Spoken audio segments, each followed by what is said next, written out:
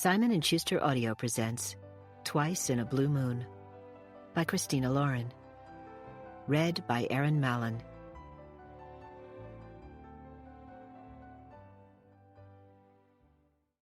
One, June, 14 years ago. Nana turned to inspect the hotel room. Behind her, the curtains drifted closed with a whisper. With her dark, sharp eyes, she surveyed the cream and red decor, the generic paintings, and the television she no doubt found gaudily perched on the otherwise beautiful dresser. Never in my life had I been in a room this fancy, but her gaze, as it touched everything, read, "Given the cost, I expected more." Mom had always described this expression as pruny. It fit. My grandmother, only 61, totally looked like a piece of soft-dried fruit when she got mad. As if on cue, she grimaced like she just smelled something sour. "Our view is the street. If I wanted to stare at a city street, I could have driven to San Francisco." She blinked away from the dresser to the telephone on the desk, moving toward it with purpose. "We aren't even on the right side of the building." Oakland to New York to London, landing just over an hour ago. For the longest leg, our seats were in the middle of a group of 5, on the bulkhead row, where we were flanked on one side by a frail older man who immediately fell asleep on Nana's shoulder, and on the other by a mother with an infant. By the time we were finally situated in the hotel room, I just wanted a meal and a nap, and a tiny patch of quiet away from Nana the prune.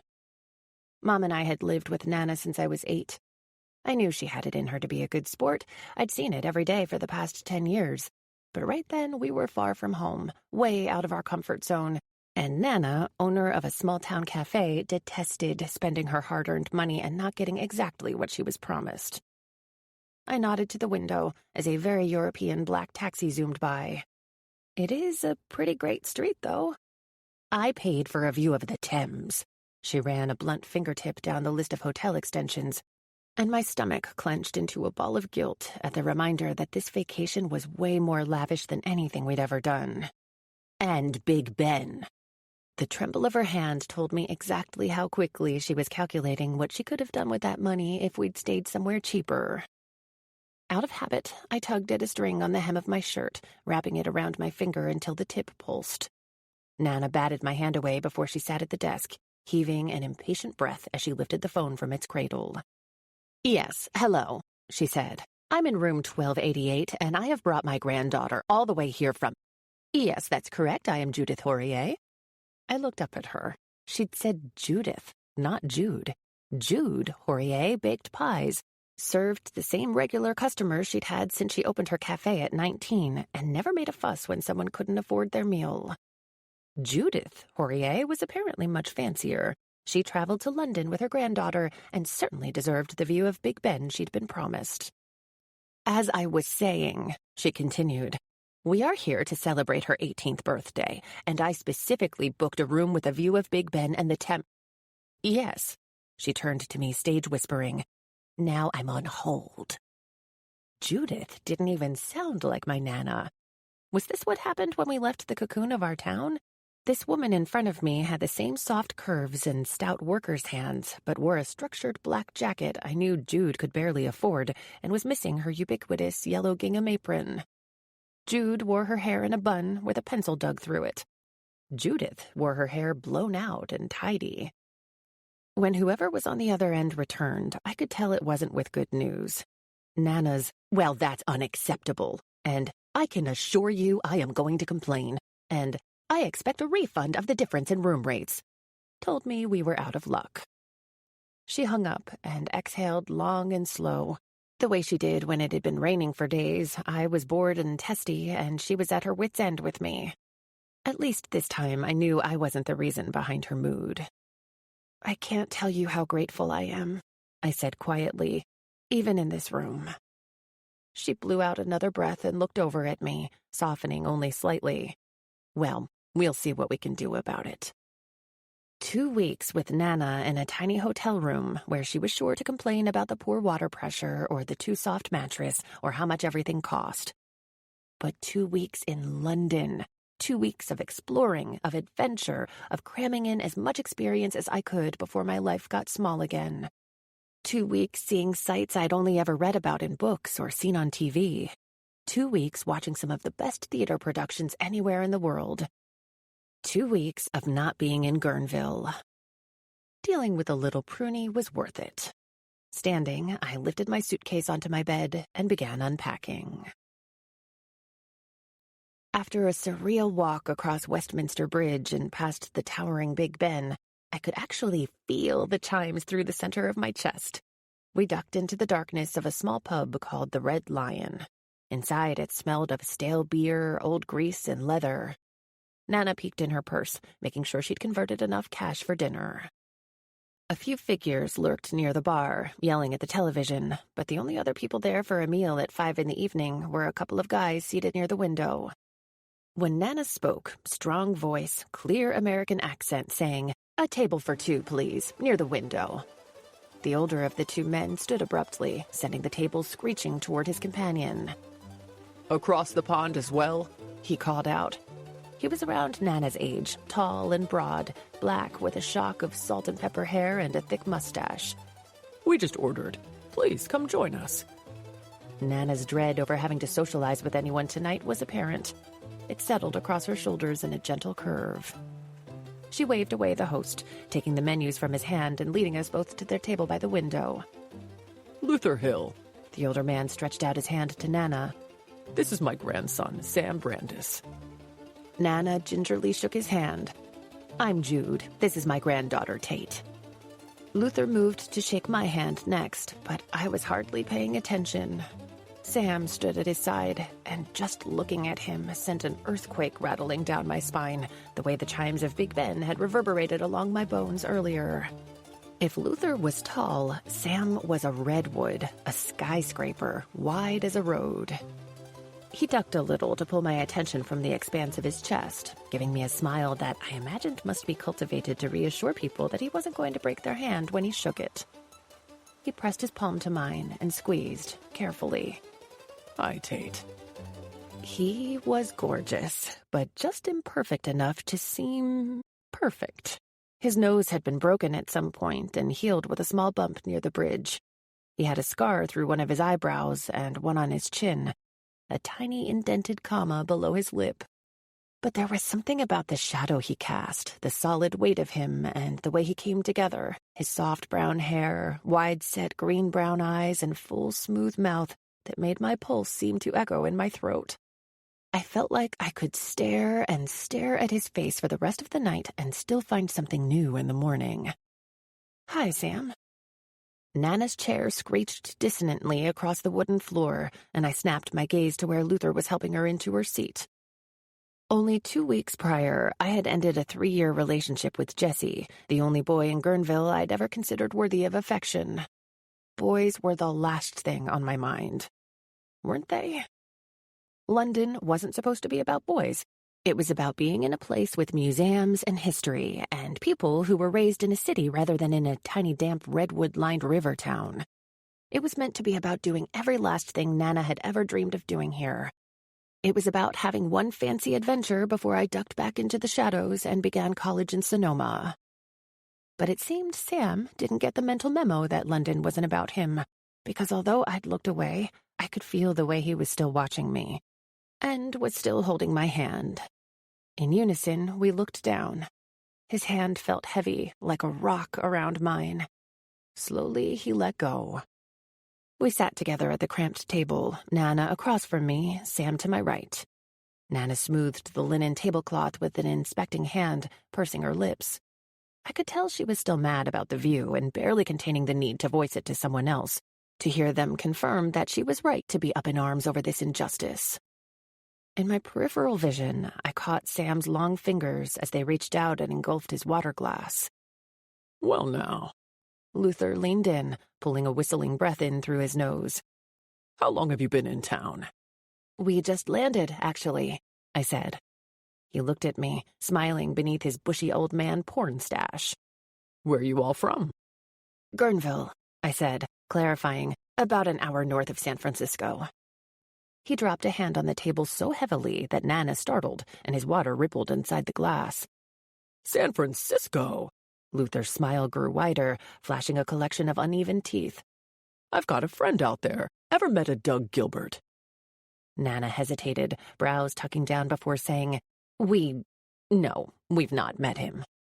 Unless he drives up north for the best blackberry pie in California, we probably haven't crossed paths. I said it proudly, but Nana frowned at me like I'd just given them some scandalously identifying information. Sam's eyes gleamed with amusement. I hear San Francisco is a pretty big city, Grandpa. True. Luther laughed at this, at himself. We have a small farm in Eden, Vermont, just north of Montpelier. Everyone knows everyone there, I suppose. We sure know how that is, Nana said politely before surreptitiously peeking down at the dinner menu. I struggled to find something to say to make us seem as friendly as they were. What do you farm? Dairy, Luther told me, his smile encouraging and bright. And since everyone does it, we also do a bit of sweet corn and apples. We're here celebrating Sam's 21st birthday just 3 days ago. Luther reached across the table, clutching Sam's hand. Time is flying by, I tell you that. Nana finally looked back up. My Tate just graduated from high school. A tight cringe worked its way down my spine at the way she emphasized my age, glancing pointedly at Sam. He might have been twice my size, but 21 is only 3 years older than 18.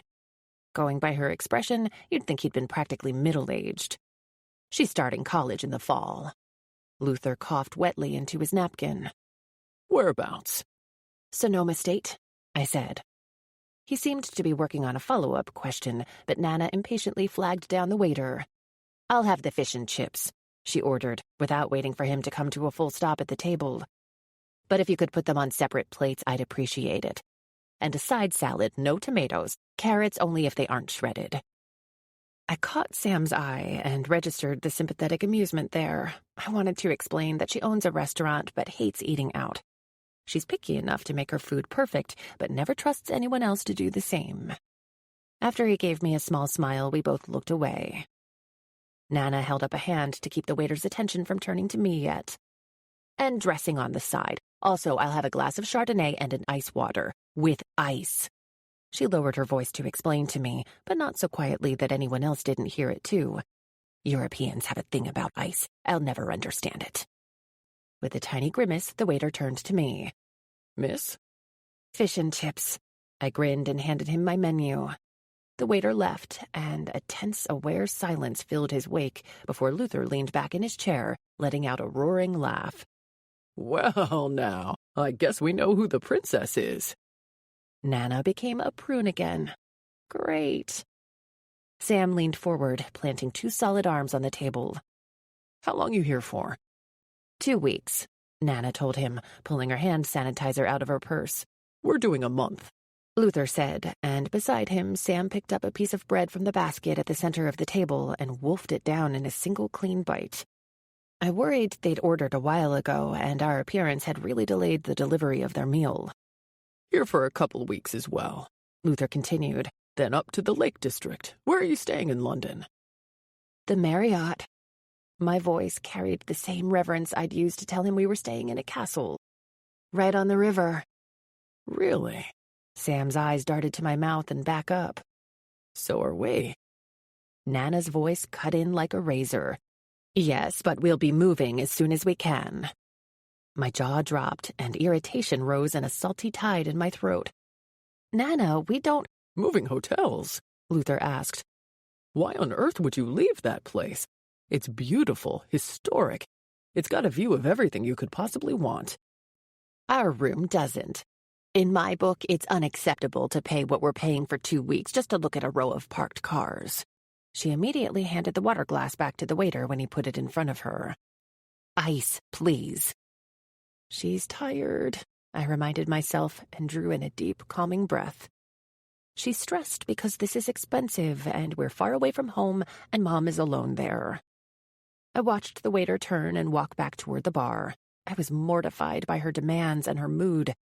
A tight leaden ball pinballed around inside my gut, but Sam laughed into another sip of his own water, and when I looked at him, he grinned. He had my favorite kind of eyes, mossy green, backlit by a knowing gleam. This is Tate's first trip to London, Nana continued, apparently ignoring the fact that it was her first trip here, too. "I've been planning this for years. She should have a view of the river." "You're right," Sam said quietly, and didn't even hesitate when he added, "You should take our room. 12th floor. We have a view of the river, the London Eye, and Big Ben." 12th floor, same as us. Nana blanched. "We couldn't possibly." "Why not?" Luther asked. "We're barely ever there. The better views are outside when you're out and about." "Well, of course we won't be sitting in the room the entire time," Nana protested defensively. "But I assumed if we're paying—" "I insist." Luther broke in. "After dinner, we'll trade rooms. It's settled." "I don't like it." Nana sat by the window while I shoved all my clothes back in my suitcase. Her purse on her lap and the packed suitcase at her feet told me she'd already decided to trade rooms. She just needed to make a show of protest. Who offers to give up a view of the river and Big Ben for a view of the street? They seem nice. First, we don't even know them. Second, even with nice men, you don't want to be obligated. Obligated? Nana, they're trading hotel rooms with us, not paying us for sex. Nana turned her face toward the window. "Don't be crude, Tate." She fingered the organza curtain for a few quiet beats. "What if they find out who you are?" There it was. Reason number one, I'd never traveled east of Colorado before today. "I'm 18. Does it even matter anymore?" She started to argue, but I held up a hand, giving in. It mattered so much to Nana that I stayed hidden. It wasn't worth pushing back. "I'm just saying," I said, zipping up my bag and rolling it toward the door. "They're being nice. We're here for 2 weeks, and glaring at that street will drive you crazy, which means it will drive me crazy. Let's take the room." She didn't move, and I returned a few steps closer to her. "Nana, you know you want the view. Come on." Finally, she stood, saying, "If you'd be happier with it," before leading me out. We fell silent as our suitcases rolled dully behind us, wheels rhythmically tripping over the seams in the sections of thick carpet. "I just want your vacation to be perfect," she said over her shoulder. "I know, Nana. I want yours to be perfect, too." She hiked her JCPenney purse higher on her shoulder, and I felt a pang of protectiveness. "It's our first trip to London," she said, "and it's going to be amazing. Don't worry." The cafe did well for a cafe in a small town, but it was all relative. We'd never been rolling in cash. I couldn't even fathom how long it must have taken her to save for all this. I mean, I'd seen her itinerary, and it was packed. Museums, Harrods, shows, dinners out. We were going to spend more in 2 weeks than Nana probably spent in a year. "I'm already so excited to be here," I said. Sam and Luther emerged from their room. Luther was rolling a bag behind him, and Sam had a duffel slung over his shoulder. Once again, I experienced a weird physical leap inside at the sight of him. He seemed to completely fill the hallway. He'd pulled a worn blue plaid shirt over the t-shirt he wore earlier, but at some point he'd taken off his green Converse, and now padded his way down the hall only in socks. It was oddly scandalous. Sam lifted his chin in greeting when he saw me, and smiled. I don't know if it was the smile or the socks, the hint of being undressed, but a shiver worked its way down my spine. "I'm here for museums and history. I'm here for the adventure and experience. I'm not here for boys." Sam was right there, 4, 3, 2 feet away. He blocked out the ambient light coming in from a row of narrow curtains. I barely came up to his shoulder. Was this what it felt like to be a moon orbiting a much larger planet? "Thanks again," I mumbled. "Are you kidding?" His eyes followed me as we passed. "Anything to make you smile." The new room was exactly the same as our old one, except for one important detail: the view. Nana unpacked, hanging her clothes in the narrow closet, lining her makeup and lotions on the wide granite counter. Against the swirling black and cream, her drugstore blush and eyeshadow palettes looked dusty and faded. Within only a few minutes, she was in bed, beginning her ritual of foot cream, alarm setting, and reading. But despite the time difference and long flight, I was still buzzing. We were in London. Not just down the freeway in Santa Rosa or San Francisco, we were actually across an entire ocean. I was exhausted, but it was in that speedy, jittery way where I didn't want to sleep. In fact, I didn't think I ever wanted to sleep again. I knew if I got into bed now, my legs would wrestle with the sheets anyway. Hot, cold, hot, cold. Anything to make you smile. I hated to admit it, but Nana was right. The view was spectacular. It made me itch to slip out like a shadow into the night and explore. Right there, just outside the window, were the Thames and Big Ben, and just below was a manicured garden. The grounds were dark, spotted with tiny lights and fluttering shadow. It looked like a maze of lawn and trees. "I think I'll sit outside and read for a bit," I said, grabbing a book and trying to hide how on edge I felt, just in the garden. Nana studied me over the top of her reading glasses, practiced hands rhythmically rubbing in hand cream. "By yourself?" I nodded, and she hesitated before adding, "Don't leave the hotel, and don't talk to anybody." I kept my tone even. I won't. The real directive remained unspoken in her eyes. "Don't talk about your parents." My own answered in kind. When have I ever? I could legally drink in England, and part of me really wanted to sneak into the hotel bar, order a beer, and imagine the day when I'd be here on my own, untethered from Mom and Nana and the weight of their pasts and the burden of their expectations. I wondered if I might look like I belonged, or more like a rebellious teenager trying on adulthood for size. Looking down at my tight jeans, my baggy cardigan, my battered Vans, I suspected I already knew the answer. So, with my book in hand, I bypassed the bar and headed out the wide set of doors on the ground floor. The garden was irresistible. It had that tidy, manicured look that makes every shrub look like it needs to be brought in at night, too precious for the elements. Yellow light sat at even intervals, each lighting a cone of brilliant green grass. The city was just beyond the shrubbery and wrought iron walls, but the air smelled of damp ground and moss. I'd been waiting my entire life to go on a trip like this, to be away from home and the secrets we kept there, but we'd barely ventured out. So far, this eerie, empty garden was the highlight of my day. The best view is down here. I jumped, ducking like there'd been gunfire, and looked toward the voice.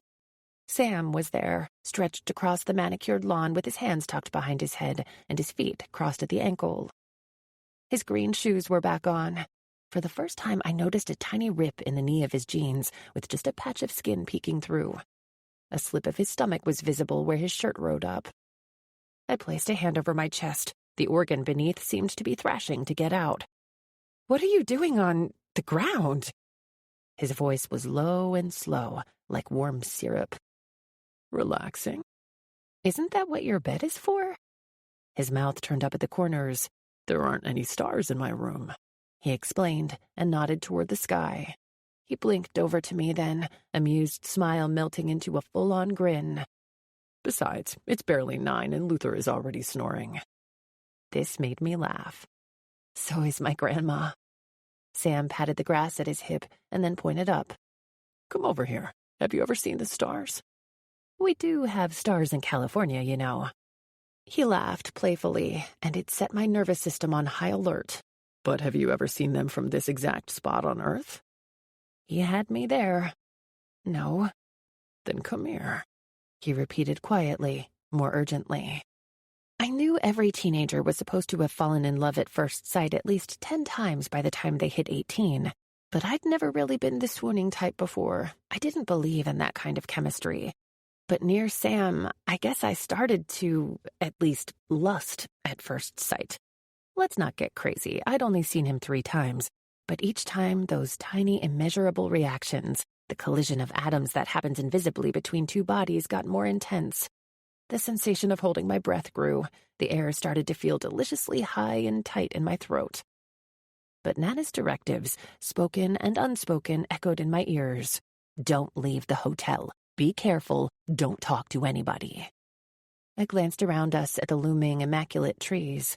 Is this garden really for lying on our backs and stargazing? It feels a little... I gestured around at the perfectly sculpted boxwoods and precise edges where lawn met stone. Prim. Sam looked at me.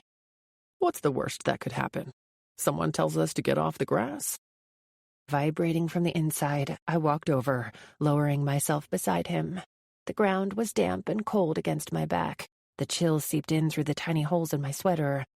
I pulled my sleeves over my hands and pressed them, shaking to my stomach. That's good.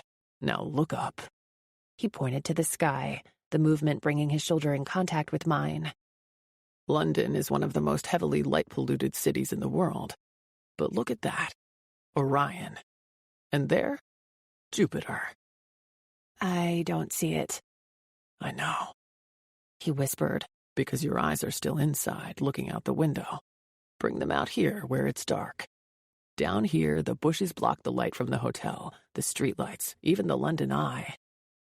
He was such a presence next to me, so solid and warm that it was impossible to focus on anything but him.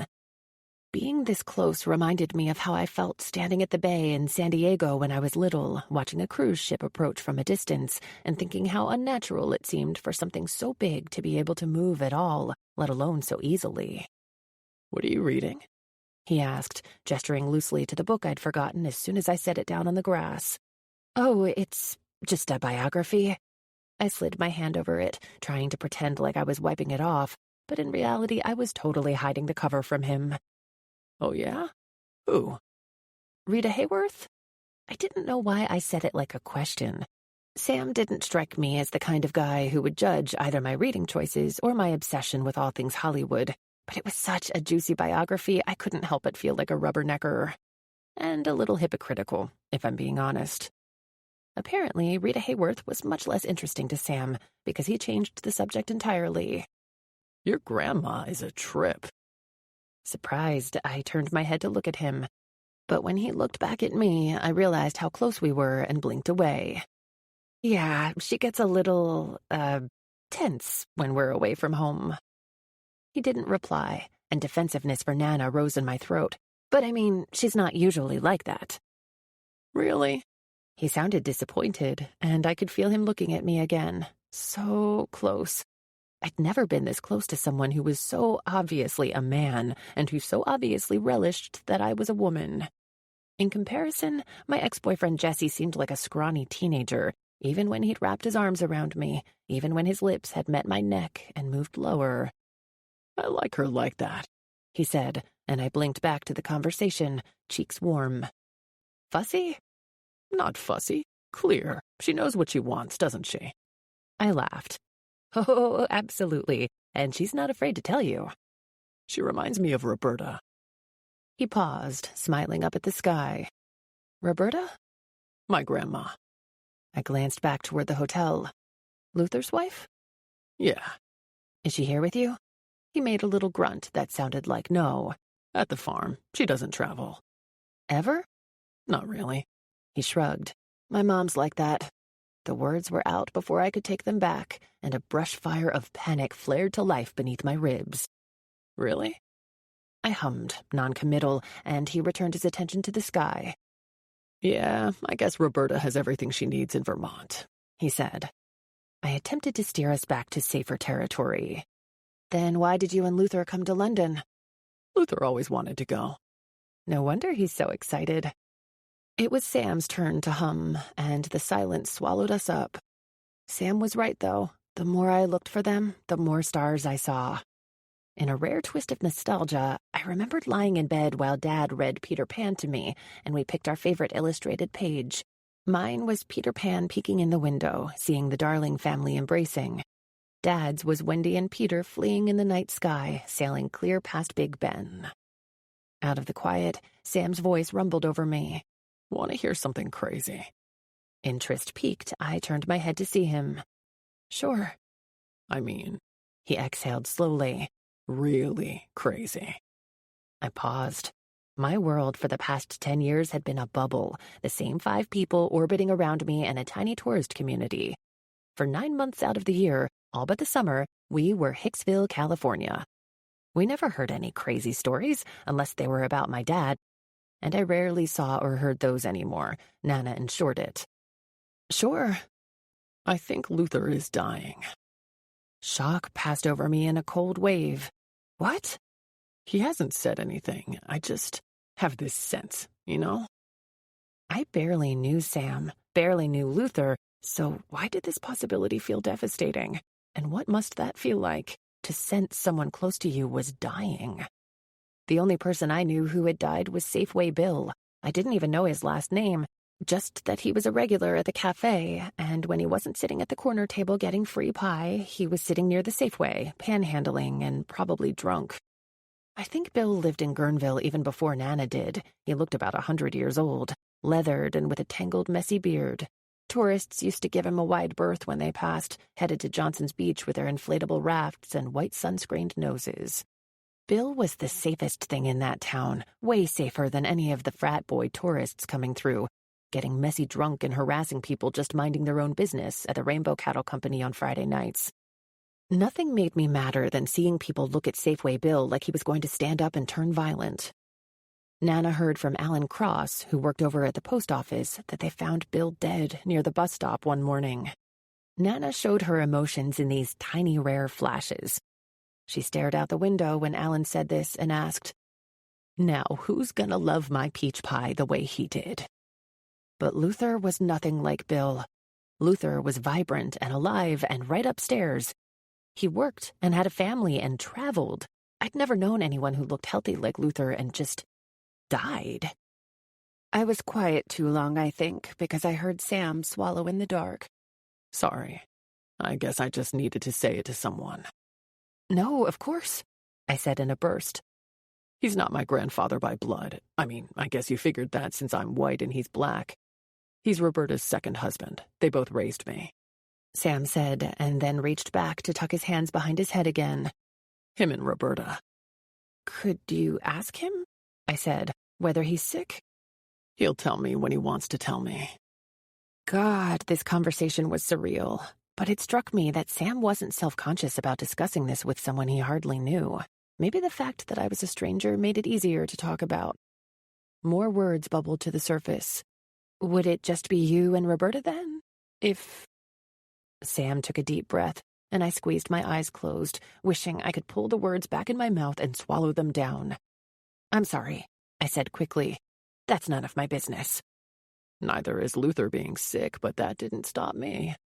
While my brain chewed on this, he shifted beside me, scratching his ear. It's just me, Luther, and Roberta, yeah.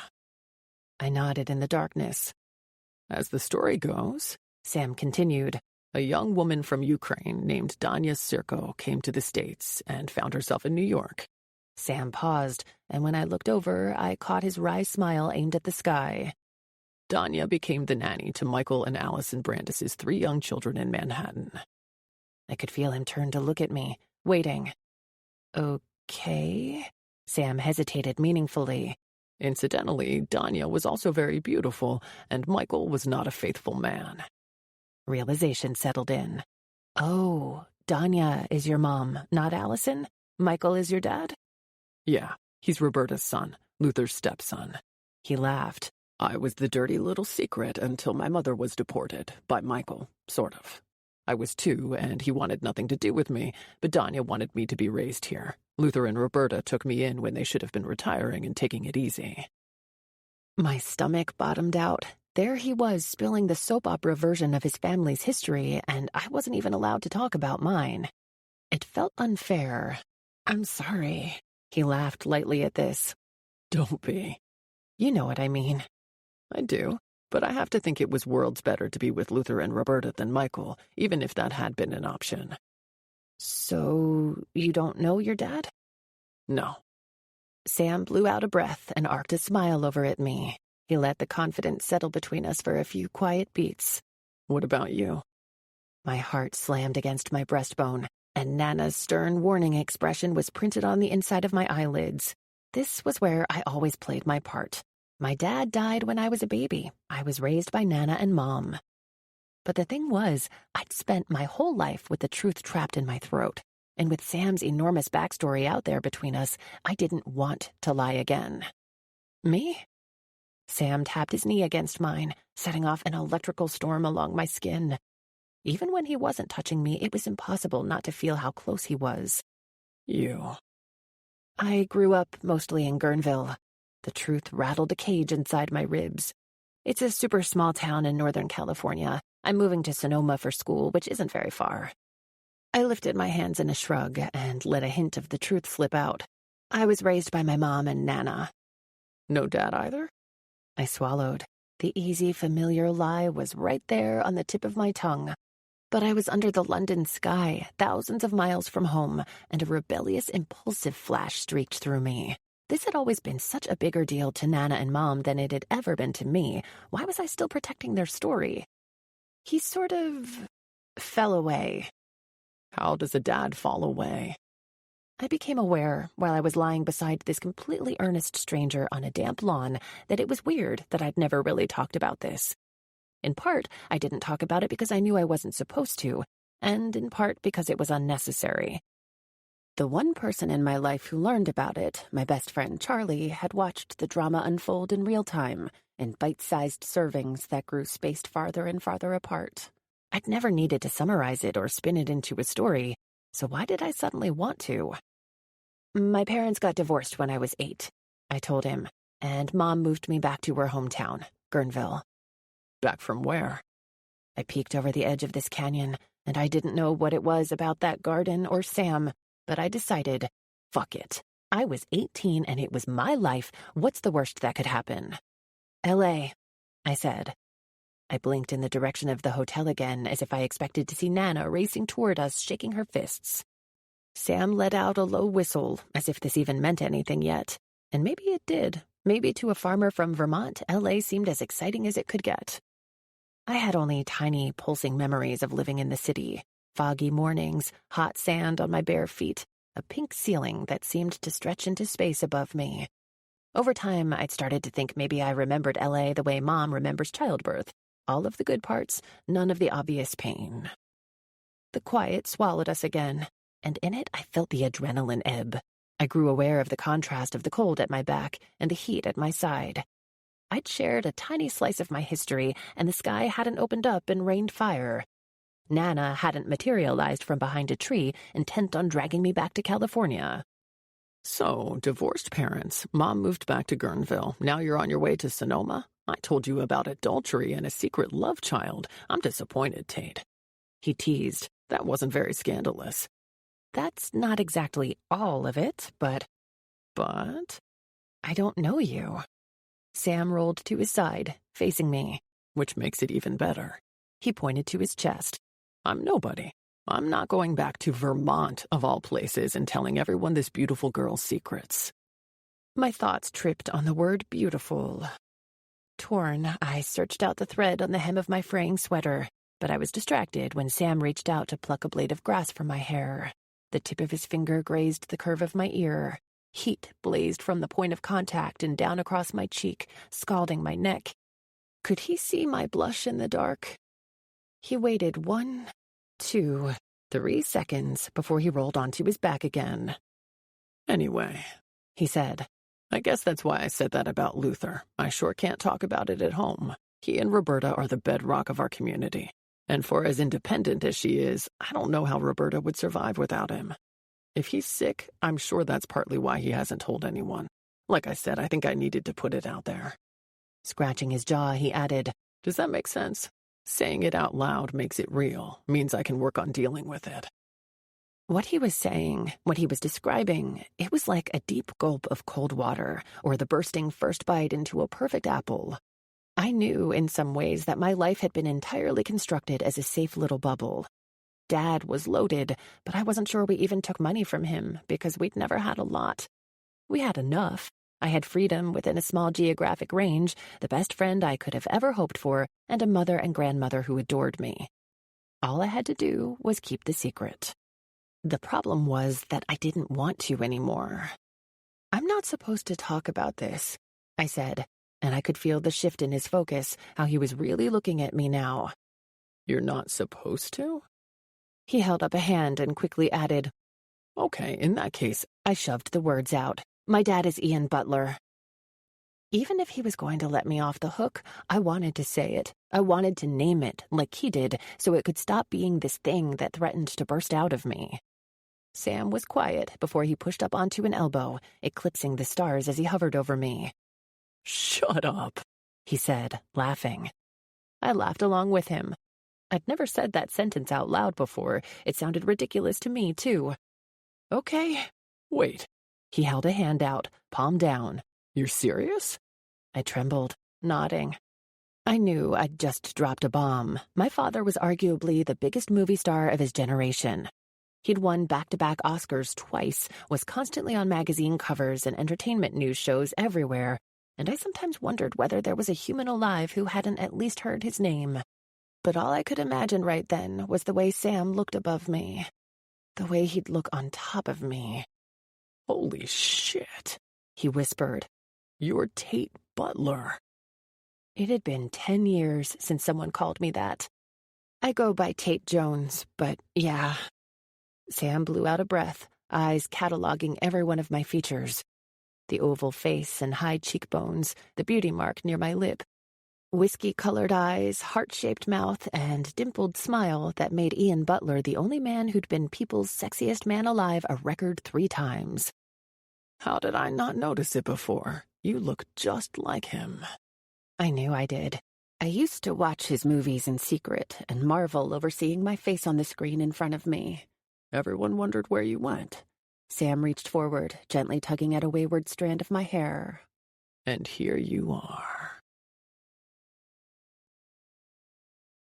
2. What did you do last night? Nana spooned some melon onto her plate and moved down the line to the tiny decadent pastries. The second-to-last thing I wanted to do was have next morning processing with Nana about Sam. The last thing I wanted to do was lie to her about him. My heart took off at a gallop. Just hung out in the garden? She looked over her shoulder at me. Is it pretty?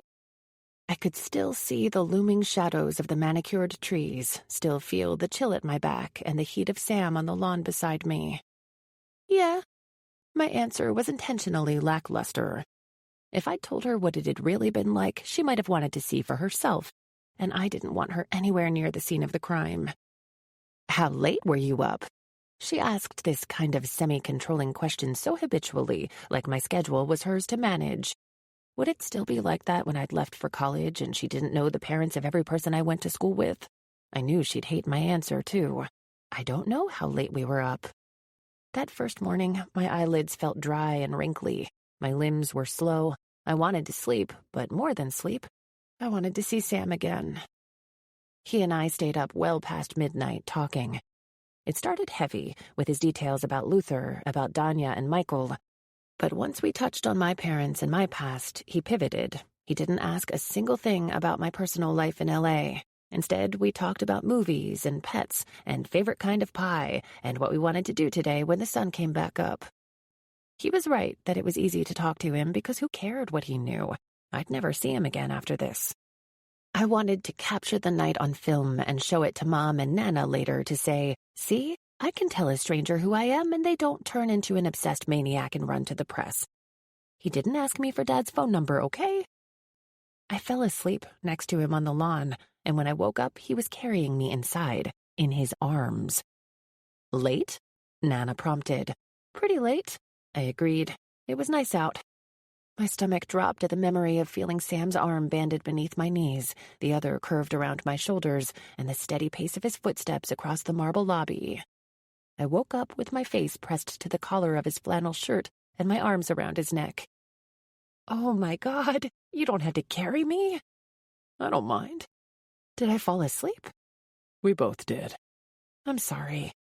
Are you kidding? I came to London and slept with the prettiest girl I've ever seen. I get to say that now. He put me down once we were inside the elevator, but it was a slow, intimate process. My front sliding along his chest until my feet landed safely on the floor. He kept his arm around my shoulders, one huge hand stretched across, cupped possessively on the other side. I wanted to ask exactly how many girls he'd carried, how many he'd made lose their minds over his thick arms and broad chest, his honesty, and the tiny comma scar under his lip. How many girls he'd slept with, on the grass or otherwise. Thankfully, Nana moved on. I've scheduled the British Museum for us today. She nodded so that I'd follow her to the table.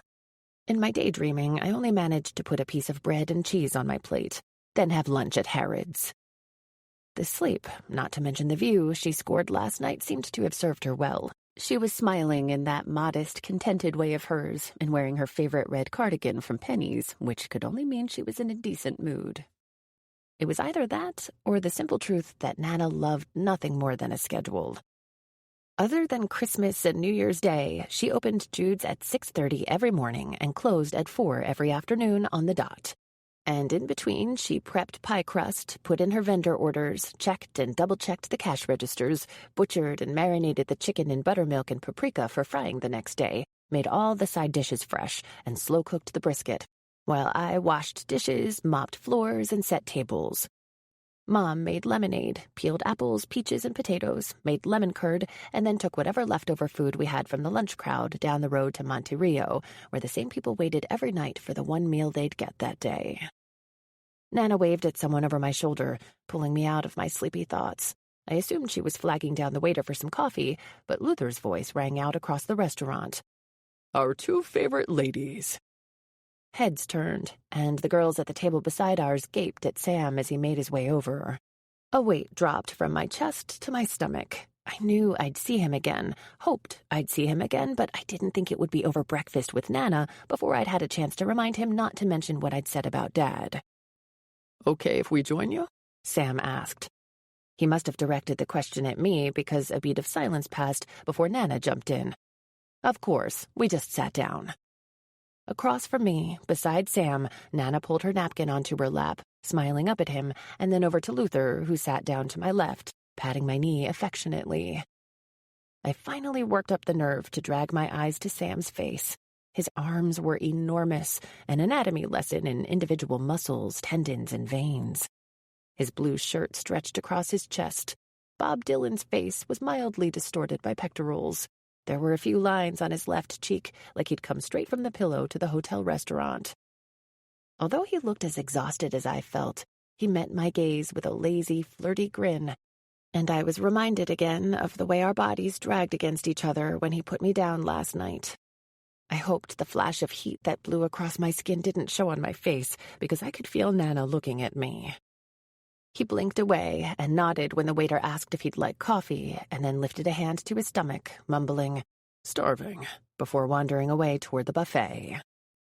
The teenagers at the table next to ours followed him, with their eyes glued to his back, all the way to the spread of meats and cheeses. Beside me, Luther seemed content to enjoy his coffee, adding 4 packs of sugar and a generous helping of cream. I hope you woke up to a beautiful view. We sure did. Nana shifted uncomfortably in her seat. I knew her well enough to understand that she'd already thanked him. She didn't want to have to say it over and over. Many thanks. Again. Waving a hand to dismiss this, Luther lifted his cup to his lips and blew away the steam. Women care more about those things than men do. I felt a defensive wave rise up inside me and saw it mirrored in Nana's expression. She forced her face into an amiable smile. Luther tilted his head to me. These two were out late last night, huh? Tires screeched, laying down black rubber tracks in my brain.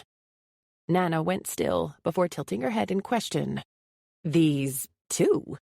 He glanced from me to where Sam was presumably tearing his way through the buffet. Our grandchildren seem to have hit it off. I would have taken a moment to appreciate Luther's delighted laugh if he hadn't been currently destroying my life. Nana looked at me again, eyes sharp. Really? At this, Luther's delight visibly wilted. Oh dear. I hope I haven't gotten Tate into any trouble, he said. I'm a light sleeper and woke up when Sam walked in around 3. Thanks, Luther. Nana's eyebrows disappeared beneath her bangs. 3? I pressed my hands to my forehead just as Sam returned to the table with a plate piled high with eggs, sausage, potatoes, bread, and fruit.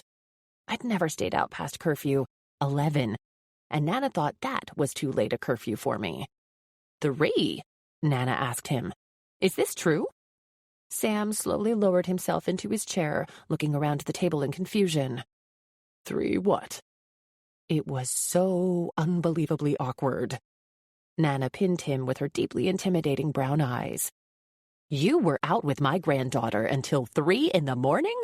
Well, yeah, he said. But we were asleep for a lot of it. He did a double take at her deepening horror. On the lawn, just sleeping. Nana's face had slowly gone from ashen to pink to red, and Sam winced over to me, stage whispering, I'm not helping, am I? Nope. My voice echoed from where I was trying to crawl into my cup of tea. Tate, Nana hissed. You are not allowed to stay out with strangers in the garden of a hotel until 3 o'clock in the morning.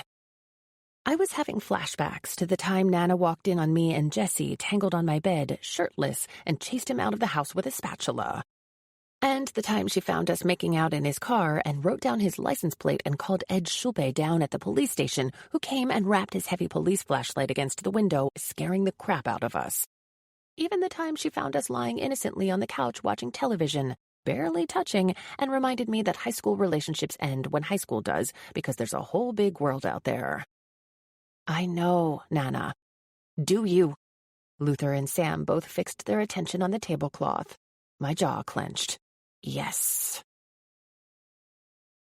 Are you having fun, Muffin? Mom asked, and although I'd spoken to her on the phone thousands of times, knowing how far away she was made her sound really far away, and I got a sharp pang of homesickness. So far, yeah. I peeked at the closed bathroom door, lowering my voice. Just one day in, and Nana is still calibrating. Meaning? Mom guessed that Nana is being uptight and miserable? I laughed and sat up straighter when I heard the toilet flush. She's okay. We're headed to a museum today, I think, and lunch at Harrods, then Les Mis. I know you're dying for the theater, but oh my God, Harrods! She paused before quietly adding, Tater Tot, Harrods is really nice. Try to have a good attitude. I do have a good attitude. Good. Mom sounded unconvinced. And make Nana buy herself something fancy. Something clattered in the background, a pan against the stove maybe, and even though I wasn't hungry, my mouth watered for home cooking. I did the brief math. It was midnight there. I wondered whether she was getting a snack before bed, wearing her favorite flowery turquoise silk pajama pants and I'm a proud artist t-shirt. You tell her to buy herself something fancy, I told her. I'm not saying that. I'm already highly aware of how much this trip is costing. She laughed. Don't sweat the money. I'll try, somewhere between handling Nana's controlling questions and having a good attitude. Mom, as ever, was unwilling to engage in bickering. Well, before you go, tell me something good. I met a boy last night, I said, and amended. Well, maybe more guy, man. Man? Guy, man. He just turned 21. My mother, ever the romantic, became dramatically, comically interested. Is he cute? A twisting ache worked its way through me. I missed Mom. I missed her easy encouragement that I find adventure in safe, tiny bites. I missed the way she balanced Nana's overprotective tendencies without undermining her. I missed the way she understood crushes and boys and being a teenager. I didn't actually think she would be angry with me for telling Sam about her and Dad. Not anymore, now that I was officially an adult, but on the phone, across an ocean, was not the time or place to open that can of worms. I'd tell her everything when I got home. He's really cute. He's like 8 feet tall. As expected, Mom oohed appreciatively. Just then, Nana turned the water off in the bathroom, making me rush to get through it. Just wanted to tell you. Mom's voice was gentle. I'm glad you told me. I miss you, Muffin. Be safe. I miss you too. Don't let Nana make you paranoid, she added just before we hung up. No one is going to chase you down in London. Sam and I met on the lawn again that night. We didn't plan it. We didn't even see each other after breakfast. But after Nana and I returned from the show, I snuck out into the garden beneath the sky full of stars, and Sam's long body was once again stretched out on the grass, feet crossed at the ankle. He was a life raft in the middle of a green ocean. I wondered if you'd come, he said, turning at the sound of my footsteps. I'm not sure I could stay away, I wanted to say.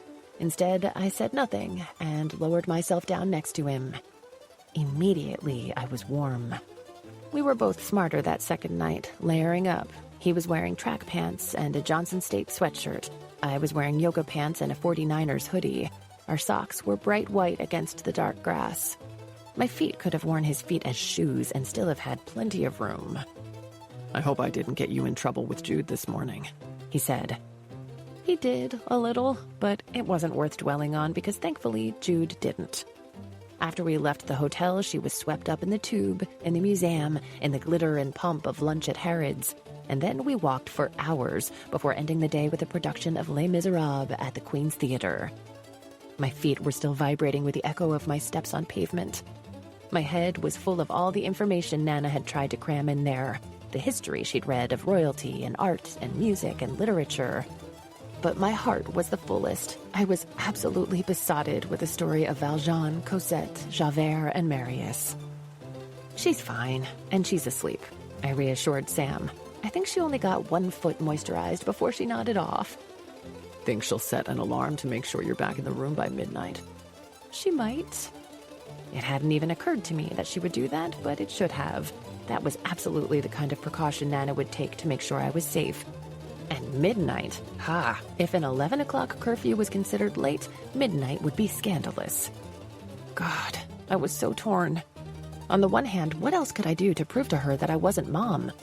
I wasn't going to run away to the big city, get married at 18 and pregnant soon after, chase fame and find heartache. I also wasn't going to tip off the paparazzi and get us all swarmed on opposite sides of the world. I got why she was nervous. She lived through the chaos of my parents' marriage dissolving and remembered the specifics far better than I did. But it was getting harder and harder to live under a constant veil of paranoia. On the other hand, would being a little like Mom really be so terrible? Sometimes Nana acted like Mom couldn't possibly take care of herself. But that hasn't ever been true. It was like Nana saw Mom's pure spirit as a weakness, but Mom found joy in every tiny moment and had the enormous heart of a romantic. Nana might not have relished the decade Mom spent with Dad, but without him, there'd be no me. I probably won't stay out quite as late, I admitted, pulling myself out of my mental spiral. Sam sounded both teasing and disappointed when he whispered, "But I liked being out late with you." "I'll sleep in my bed," I said, grinning at him. Why had I bothered with lip gloss and blush before coming outside? My face was bright red even without it. Now that's a shame. I stared up at the sky, unsure what to say, and wondering if he could sense the way my blood seemed to simmer just beneath my skin. I didn't remember him falling asleep last night, so I must have first. Did I curl into him, throw a leg over, press my face to his neck? Maybe he gripped my hip and pulled me closer. How long did he lie there before dozing off, too?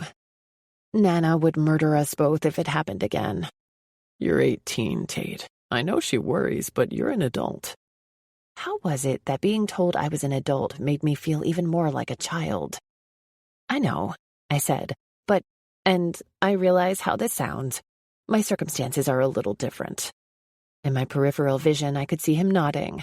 I know. I don't think anyone cares where Mom and I are anymore, but... I trailed off, and we both fell silent, leaving me begging wordlessly for the ease of last night to return, for the effortless unrolling of conversation.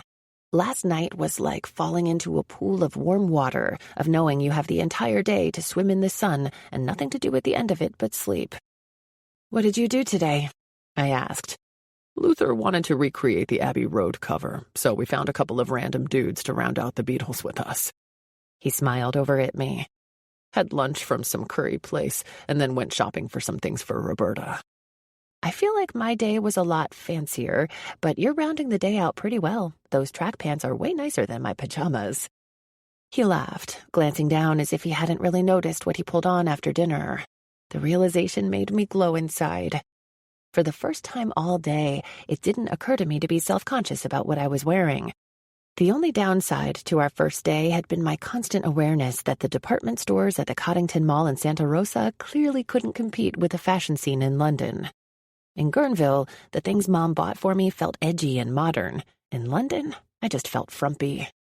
Sam's smile turned contemplative. "Can I ask you something?" His cautious tone made me uneasy. "Sure." "Has your life been happy?" God, what a loaded question. Of course I was happy, right? Mom and Nana were amazing. Charlie was the best friend I could imagine. I had everything I could possibly need. Though maybe not everything I'd always wanted. the thought made me feel supremely selfish. When I didn't immediately answer, he clarified. I've been thinking about this all day, what you told me. I remember seeing your face plastered all over the cover of magazines down at the grocery store, People and whatever. Most of it wasn't even about you. It was about your dad and the affairs and how your mom just disappeared with you. But then I looked up Guerneville, and it seems like a really nice place, and I thought maybe they had a better life there, like I did with Luther and Roberta. He rolled to the side, propping his head on a hand just like he did last night. Guerneville is nice, but it's not, like, nice, I told him. It's funky and weird. There are maybe 4,000 people who live there, and we all know each other. That sounds enormous compared to the 1,000 who live in Eden. I stared at him. Maybe his life had been just like mine, only on the complete other end of the country. So, have you been happy? He asked again. Do you mean, have I been happy in general or happy with my parents? His attention was unwavering. Either. Both. I chewed on my lip while I thought through it. Questions like this were such weird little provocations. I rarely thought about my life before, and I certainly tried not to feel sad about Dad. The entire world seemed to know him so much better than I did anyway. I figured maybe when I was older, Nana wouldn't mind so much letting me know him too. I'd been stupid in a lot of things.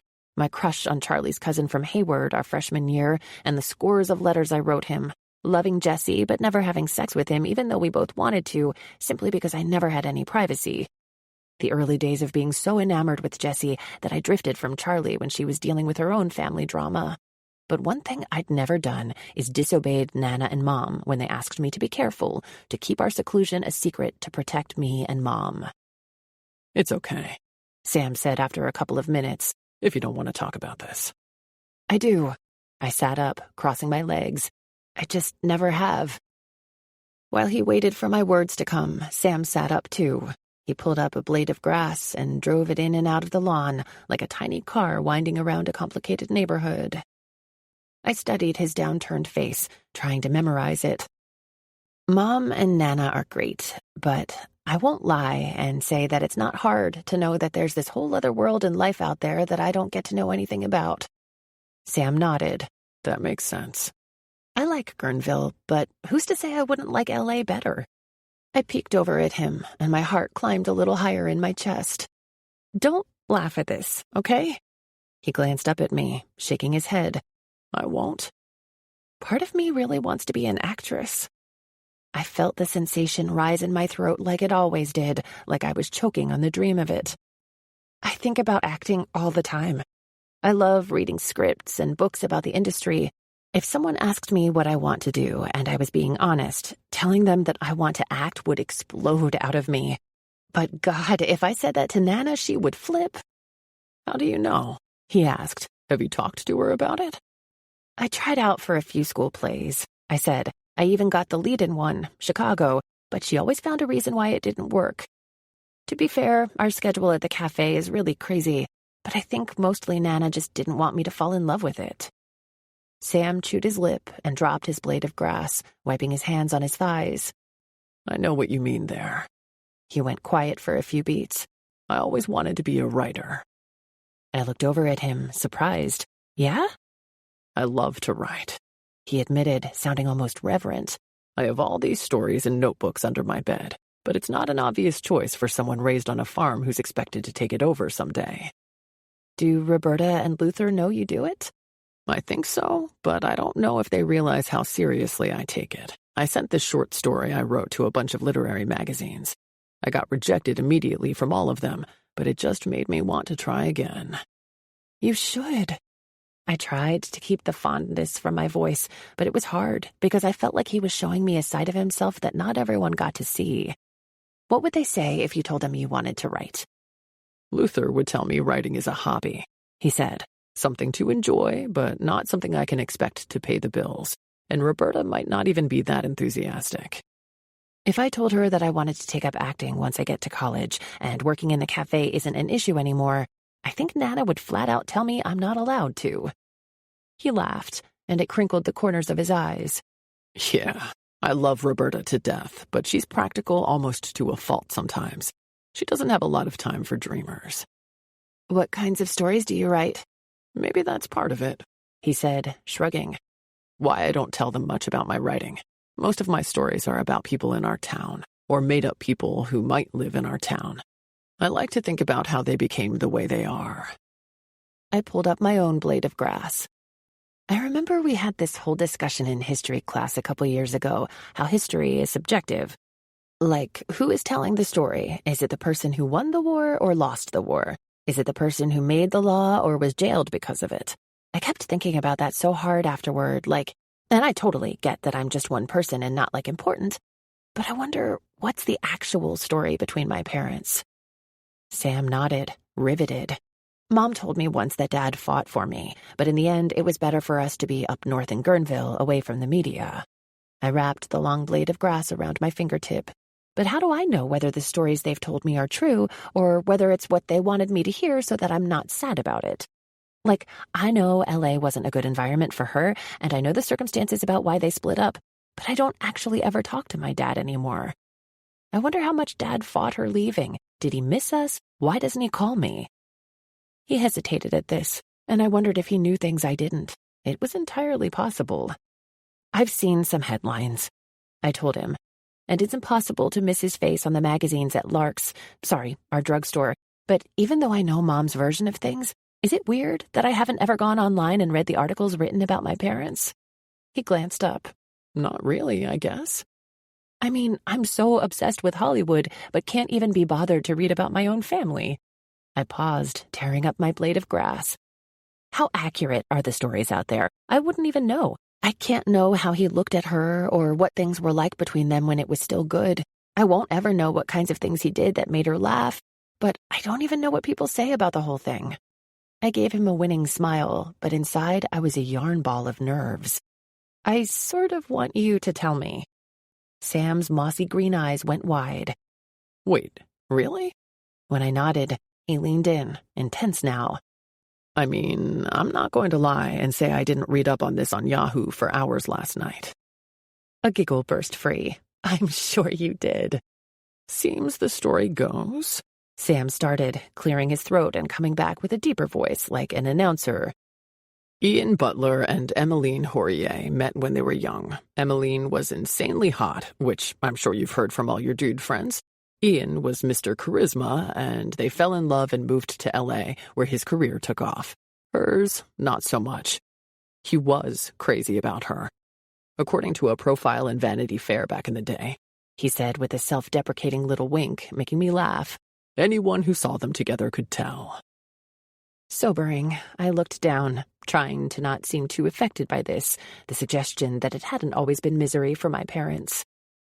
He started on a soap, but then he got a supporting role beside Val Kilmer, and his next one was a leading role. He wins an Emmy, a Golden Globe shortly after, and around that time your mom had you.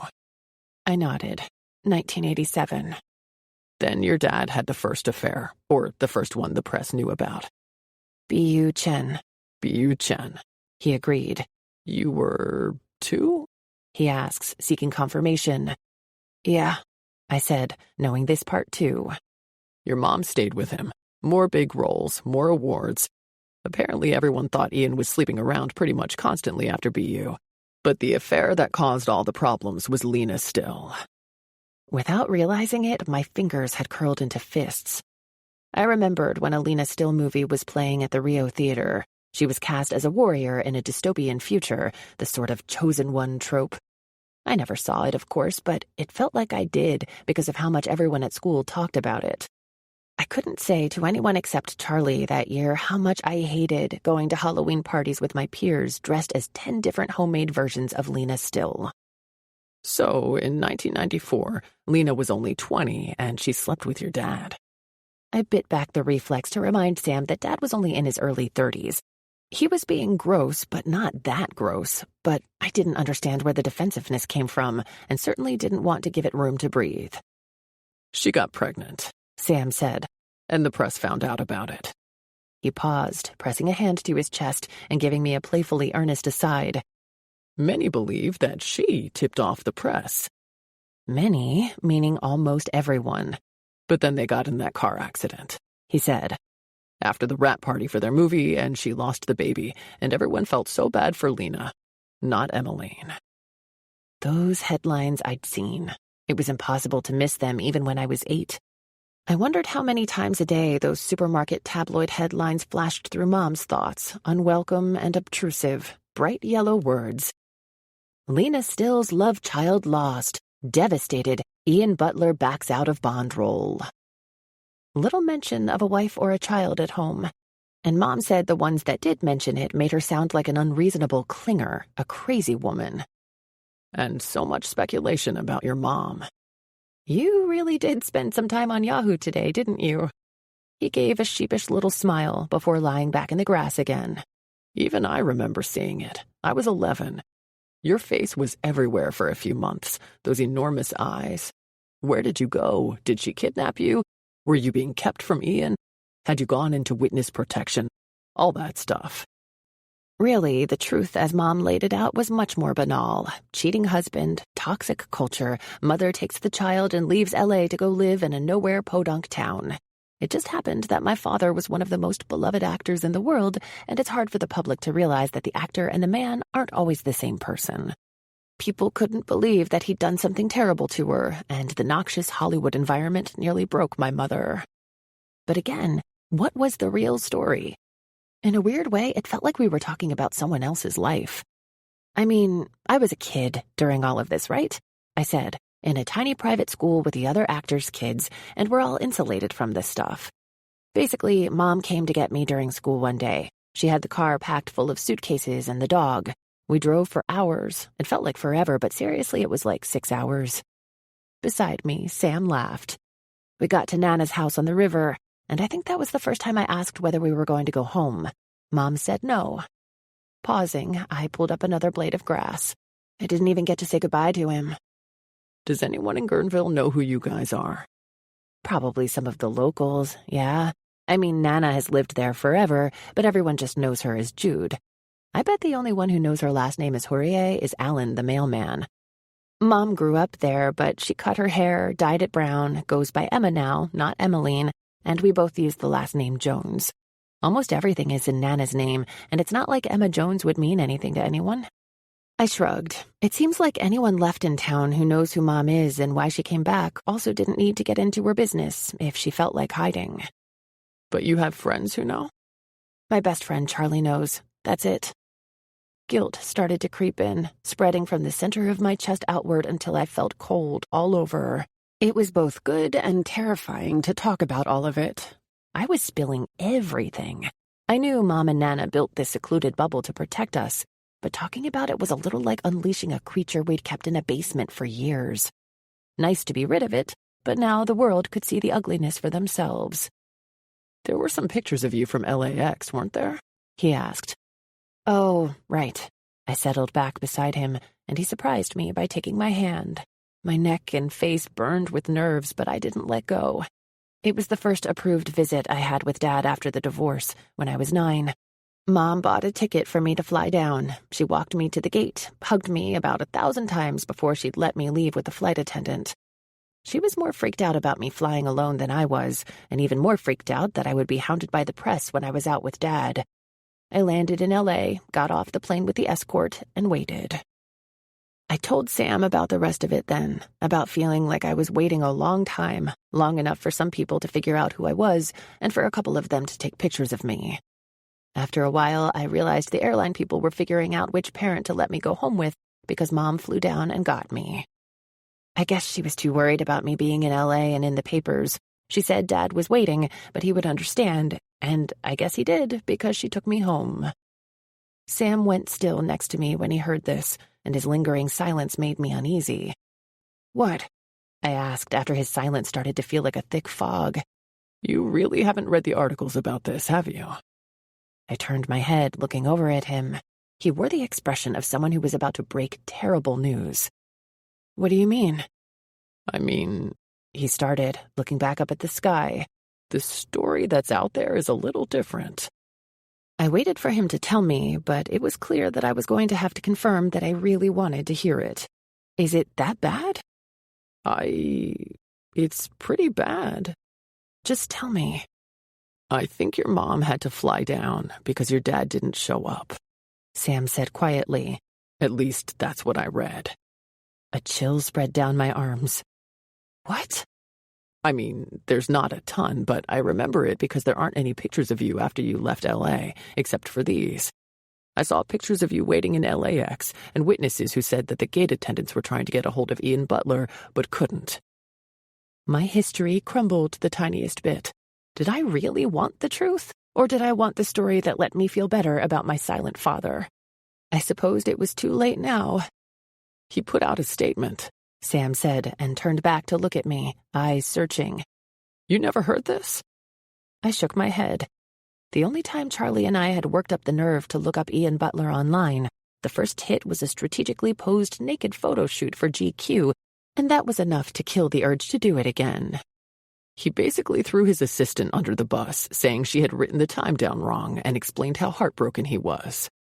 Shrugging, I said, I mean, it could be... Yeah, that's true. Another long pause, and my hopeful grip on this possibility loosened. Did he fly up to see you after that? I closed my eyes.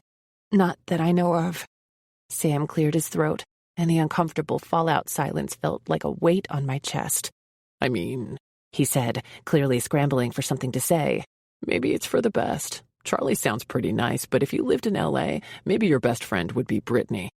And we all know she's a ticking time bomb. I laughed, but it sounded hollow. Totally. I riffled through my thoughts, digging for something more to say, a different subject to discuss. But just when I thought my heart was going to roll over in my chest from the tension, Sam rescued us both. You know, I have this theory about cats. I blinked over to him, confused. Cats? Yeah, I don't like them. That's your theory? He laughed. No, listen, I don't like cats, but whenever I go to a house with cats, they always come over and sit on me. Because they take one look at you and think you're furniture. This made him laugh harder. Sure, that's another theory. But here's mine. Those anti-cat vibes would be weird for a human, like when we sense someone doesn't like us, and it's just really uncomfortable. But maybe for a cat, those weird vibes are comforting. Bad vibes are good for cats? I asked. Exactly. There's something about the tension they like. I stewed on this one a little, thinking, if that's true, cats are sort of evil. Without a doubt they're evil. I'm just finding the root of it. I looked over at him. I think cats are cute. They're not needy. They're smart. They're awesome. You're wrong. This made me burst out laughing, and I let it roll through me, pushing out the residual tension over Dad and what I'd learned from Sam. But just thinking about it again brought some of the tightness back to my chest. Maybe he sensed it, because Sam squeezed my hand. And then I knew he sensed it because he said, I'm sorry your dad sucks. This pulled a surprised laugh out of me. I'm sorry your dad sucks too. I'm never seeing another Ian Butler movie ever again. He paused. Except Encryption, because that movie is the fucking bomb. Hey! Sorry, Tate. It's just science. 3. Mom must have said something to Nana, telling her to go easy on me. Let me have some fun, something, because without any complaint or even a whiff of displeasure from my grandmother, Luther and Sam became our regular companions in London. Each morning, I bolted from bed and raced through the process of getting ready, eager to sit across from Sam, to wander the city together, to see him. We talked for hours in the garden every night. He said he'd lived in a small town for all but the first 2 years of his life, but he had more stories and random theories than anyone I'd ever met. At breakfast each morning, they were across the table from us, Sam with his flirty smile and plate piled high, and Luther with his highly sugared cup of coffee. On the street, they were usually a few steps behind us, wrestling with the giant map Luther insisted on using, and arguing over alternative tube stations when we found Paddington closed. On a particularly gloomy day, we avoided the rain by visiting the Natural History Museum. Luther made up funny and very loud fictional stories about each of the dinosaurs in the Blue Zone, and even managed to coax Nana into dropping her plans for lunch at an old hotel she found in a guidebook. Instead, we ate burgers at a dark pub and laughed hysterically as Sam told us about things going disastrously wrong with the milking equipment on his first morning shift alone at the farm. Not only did Nana not seem to mind our new traveling sidekicks, she genuinely seemed to enjoy Luther's company. After lunch, they walked on ahead, and Sam came up alongside me while we strolled, bellies full, to the Baker Street station. "What's the craziest thing you've ever done?" he asked. I took a few quiet seconds to think while Sam and I wove in and out of pedestrian traffic. Together, apart, together. His arm brushed against mine, and in a heated breath, I registered that it didn't feel accidental. Nana's house is on the water, I told him. It's raised on stilts overlooking the Russian River and— Wow, stilts? Yeah, I mean, the river floods a lot, so most houses near the water are on stilts. When his eyes went wider, I said, "Don't get a mental image of some sort of elaborate castle. It's really just a 3-bedroom plain house on stilts. Anyway, we're not supposed to jump from the deck because it's so high up. The river is pretty deep there, but our toes always brush bottom, and the depth changes year to year. Someday we'll jump and it'll just be riverbed." Sam's hand brushed mine when we sidestepped a man on the sidewalk, and this time it was accidental. He apologized under his breath. I wanted to reach out and make the contact permanent. Charlie and I would jump off the deck when we were home alone. I'm not even sure why. Of course you know why. To be scared? To feel a rush, yeah. He grinned over at me. What would you think about when you jumped? I shook my head, trying to remember the feeling. Just that there was nothing else in that moment, you know? No school, no boys, no drama, no chores. Just jumping into the cold water and feeling crazy and happy afterward. You're pretty cute, if that's the craziest thing. I wasn't sure whether I was more thrilled that he called me cute or embarrassed to be exposed for being so tame. I held in a shaky breath and laughed. You know me. And in a weird way, I felt like he did. What about you? Sam hummed. Tipping cows, drinking beer in the middle of nowhere, weird races and games in cornfields, trying to build an airplane. He shrugged. I don't know. It's easy to be crazy on a farm. Is it? Yeah, I mean, he said, ducking around a man walking aimlessly with his eyes on his BlackBerry. Everyone in Eden's always saying when you live in the middle of nowhere, it's impossible to get into trouble, and I think it gives parents a sense of ease. Like, even if they can't see us, what's the worst thing that could happen? Drinking some beer in a field? But knowing they think that? I don't know. It feels sort of like a challenge sometimes.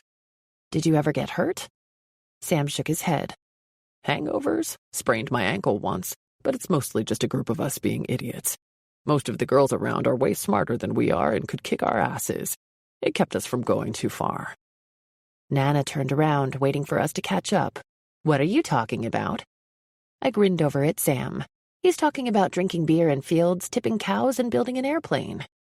I expected Luther to say something about the cows or the beer, but he just nodded proudly. That plane nearly flew, didn't it?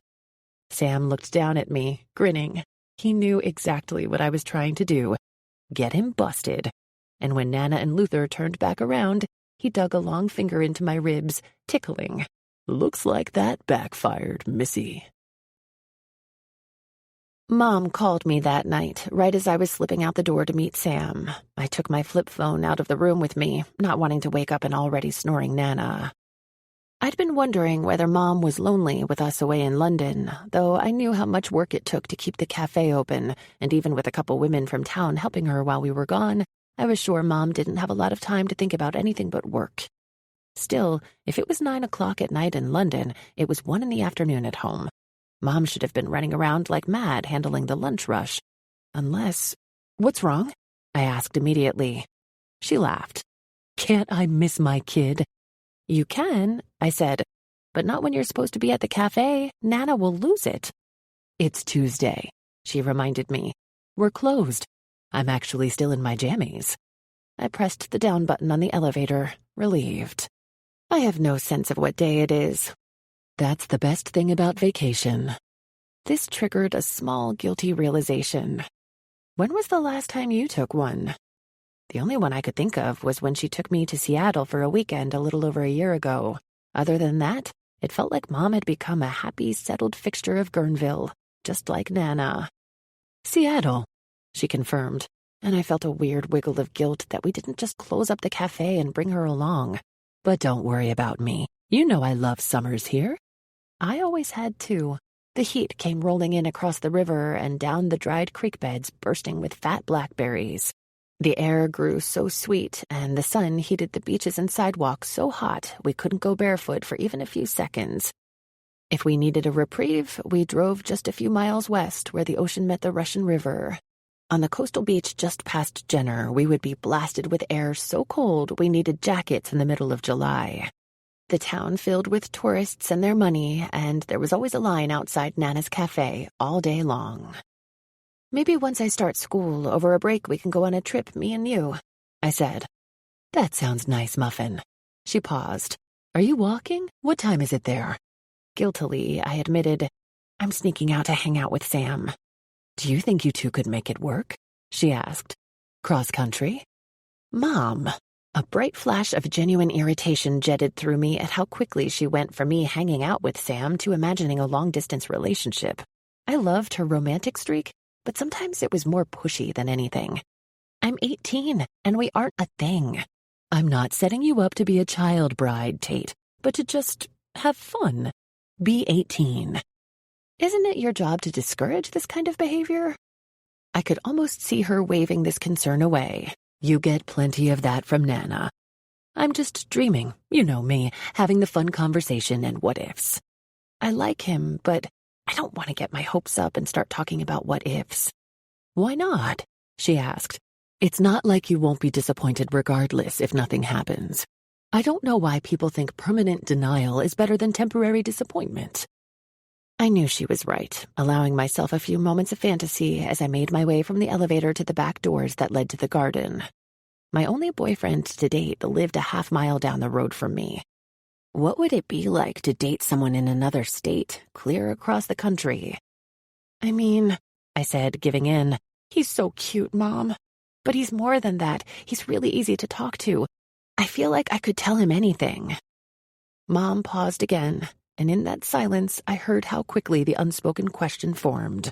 Finally, did you? What was I hearing in her voice? Fear or excitement? Sometimes they sound the same. Thin and tight, words clipped. Would she be angry if she knew I'd told him, or would she understand my desire to lay claim to this glimmering history of ours? Sometimes I got the weird sense that I was disappointing her by not rebelling and shouting from a megaphone who I was, who she was, where we came from. In London, I wanted there to be a reason for my small-town clothes, bland ponytail, outdated style. I told myself it could be fun, playing the role of the country mouse in a big city. But in the privacy of my own thoughts, and as selfish as it sounded, I wanted the world to know that it was just an act, that I wasn't meant to be a fish out of water in this land of cosmopolitan women. Daughter of world's most famous actor has been living a simple life in a tiny town and never learned fashion. She's so down to earth. But I told Mom a lie instead of the truth. No way, Mom, I would never. She exhaled, humming quietly. Okay, Muffin. Let's talk tomorrow? I blew her a kiss before hanging up, feeling the sour weight of the lie settling in my gut. The guilt melted away as soon as I stepped out into the dark, glimmering night. Sam didn't look up as I settled beside him on the chilly grass, but I could feel the way he shifted, sliding just a little bit closer. About time, he said. It was dark, but I could hear the smile in his voice. I was getting sleepy. The urge to reach out and hold his hand spread through me like an electric wave. Sorry, my mom called to see how things are going. He turned to me in the dark. Is she jealous, with you and Jude all the way out here in London? I wondered the same thing. I sat up and crossed my legs, looking down at him. Inside, I felt keyed up, sort of jittery. You okay? He asked. She asked me whether I told you about Dad. Sam smiled up at me.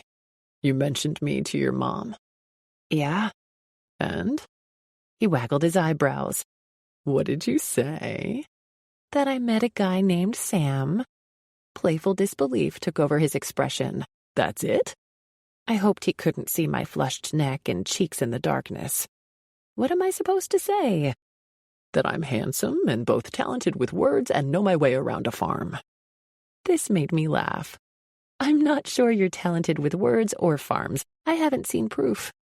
I notice you didn't argue with me about being handsome. Are you trying to impress my mother? He pushed up onto his elbows, giving me flirty eyes. What did you tell her? I told her you're nice and— No, he said, waving me off. I mean when she asked whether you told me about your dad. Oh, I bit my lip. I lied. I said I hadn't. This seemed to surprise him. Would she be mad? I don't know. I tucked my hair behind my ear and noticed that his gaze was following the path of my fingers.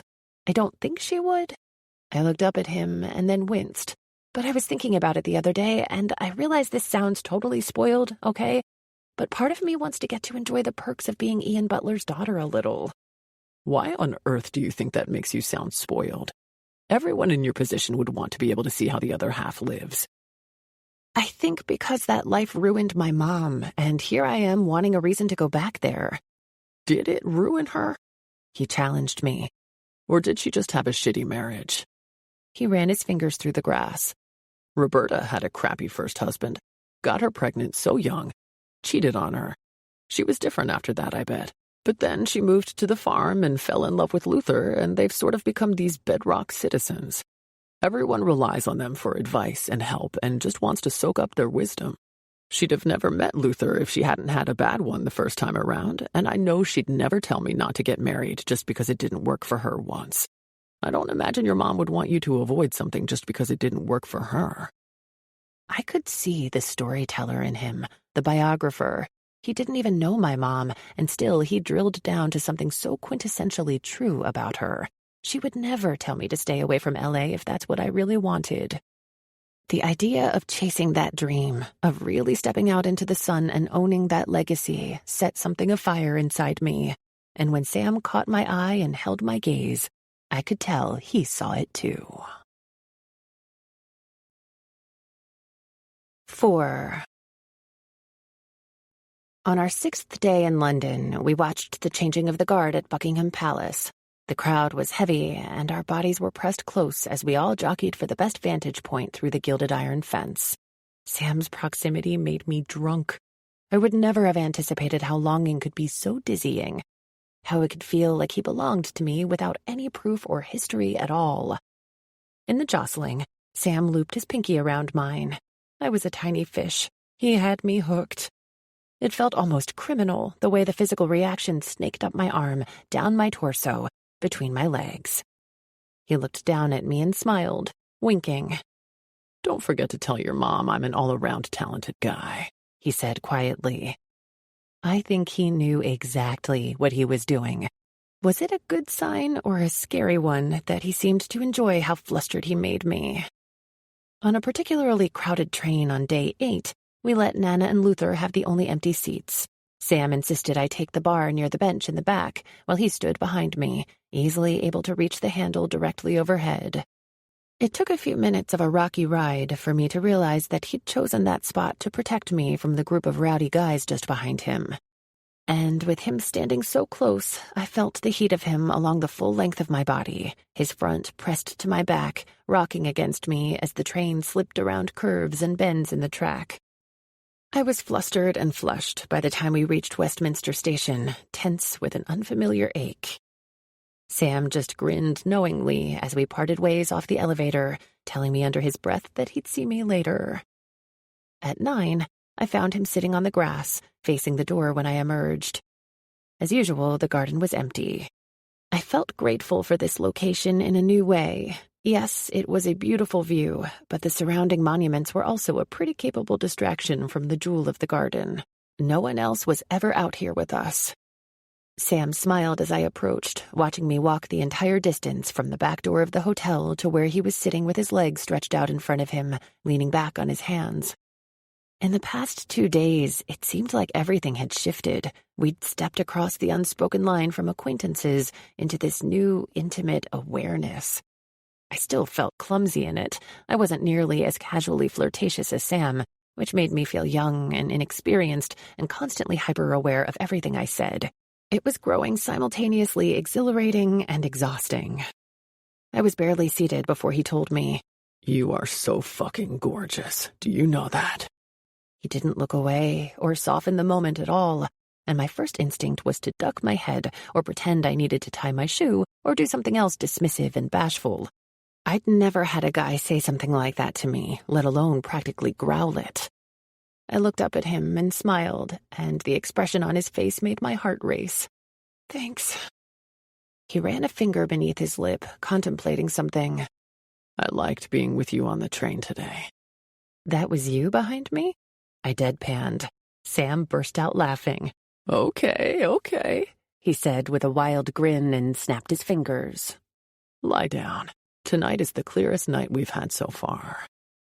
I settled on the grass, his instructions to lie down playing on a loop in my brain. Sam surprised me by putting his head next to mine and stretching his body out in the opposite direction. We were a set of propellers ready to take flight. He pointed out Jupiter, so bright above us, and told me, "I used to want to be an astronaut." "So did Charlie," I said. "She made a rocket out of a cardboard refrigerator box and still had it when I moved to town in 4th grade. "Tell me more about her." It was weird to feel so far away from that world and so deeply rooted in this new routine with Sam. "She's my best friend back home." "Right?" He hummed. "Charlie is a rebel name for a girl." "It is?" I turned my head before remembering that he was right there, and our eyes were almost aligned. He was blurry, but even so I could see that he was smiling. We both turned our faces back to the sky. "It totally fits then," I said. "Charlie is the best." Her mom is a former model. She's so insanely beautiful, but basically her entire life is focused on maintaining her looks, which is hard to do where we are because there aren't, like, gyms or plastic surgeons. They live up on the hill in this McMansion. Nothing else around us looks like this house. It reminds me of a ski lodge in pictures of the Alps with those sloped roofs and big windows. "Yeah," Sam said, a rumble from somewhere deep inside him. A few years ago, her dad just didn't come back from a business trip in China, where he's from. Turns out her parents never really got married, so it's just Charlie and her mom now. In my peripheral vision, Sam lifted his hands, wiping his face. "Wow." Charlie went through a pretty rebellious phase that year, but she's chilled out a little. As much as she ever will, I guess. Charlie's pretty awesome. You'd love her. Was this a sufficient description of Charlie? With her crazy style that stood out nearly as much as a half-Asian girl would anyway on River Road, with her love for stray dogs and the lemonade stand she'd organized to give money to homeless kids. I was growing to despise this Cliff's Notes version of my life. I'd never done this before, let someone completely in from start to finish.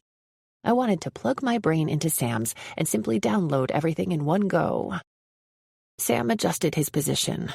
I imagined him crossing one long leg over the other. "So you have Charlie, and there was a boyfriend named Jesse. Who else?"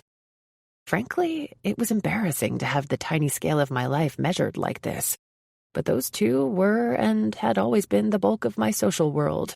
I couldn't even think about Charlie going to UCLA and Jesse going to Wesleyan, because it would remind me that I'd need to make all new friends at Sonoma State. "That's pretty much it," I said. "I mean, El Molino is a super small school, and I'm friendly with almost everyone, but I guess I was never one of those social butterflies who spent time with big groups of people. We had the popular clique, and they're fine, but I'm not really part of it."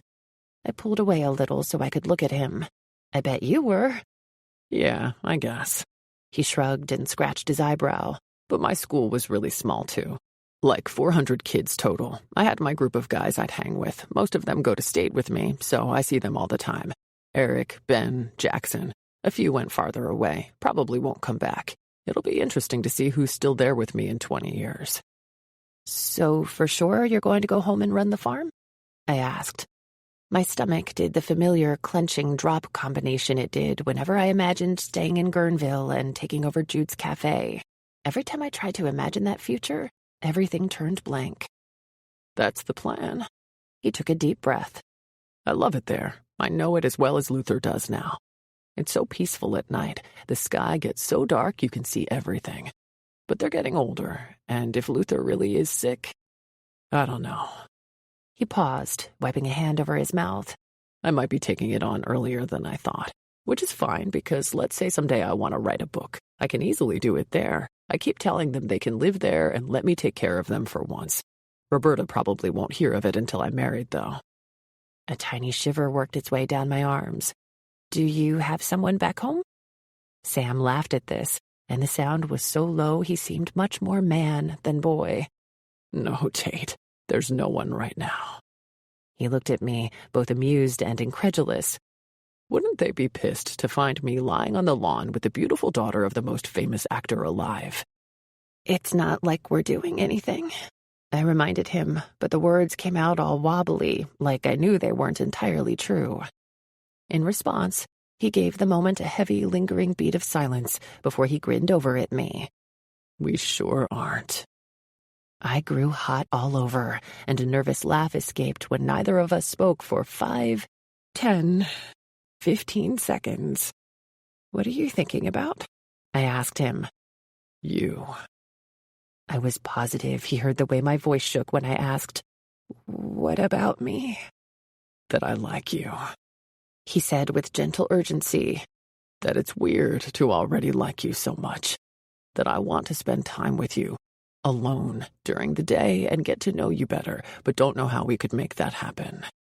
"What would you want to do?" I asked. Sam sat up, reaching to brush the damp chill of the lawn off his back. "I don't know. Just walk around, talk more like this, but in the daylight so I can see you properly." He turned and looked down at me, a smile slowly lifting the corners of his mouth. "Lie down together on a different lawn somewhere." "You want to spend the day alone?" I didn't miss the edge of hurt in Nana's voice. "Not because I don't want to be with you," I insisted. "I'm leaving soon, to school in Sonoma, and I like the idea that I can walk around a big city alone and navigate it by myself. I just want to try for a few hours." I held my breath while she lifted her arms, clasping pearls at the back of her neck. "I suppose I could visit Libby tomorrow without you?" Libby, from deep in Nana's past, owned a tiny London hotel. Even the way my grandmother said Libby, with a particularly lilting emphasis on the first syllable, made me see that she thought her old high school friend might be impressively cultured. "Exactly," I said, exhaling at the appearance of this convenient excuse. "An old friend. You wouldn't want me there either. I'm sure I'd keep you from gossiping your faces off." Nana laughed, swatting at me with her sock before sitting to put it on. "You know I don't gossip." "Sure, and I don't like pie." She laughed again, and then looked up at me from where she sat at the edge of the bed. Her expression straightened from her brow to her mouth, and at rest, her lips pulled down in a natural pose of displeasure. "Where will you go?" I tried to look undecided, but the plan flashed in my head like a marquee. Gambling that she wouldn't follow to check up on me, I didn't think even Nana was that paranoid or controlling. I said, "Not sure, maybe Hyde Park?" "But, hun, we've planned that for next Tuesday." "Maybe I could go out on a paddle boat." I tried to make it sound more like it had only just occurred to me, and not like Sam and I had already discussed the idea. "It looks fun, but I don't think you'd want to do that with me." Nana wouldn't step foot on a paddle boat, but wouldn't want to stop me from doing it either. She nodded slowly, bending to pull on her other sock. I could see I'd won. "I guess you'd be fine." She looked up. This was such an enormous leap of faith for her. She would never let me even go to San Francisco or Berkeley alone. And here I was, asking to walk around London alone, as far as she knew, that is. "You're sure you'll be fine?" I nodded quickly, working to speak past the sun rising in my chest. "Totally fine." 5. "You are a master manipulator." Sam handed a few pounds to the man at the Bluebird Boats rental kiosk and looked over his shoulder at me. "I thought for sure she'd say no. How did you get you to go for it?" I told her I wanted to be independent and ride a boat. I knew she didn't want to go on the lake, so... He reached out for a high five, and we followed the man along the dock to where our blue paddle boat was tethered to a wide metal hook. The mechanics of powering the boat with our feet seemed pretty straightforward, but the man explained it anyway. How the pedals worked, how to steer, what to do if we got stuck far out and the wind picked up across the lake. Had he not looked up and seen the freight engine that was Sam standing right in front of him? "If we get stuck," I said, hooking my thumb toward the mountain of a man beside me, "I'll just make him climb out and tow me back to the dock." The man sized him up with a raised brow. Well, off then. Stay on this side of the bridge, all right? Sam steadied me with his hand on my arm as I climbed into my seat before following me in. The boat dipped noticeably under his weight. "We're going to be paddling in circles," I joked. "Maybe you should only use one foot." He looked at me, eyes glimmering. "You're in an especially good mood." I liked that he saw it. He was right, too. I was nearly lightheaded. I was so giddy to be out on my own, especially with Sam. We had only a handful of days left together, and I was already dreading having to say goodbye. We backed up and play-fought over who got to steer, finally agreeing that I'd go first, then he'd get a turn. "Girls usually like to be driven around," he said when he ceded control of the simple lever. "Careful," I growled darkly but playfully over at him. "You wouldn't want to sound sexist." With a sweet smile, he held a hand to his heart. "I sure wouldn't." It was windier on the lake than it was on the paved trail, and steering proved harder than I'd expected. Paddling was comical. I was pushing with every bit of strength I had and still barely managed to keep us moving in a straight line. "Canoeing is way easier," I whined. Mental note to request they stock canoes when we return. "Or kayaks." "We have these huge lines of canoes at the beach in town," I told him, already breathless. "They used to be metal and would get hot as hell in the sun. Now they're these thick inflatable ones. Yellow rubber. You'll see tourists all over the river tipping over where it gets gnarled just before Jenner." "You get a lot of tourists?" "In the summer, yeah." I stopped, working to catch my breath. Wine country, the river, I get it. It's a nice place to stay. For a few days. He laughed at this, and again we veered left because he was pedaling so much more forcefully than I could. "Lend me one of your legs," I said. He reached over, tickling my side, and then shifted his hand behind me, letting it rest around my shoulders. "This okay?" I had to swallow past a thick swell of yes in my throat and managed a garbled, "Of course. Sorry we cut out of breakfast so early." For once this morning, Sam and Luther were downstairs before we arrived, and they left only a few minutes after we'd returned with our plates of food. "Is Luther okay?" "Not sure. He hasn't been eating much." Now that he mentioned it, I'd noticed it too. His hand curled around the back of my neck, warm and firm. Changing the subject, he asked, "Is it weird to be on your own in a big city?" "A little. Mom and Nana don't really let me go anywhere alone." "Were they worried about something happening related to your dad?" He squeezed my neck gently. "Or are they just overprotective?" "I don't think they were worried about Dad. More the media, I guess. Or it just became habit to worry. Every day up until I graduated, one of them would drop me off and pick me up from school." He looked floored. "Seriously?" I nodded. "I have a driver's license, but I've driven alone only a handful of times and only ever around town. I've been to movies with friends without Nana or Mom, but am required to check in immediately after the show ends." "But now they're letting you move to Sonoma? How far is that?" 50 miles. It's about as close as I could be."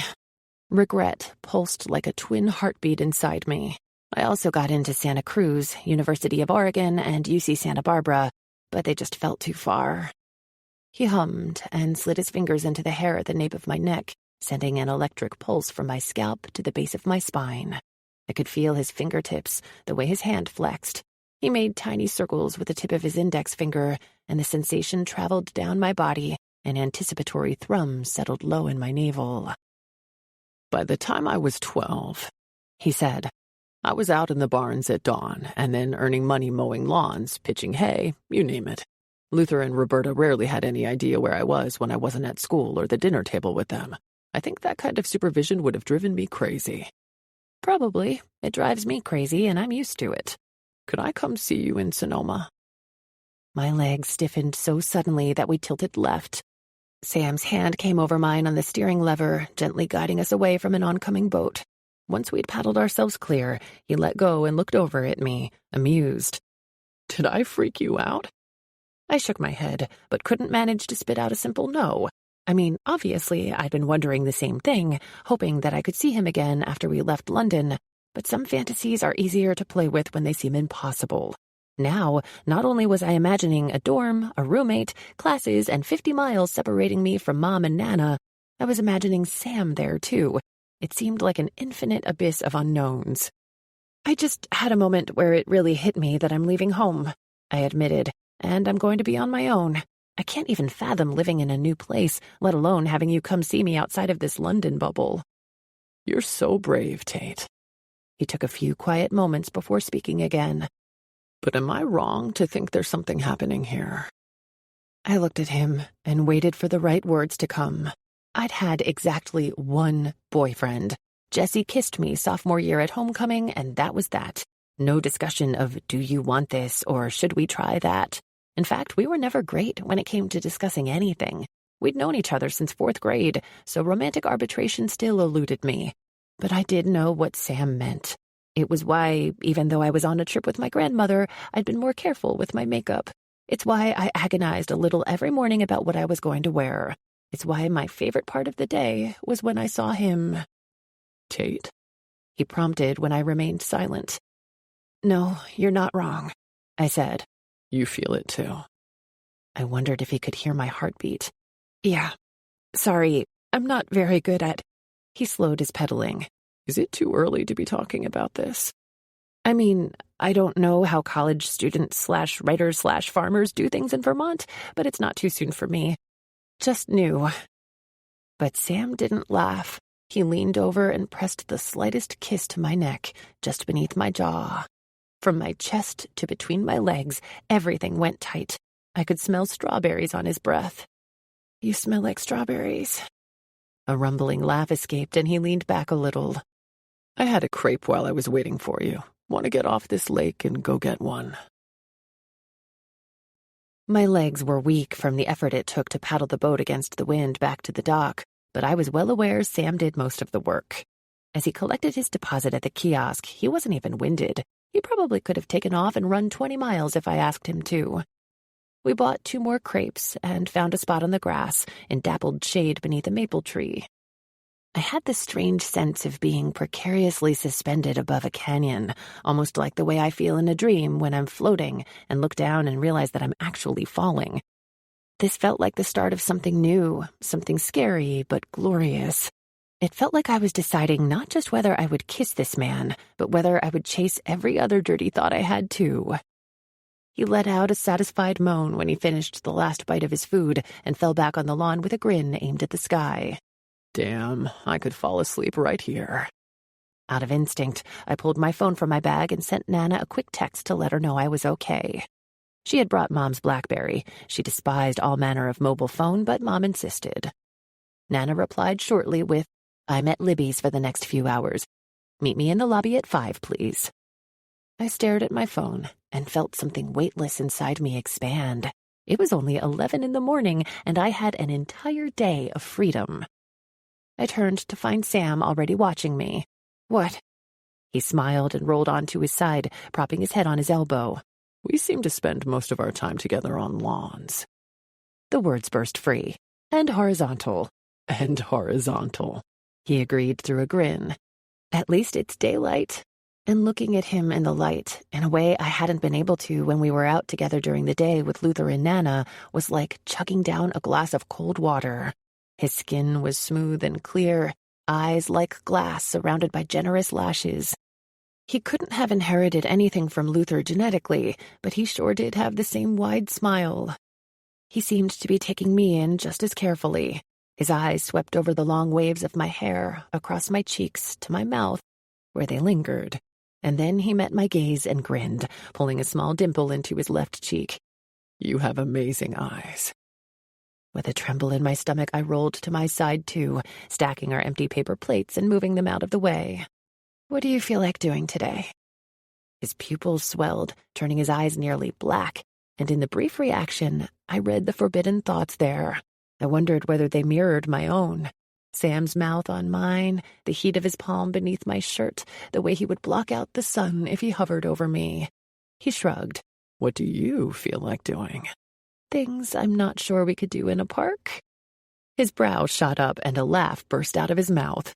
Tate, holy shit. Don't tell me you weren't thinking it too. I could see it all over your face.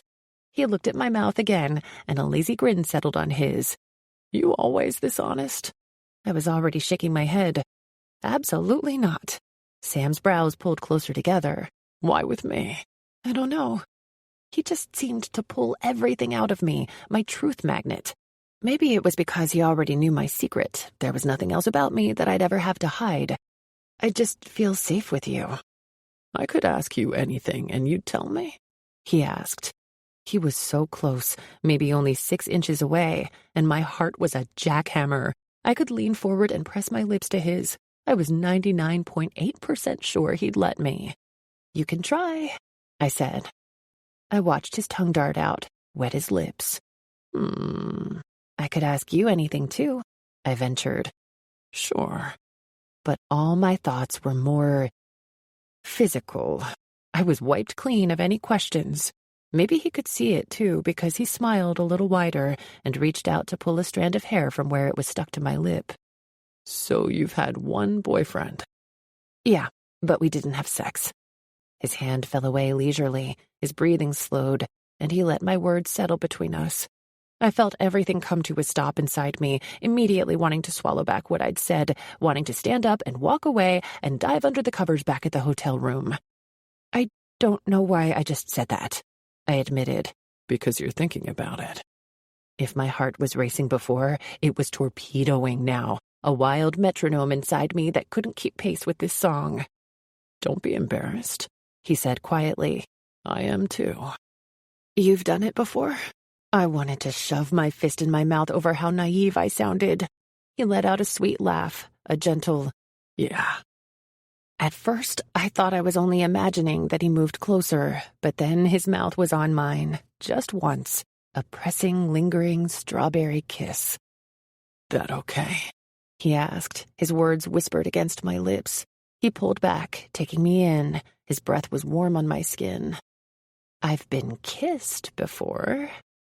With another quiet laugh, he leaned in again, and this time he brought one hand up, cupping the side of my face before sliding it into my hair.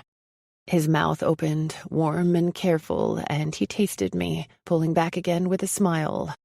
Now you taste like strawberries. I may have tasted sweet, but I'd become a monster, a shark given a whiff of blood. With a hand on his neck, I pulled him back, urging him partway over me so his chest covered mine. He came readily, groaning, and was careful not to crush me, putting his weight on an elbow, propping his other hand beside my ribs. I couldn't get enough, couldn't kiss him deep enough or press my mouth hard enough against his. I wanted him so intensely, it had been building only for days, but it felt like months, and it made me ache in this agonizing, impatient way. He pulled away a little, breathless, as he kissed my chin, my neck, and then pressed his forehead to my shoulder. Easy, Tate. I still have to walk out of here. His ear was so close to my heart, I was sure he could hear the way it flipped around inside me. Nana's gone for the next few hours, I said. Slowly, Sam lifted his head and studied me. You want to go back to the hotel? When I spoke, I sounded like I'd been running all morning. Yeah, hotel. 6. My hand shook as I slid the keycard into the slot in the door. I was distracted and rushed by the sensation of Sam's fingers bracketing my hips, his mouth moving up the side of my neck to my ear. I didn't know what I was doing. This was crazy, but the hunger was greater than the trepidation that loomed like an anxious shadow in the back of my thoughts. Housekeeping had already been through, and the beds were immaculate, surfaces shining. We closed the door, hooked the safety lock in place, and then stood, staring at each other. We don't have to do this, he said. Before nerves could get the best of me, I turned and walked over to my bed, scooting toward the headboard. Sam climbed after me onto the mattress, kicking off his shoes. It was so quiet, I could hear a taxi driver on the street yelling to someone on the sidewalk. I could hear the even ticking of the alarm clock on the bedside table. I could hear the uneven pulls of Sam's breath. This is crazy, he said, finally moving closer and punctuating every sentence with a kiss to my jaw, my cheek, my ear. Change your mind anytime. I mean, we just met. Your grandmother could come back. Tell me to stop. I couldn't seem to pull enough breath into my lungs, and my words came out as a gasp. She won't, and I don't want to stop. I imagined we had at least a couple hours, but still, it felt like we threw our clothes onto the floor in a frenzy, teeth and chins knocking in sloppy, undressing kisses. He asked me again and again while we kissed and touched and explored whether I was sure. I'd never been naked with someone before, and I'd also never been more sure about anything. He kissed down my body, loving my breasts, kissing between my legs until I was crying out into a pillow and holding him there by a fist in his hair. And then he was over me, massive and bare, asking me one more time, "You trust me?" It was strange, but this question drew the moment to a quiet standstill. I could tell by his expression that I could take my time to answer, that I could say no, and we would put ourselves back together and go out to the garden or down the street for lunch. He wasn't just asking if I trusted him to be careful with my body, but whether I trusted him to be careful with me. With a nod, I pulled him back down over me, closing my legs around his hips. I felt him press against me, warm and inflexible, but he moved away before I could react, jogging toward the bathroom. I was unable to look away from the architecture of him, the sheer bulk of muscle and height. When he reappeared, my eyes dropped below his navel, and then over to the towel in his hand. "Just in case," he said. He tucked the towel beneath me, kissing my chest, my neck, my mouth so sweetly, and he returned over me, climbing between my legs and kissing up my neck. The sheets beneath me were so soft, so perfectly white. Sun slanted into the room, trapezoiding across our naked skin. "You okay?" he asked one last time. "Yeah." I ran a hand up from his stomach to his collarbone. "Are you?" "I'm nervous," he admitted. "But yeah, I'm good." "You've done this before, though." "I've never done it with you." I was shaking. I could feel it, and I knew he could too. But he just kissed me over and over like he did at the park, until I was hot and squirming, until I'd forgotten the pleasure he'd already gifted me and was demanding more, for the press of him, that instinctive desire to feel him inside. He had a condom, thank God, because where was my head? And I watched him roll it on, suddenly questioning my sanity, the logic that he'd somehow fit inside me. He put a gentle hand on my hip, guided himself with the other.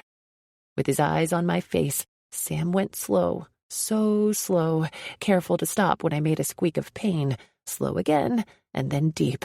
And then he was moving, and it was okay. I was okay. I was better than okay. I was lost in him, in the feel of his back growing slick under my hands, and his mouth on my neck, and his waist against my thighs.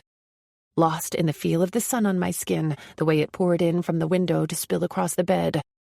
I was lost in the sense of pleasure flirting under the pain, and his breath growing hot and hungry on my neck. He was telling me it was good. It was so good. Did I think I could come again? Did I want him to finish? I did, but I didn't, because I knew we wouldn't ever be back in that exact moment. My first. Our first. And I knew, too, that as soon as it was over, I'd have to face myself and this wild decision. So I told him to wait, please. I didn't want it to end. He did wait, or at least he tried to, with gritted teeth and fingers that pressed almost too hard and still not hard enough. But when I hooked my ankles at his back and moved with him from below, he groaned out an apology and swore, shaking under my hands. We fell still, and the ache in me turned sharp, more discomfort than pleasure.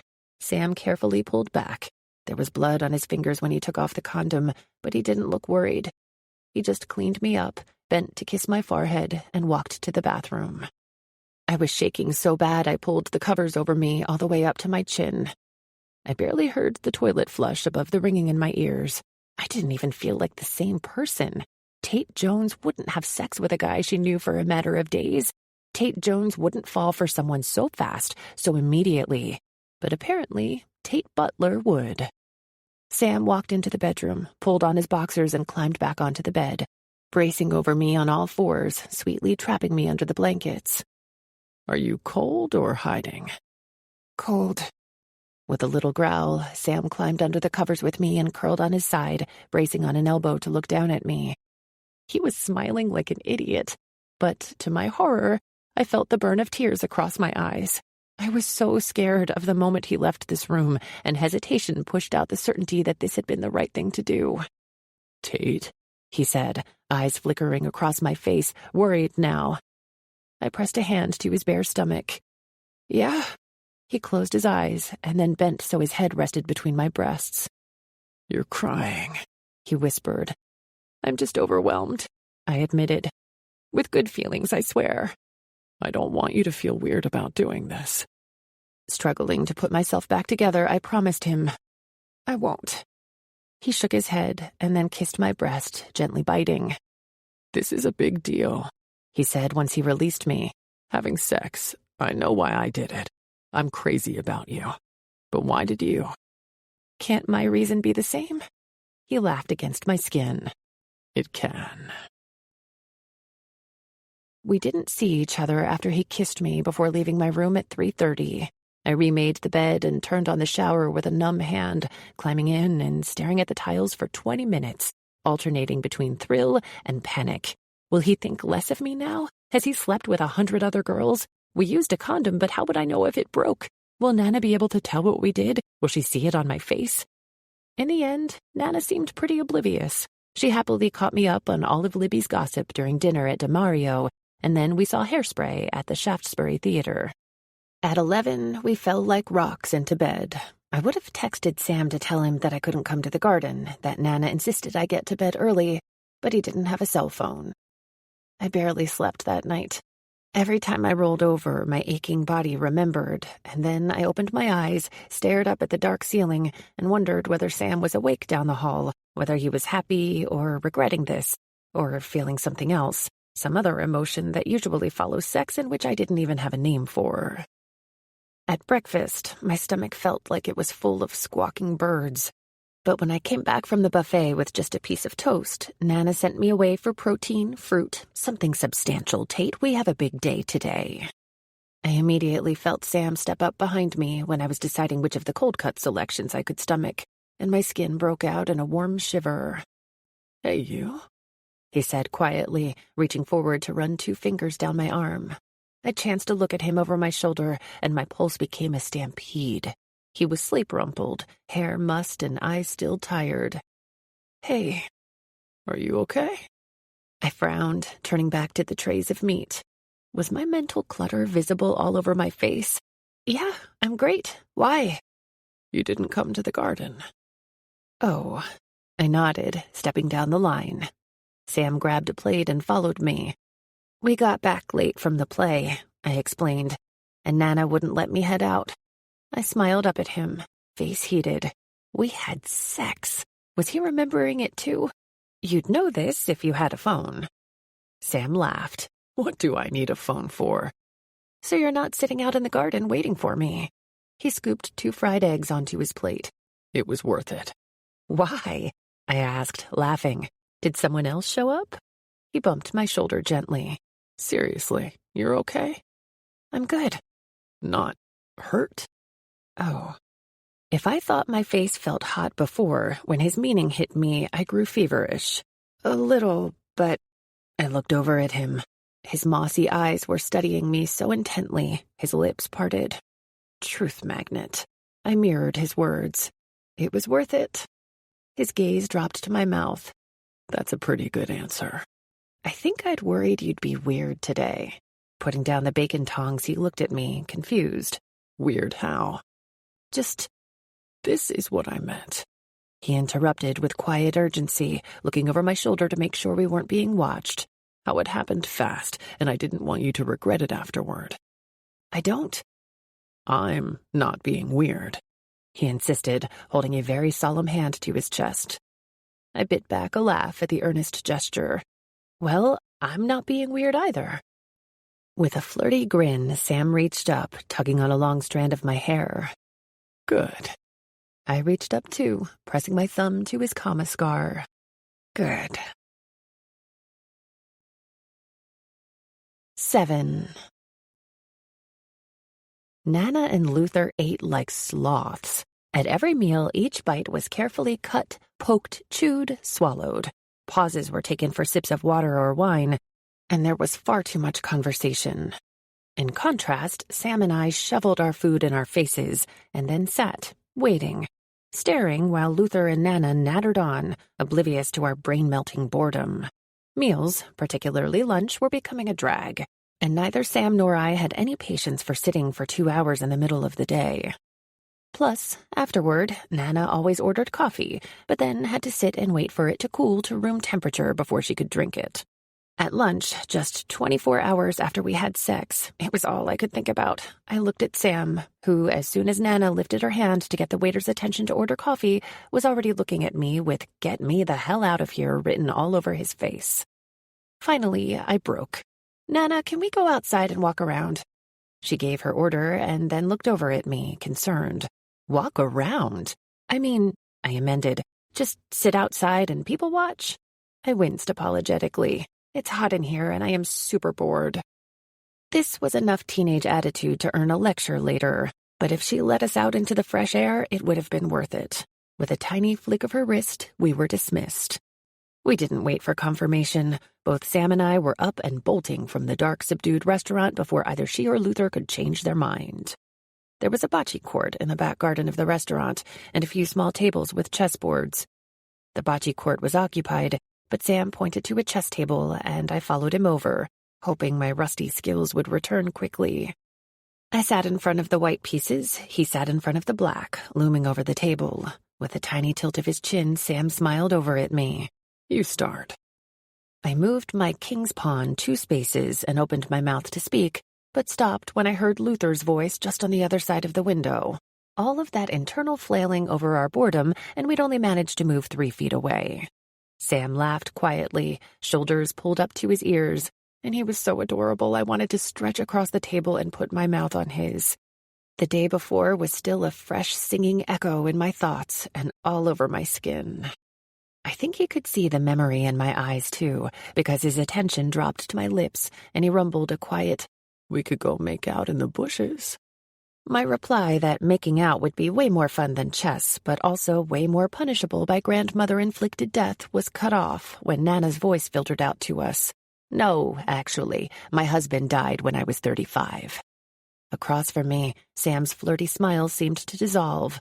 On the one hand, Nana said, I had a 6-year-old daughter to raise alone, but on the other hand, I was no longer being yelled at for not keeping the house clean enough. I heard her pause and imagined her lifting her cup, inhaling the coffee before deciding it was still too warm and putting it down again. I have the restaurant and it makes enough to support us. So no, I never wanted to marry again. My chest pinched in, and every thought seemed to slow in my head. Nana never liked to talk about anything longer ago than the previous weekend. Said it did us no good to live in the past. I always knew Mom was raised without her father, same as me, but it didn't seem to sink in until that moment that Nana wasn't bothered by it in the slightest. "That's how my Roberta was," Luther told her. "Didn't want to marry again. Even with a young son, she was stubborn as all get out to do it all on her own. I put on the hard sell. Told her nobody was telling her she needed a man, but if she wanted one, I was throwing my hat in the ring." I looked across the table at Sam and could tell he was listening just as intently as I was, and it made me wonder how much he could know about their past. I imagined Luther was in his late 60s. If he and Roberta met years before Sam was born, it couldn't have been easy for a black man and a white woman to be together in a small town. Nana grew quiet, and I wondered if the same question was said too quietly for us to hear, or maybe just communicated in her eyes because Luther added, "We went through a lot in those early days. Lot of folks didn't appreciate me walking around town with her." I'd imagine. "She didn't care one iota." Luther laughed again, "even when they set the barn on fire." They what now? Sam didn't seem at all surprised to hear this. He just lifted his brows and nodded at me like, I know, right? "You raised Tate's mom all on your own?" Luther asked, turning the conversation back to us. Sam studied me, and it was a little like being stuck in quicksand. I wanted to escape, but couldn't.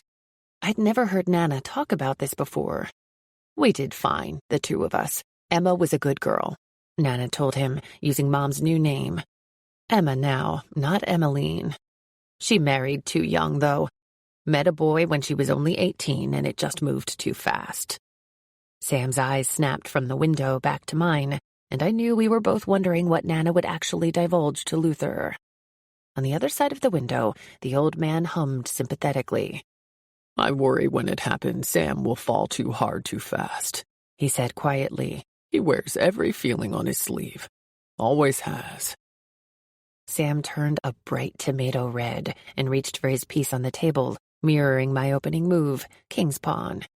You know, we could turn this into strip chess, he said awkwardly, too loudly. I leaned forward. If we can hear them, they can hear us. He paled, whispering, Do you think they heard me ask you to go make out? Or plot how to get me naked? I asked, stifling a laugh. Nana's voice returned, and our questions were answered in the obliviousness of her tone. He's a sweet boy, but strong. He'll be fine. I hope. A pause, and then, If you don't mind me asking, is Tate's father still in the picture? Oh, Emma's ex-husband, he was awful, Nana said. Cheating all the time, could barely be bothered to spend time at home with his girls. A knife slowly worked its way into my chest, and Sam abruptly stood with a look of urgent sympathy, gesturing for me to follow him away from the table. But I couldn't. My entire life, Nana had been a stony vault when it came to Dad. Whenever I asked about him, she usually answered with a simple, "You're better off here." I felt like there was some information I could glean in eavesdropping, something that would explain why Dad never came for me, or why Mom never let him. Emma is a passive one, Nana continued. Sweet, maybe too sweet. But the husband? My goodness. I suppose it's hard to see someone's true colors when you're in love like that, but I've never met a more selfish man. Everything was about appearance. Luther hummed low in his throat, a quiet of understanding. You have any contact with Tate? No. She paused, maybe finally drinking her coffee. He gave little indication that he wanted any. This stabbed fully into me, a sharp splinter into my thoughts. I had memories of sweetness with my father, in his arms on the sidewalk, lying head to head in bed, reading books, splashing in the waves on the beach. I wanted to believe that he gave me up for my own protection, that he did it out of love. He may not have fought for me, he may have forgotten to pick me up at the airport. But what Nana said meshed too well with the unwelcome sense I got from Sam that night he told me what he knew, that Mom might have given me a better impression of Dad than he deserved. Finally, I did stand, realizing that there was nothing in this conversation I wanted to hear. I didn't want my memories to be washed in hindsight with Mom painted as a weakling and Dad as a deserting father who didn't want me at all. Sam jogged after me. Tate. I marched past the bocce court and into the thin patch of trees just behind the restaurant. Tate. He caught up with me, falling into step to my right. Hey. Stopping at a low bench, I sat, leaning my elbows on my knees. You okay? I let out a short, dry laugh. The thing is, she won't talk about Dad with me, but she's talking about it with Luther? Maybe because she doesn't think anything will come of talking to him about it, he asked carefully. You heard her? She's so set against him. I get her being mad over what he did to Mom, but I'm his kid. You know? I looked over at him. And I never even got a choice. If you could have a relationship with your dad, wouldn't you try? Sam shook his head. No. But the situation is different, and even if it weren't, you and I wouldn't have to react exactly the same way. He took my hand, turning it over to draw on my palm. My dad sent me away. Your mom took you away. Those might seem like small differences, but they aren't. They're enormous. I know. I turned to look up at him, and the sight of him close enough to kiss made desire mix strangely with sadness. He bent, sliding his mouth over mine. We weren't that far from the restaurant, but the feel of him was such an immediate comfort that I didn't care who saw us.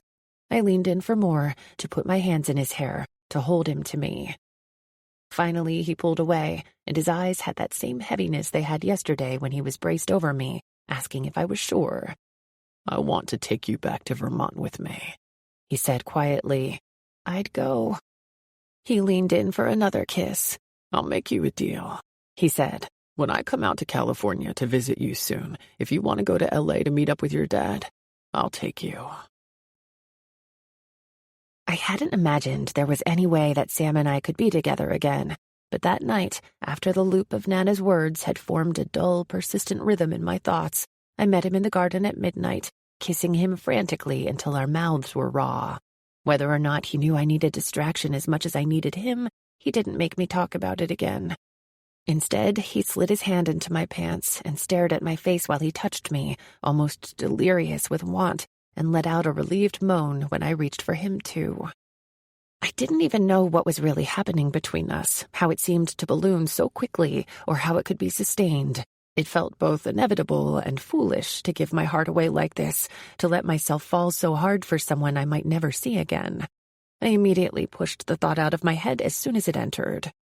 When I spoke to Mom every morning, I dropped little bits of information about how things had progressed with Sam.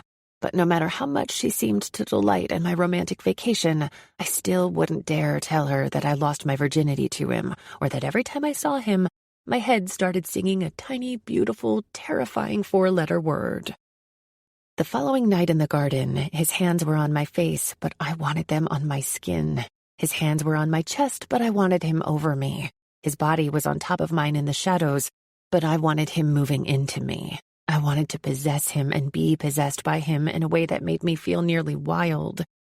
When I reached for his track pants, he went still, his voice unsure in my ear. We should stop. I don't want to stop. I don't want to either, but I also don't want to get arrested. Just let's be fast.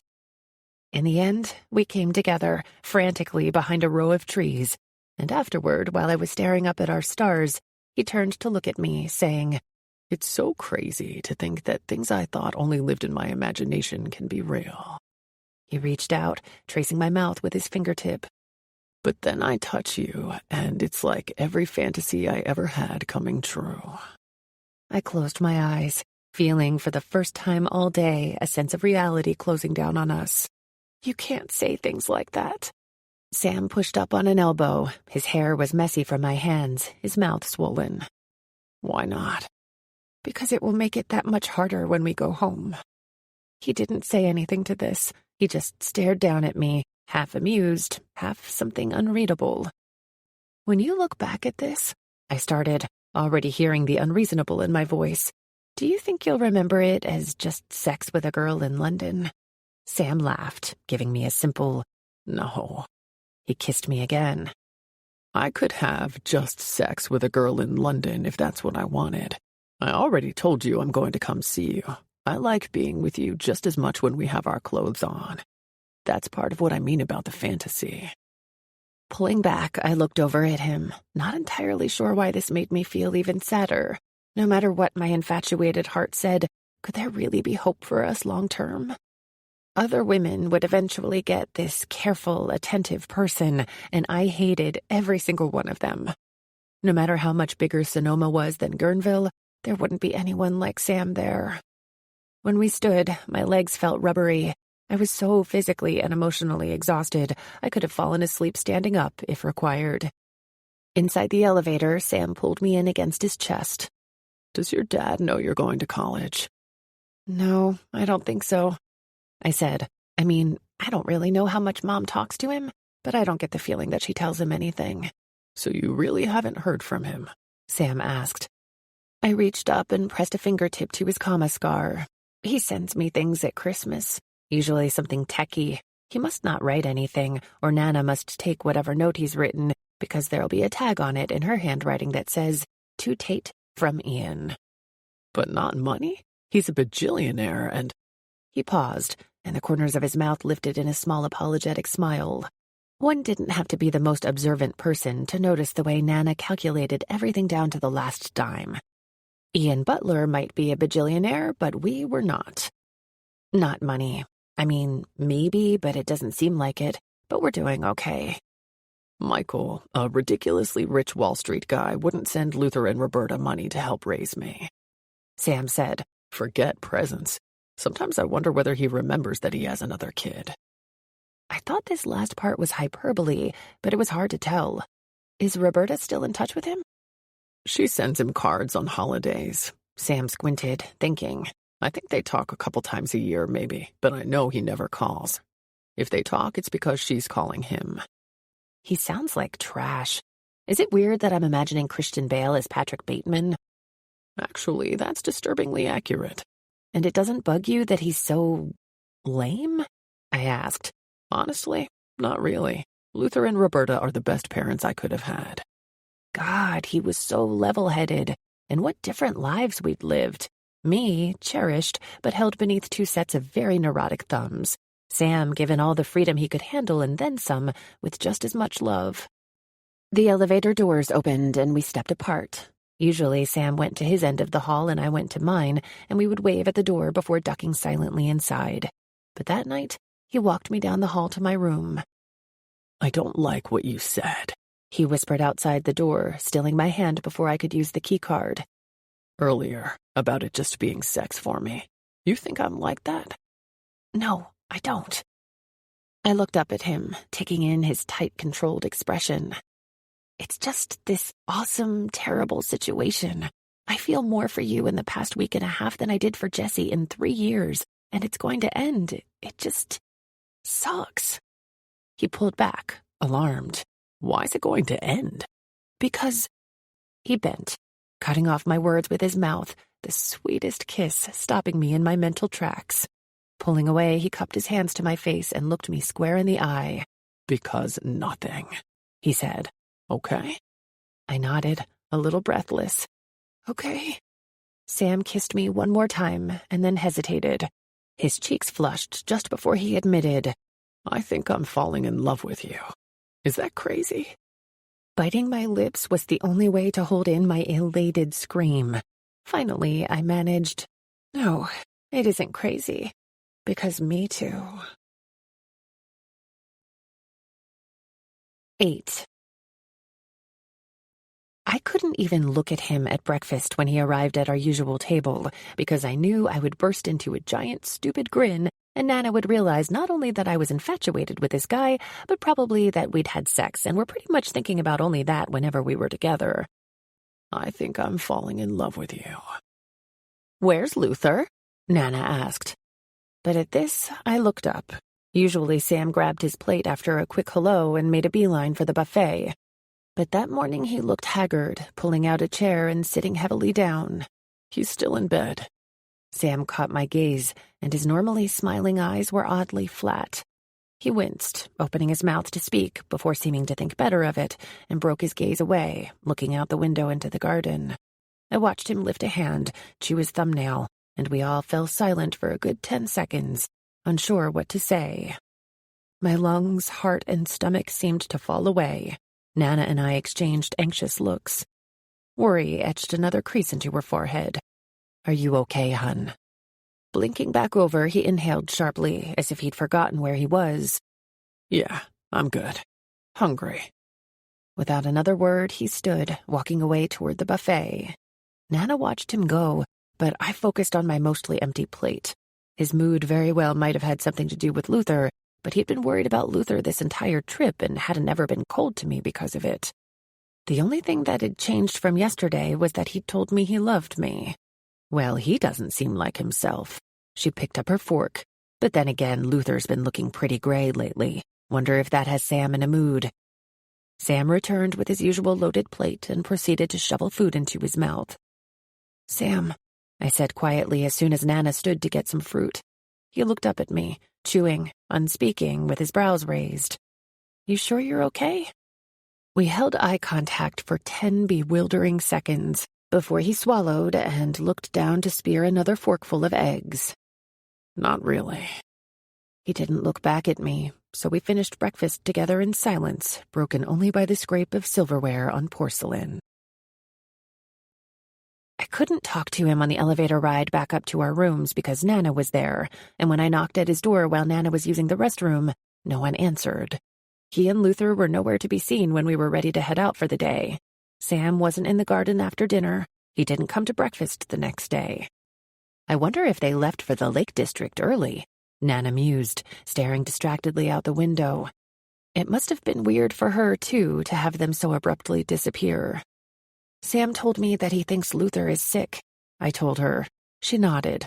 I think so, too. And with that, I didn't feel like eating. Everything tasted the same, bland and gluey. Honey, she said gently, I know you were fond of him. I'm sorry. Fond. I was fond of chocolate. I was fond of my red Doc Martens, I was fond of sunny days out on the water. I was not fond of Sam. But still, I nodded, trying to work a piece of grapefruit down my throat. On the phone with Mom after breakfast, I knew I sounded flat. She was used to me talking more, and when confronted with my monosyllabic answers, she grew concerned, asking about Nana, about Sam, about me. I gave her the barest of facts, that Sam and Luther had left, and no, I didn't think we'd keep in touch, that Nana and I were heading to St. Paul's Cathedral that day. A wave of nausea rocked me when I remembered what he'd said about coming to California, traveling with me to LA, and supporting me when I reunited with my dad. It wasn't that it couldn't happen without Sam, but he was the first person in my life to encourage me to try. He gave me a bravery and sense of strength I hadn't felt before. I had no way of finding him. He didn't even have my number either. I hung up and slid the phone into my purse. Numb, I followed Nana down the hall into the elevator. I let the flatness take over. It was like folding a piece of paper, tucking it under a stack of books, letting the weight of some other story take over whatever interesting thing had been written there. Ready to explore? Nana said too brightly. I could tell she was trying to put on a happy face to show me how one soldiers on from a disappointment. I grinned back at her, feeling the shape spread across my mouth, knowing it was more of a grimace. Okay, hun, she said with a gentle laugh. Let's go. She marched ahead, shoulders squared, chin up, pushing through the doors to the sidewalk. And because I was looking at the ground, I didn't notice when she pulled up abruptly. I walked into her back, causing her to tumble forward. An explosion of cameras caught the awkward collision on film. I'd see the photos everywhere for weeks to come. A chorus of voices shouted my name. They knew my name. Nana turned, grabbing my hand and jerking me back into the hotel. It took me a long time, far longer than it took her, to figure out what was going on. 9. Lost no longer, Tate Butler steps out in London. The famed daughter of Ian Butler and Emmeline Hourier surfaces and tells her story of a life of hiding, secrecy, and fear. Screen legend Ian Butler's only daughter vanished completely from the public eye when she was only 8, spurring wild conspiracy theories that would plague him and enthrall fans for years. But this week in London, Tate Butler has resurfaced and spilled the details about her life in seclusion. Once a doting husband and father who was often photographed on the red carpet with his wide-eyed and smiling daughter in his arms, Ian became tangled in scandal following an affair with co-star Lena Still. His wife and daughter fled Los Angeles, leaving the public without a clue to their whereabouts. Indeed, for nearly a decade, the world has wondered what happened to the girl with her father's $1 million smile. And, moreover, what happened to her mother, rising starlet Emmeline Hourier. The truth about what happened next comes from the daughter herself, Tate Butler, now 18. A close friend of Tate's tells The Guardian that she has graduated from high school, is attending college in Sonoma, California this fall, is obsessed with the idea of following in her father's footsteps, and is ready to move beyond her secretive past. As it turns out, Tate was taken by Emmeline to a small town north of San Francisco, where she assumed the name Tate Jones. Emmeline, who managed to stay under the radar as Emma Jones, has lived a quiet life in the small resort town of Guerneville, California. Although custody battles raged behind the scenes, eventually Emmeline won full custody of Tate and worked to keep her away from Ian and the spotlight. Tate's first trip out of the country was to London, and it was here that she told a trusted confidant everything. I don't get the impression that he was a very good father, the source says. Despite his side of the story, Ian didn't make any attempts to connect with Tate. She has been incredibly sheltered. No one, except maybe 3 or 4 people, knows who she is. It was a priority for her mother and her grandmother, Jude, to keep Tate out of the spotlight, and they've done that. But she's an adult now. It's time for her to start living her life freely. 10. I was hysterical on the phone, a bubbling cauldron of panic. After Mom admitted that there were photographers outside the house back in Guerneville, she could barely get a word in edgewise. "I'm sorry, Mom. I'm so sorry." "Baby girl, listen," she said. "This was going to happen at some—" "But I told him everything. I told him about you," I choked. "And Dad. What is Dad going to say? Is he going to sue us?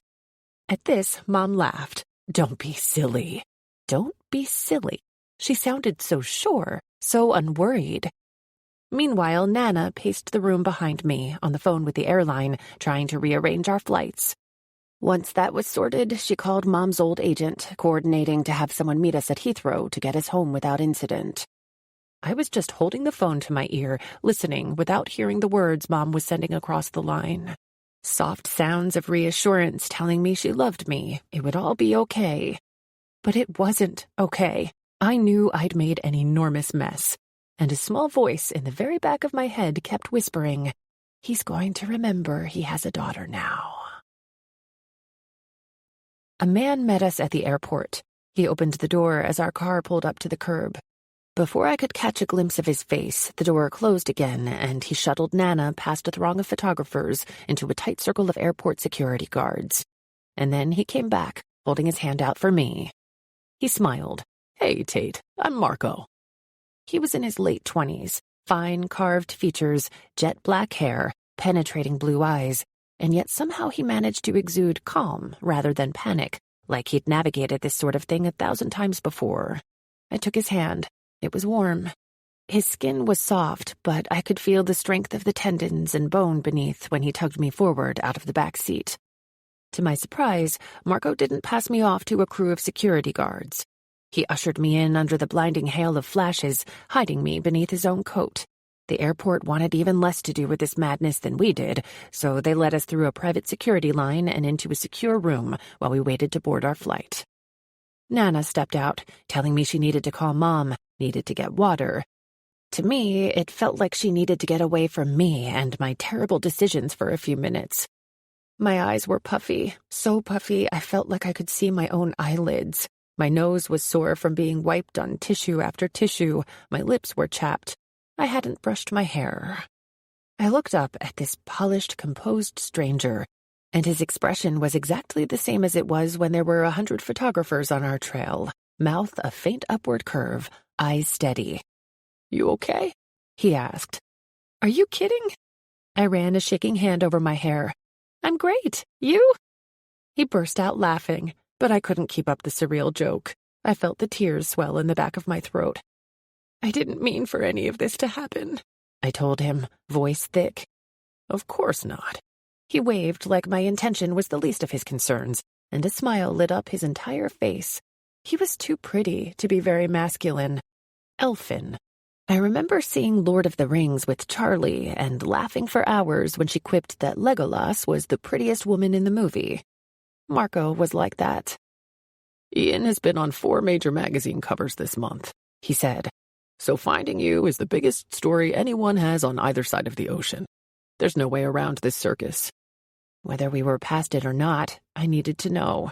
Not to be rude, but who are you? He pressed an apologetic hand to his chest. I'm sorry, of course. My name is Marco O'Frady. I'm a PR manager. I was hired by your trust to handle all of your publicity-related concerns for as long as you should need. My trust hired you? He laughed. Technically, the trust pays my salary, but your father called me. I squeezed one eye closed, squinting the other at him. My thoughts were windmilling around my head. I'm so confused. I haven't spoken to my dad in 10 years. I didn't know I had a trust. If this surprised Marco, he hid it. From my very basic understanding, all the money your father owed in child support was set aside. He spread his hands, and the gesture opened my entire world. The trust covers anything you might need after you leave home. Slowly, my head started to spin. I was a carousel, gathering speed. Who's in charge of the trust? You are, as of your 18th birthday. But, I spluttered, forcing the right questions to form in my mouth. Who was in charge of it before me? Your parents. Blackness threatened at the edges of my vision, and Marco became blurrily framed. Both of them? Ian and Emmeline. He leaned in, his light eyes steadying me. When the news broke, Emmeline called Ian, and Ian called me. I didn't even know they were speaking. They hadn't been, he said. Not outside of the occasional legal correspondence, anyway. But they were now. There is nothing sinister happening, Marco assured me, maybe sensing my panic. Your parents don't get along, but the priority here is you. I am not here for Ian or for Emmeline. I am here for Tate Jones, Tate Butler, whichever Tate you want to be. I work for you. This entire situation was a chaotic mix of titillating and alarming. Beneath the guilt and devastation I felt, there was a curiosity lurking, an odd sense of power. Marco seemed to see this reaction pass over me. He reached into a leather laptop case near his feet and produced a bag of trail mix, handing it to me. Want to tell me everything? Managing my first smile in what felt like days, I admitted, not really.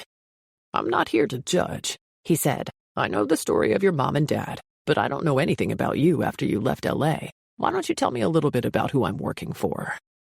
I glanced anxiously at the door. No sign of Nana yet. When I looked back to Marco, he didn't look away. He blinked slowly, giving me that same gentle smile. There was something in his posture.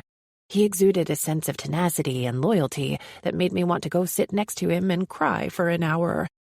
I wanted to trust him, but I trusted Sam, and look where that landed me. What if my internal compass was broken? I confided everything to the wrong person, I told him. That's how we ended up here. I'm sure that makes it hard to say it all over again. Can you tell me about him? When I remained quiet, he added, It will help me know how to best manage this for you. I thought he felt the same way I did, I said quietly. Yeah. My face crumpled, and his expression morphed from gentle calm to genuine empathy. He broke your heart. So I spilled it all, every last detail. I told him about the garden, about meeting Sam every night. I told him about all the things I confided, and about our day of freedom in the paddle boat. I admitted that I slept with him that day and nearly every day after. I told him that Sam seemed like the first person who knew me as me, the Tate I felt like I'd never been allowed to be. What do you want to do? He asked once I finished. Whatever Mom has planned.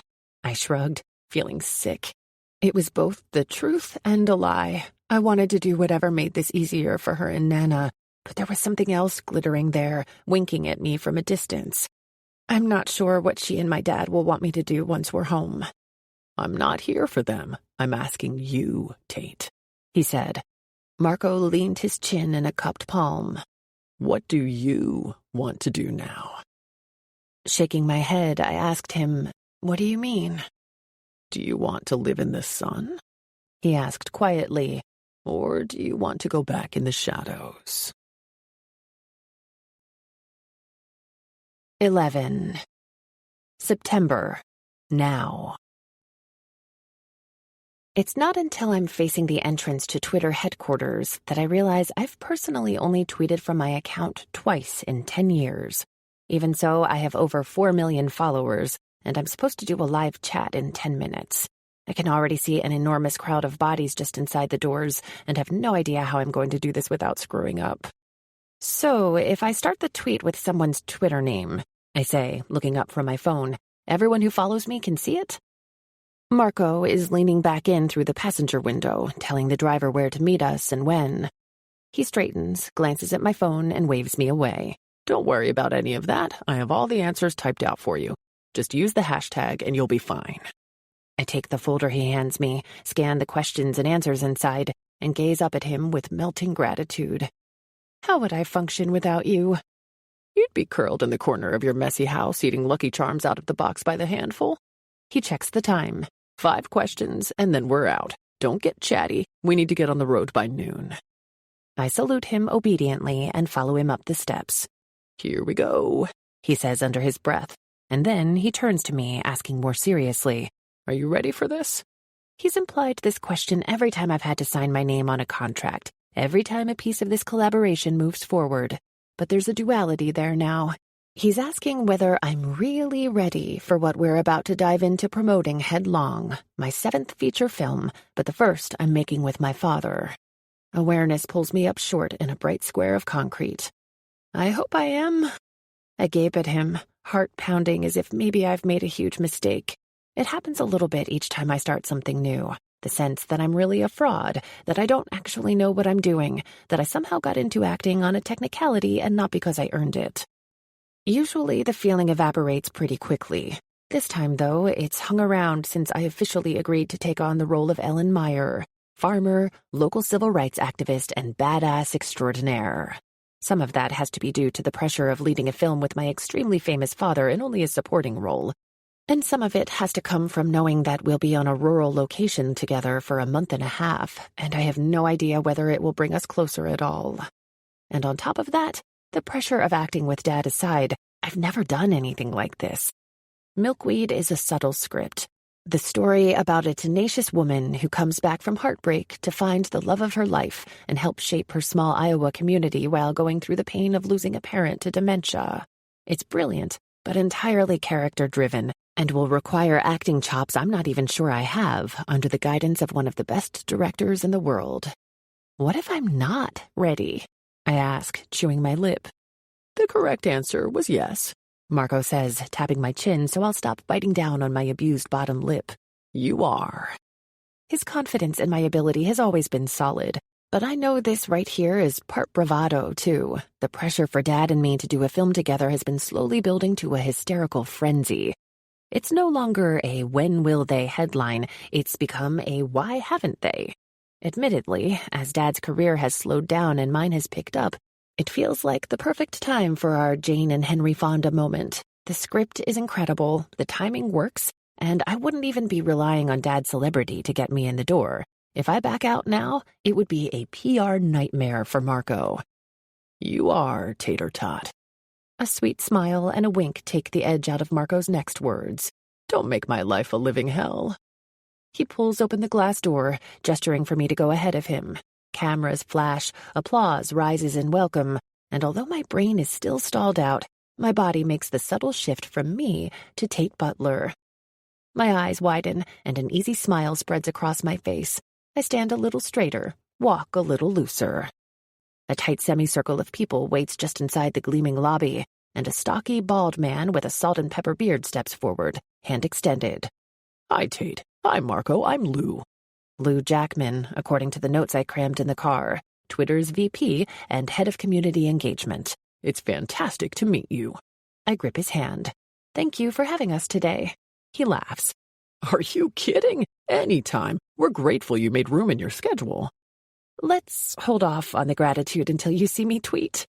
I tease. Flashes pop in a constellation behind him. I think you underestimate how many people are looking forward to this. Lifting his chin, Lou pulls my attention across the room to where a table has been set up with 2 laptops side by side, 2 elaborate black desk chairs, and a small vase of flowers. A bowl of Skittles tells me someone did their homework on the famous Ian Butler sweet tooth. An array of cameras on tripods are set up in front of the table, waiting to catch every one of my fumbling typos. Awesome. Dad is already here, his charm having been quarantined in a green room until I arrived, and they pulled him out from a hallway to greet me. He waves with the trademark crinkly-eyed Ian Butler smile as we approach each other. My stomach tilts. I saw him only 4 days ago at the agency offices in L.A., but when he stands to give me a hug, 1,000 flashes burst as though we're being reunited after a decade apart all over again, capturing my smile over his shoulder.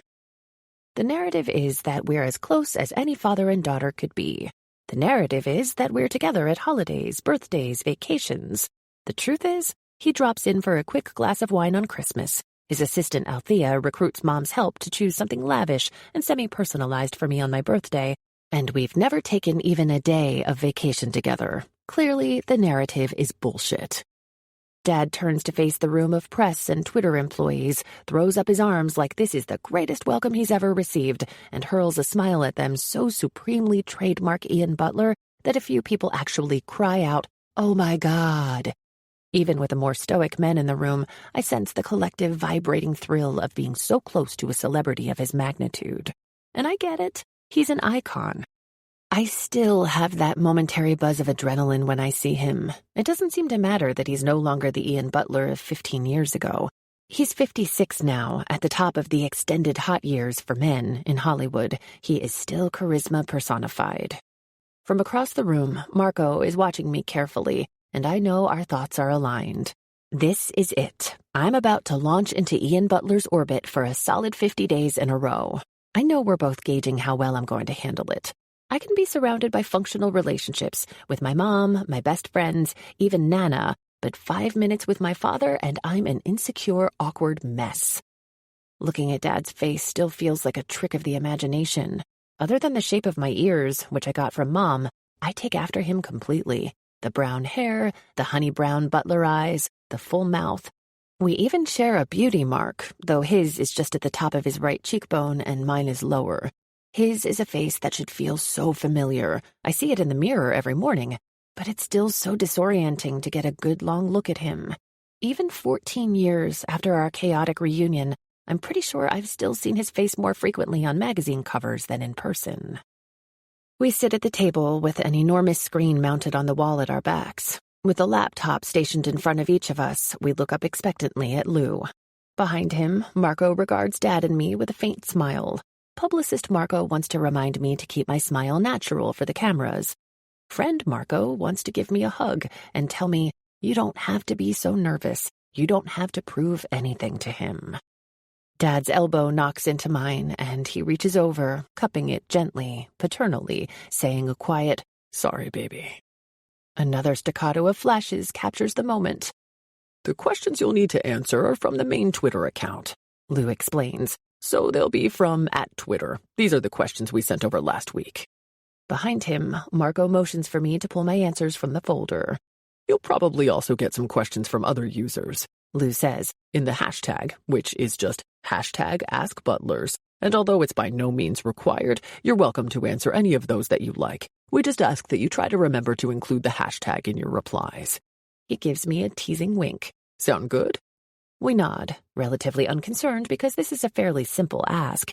It's not like the tearful reunification interview Dad and I did with Barbara Walters only a week after I returned from London.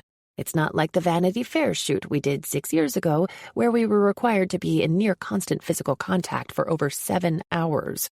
And it certainly doesn't compare to the exhaustion of the one and only time I walked the red carpet with Mom on one side and Dad on the other. The only reason Mom agreed to come was because it was my first Emmy nomination, and the speculation about whether my parents were bitter enemies was reaching an exhausting fever pitch.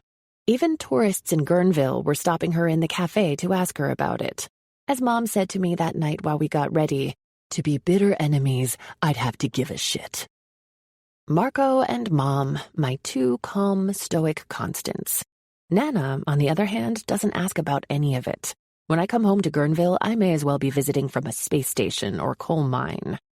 I settle in front of the computer, waiting for the first tweet to appear. Beside me, Dad shifts. How was your flight from LA, kiddo? Flash, flash. Over here, Tate. Flash. It was fine, I say.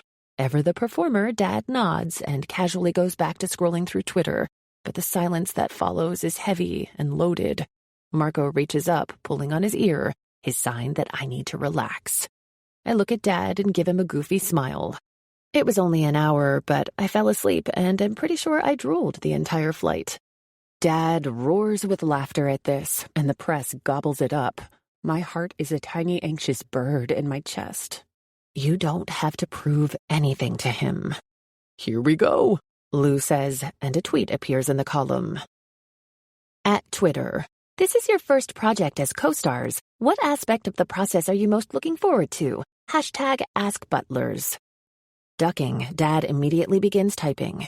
He's so good at this. He's been doing all kinds of press tours for so long that he doesn't even question anymore whether he'll come off as natural.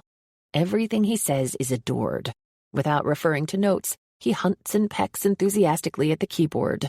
Surreptitiously, hoping that the press doesn't realize I'm not writing this from the gut, I peek at the answer Marco has crafted, typing the words and double-checking for typos before hitting send. My tweet pops up only a second before Dad's does. @Tate Butler. Milkweed is the project we were always meant to do together. It may sound silly, but I just can't wait to be on set with my dad. @Ian Butler. Working with my daughter is the biggest item remaining on my bucket list. It's all going to be a joy. Tate is the best actress of her generation and a true gift to me as a father. #AskButlers. My heart is a beast with claws that extend, wrapping around the compliment. I gobble it down. Tate, Lou says gently. if you could use the hashtag. Oh, shit. Sorry. Beside me, Dad beams in my direction. I thought I was supposed to be the technologically impaired one. I toss my head back and laugh. Ha ha ha. Inside, I am mortified. When it's just me, Tate Butler, actress, I'm not intimidated by flashing cameras, by probing interviews, by the heated press of fans. I'm not the wide-eyed, wobbly-chinned girl anymore sitting on the couch between Dad and Mom, giving my well-rehearsed answers in front of a camera crew. But when I'm near Dad, the entirety of who he is seems to dwarf me. I feel a little like a computer with a glitch. The second question comes in, and I find myself holding my breath, even though I know it won't be personal. It's asking for a short summary of the movie, and the one after that asks what films or shows we've seen lately and loved. 2 more softball questions, and we'll be done. I type Marco's answers, add the hashtag, and try to keep my heart rate as even and slow as possible.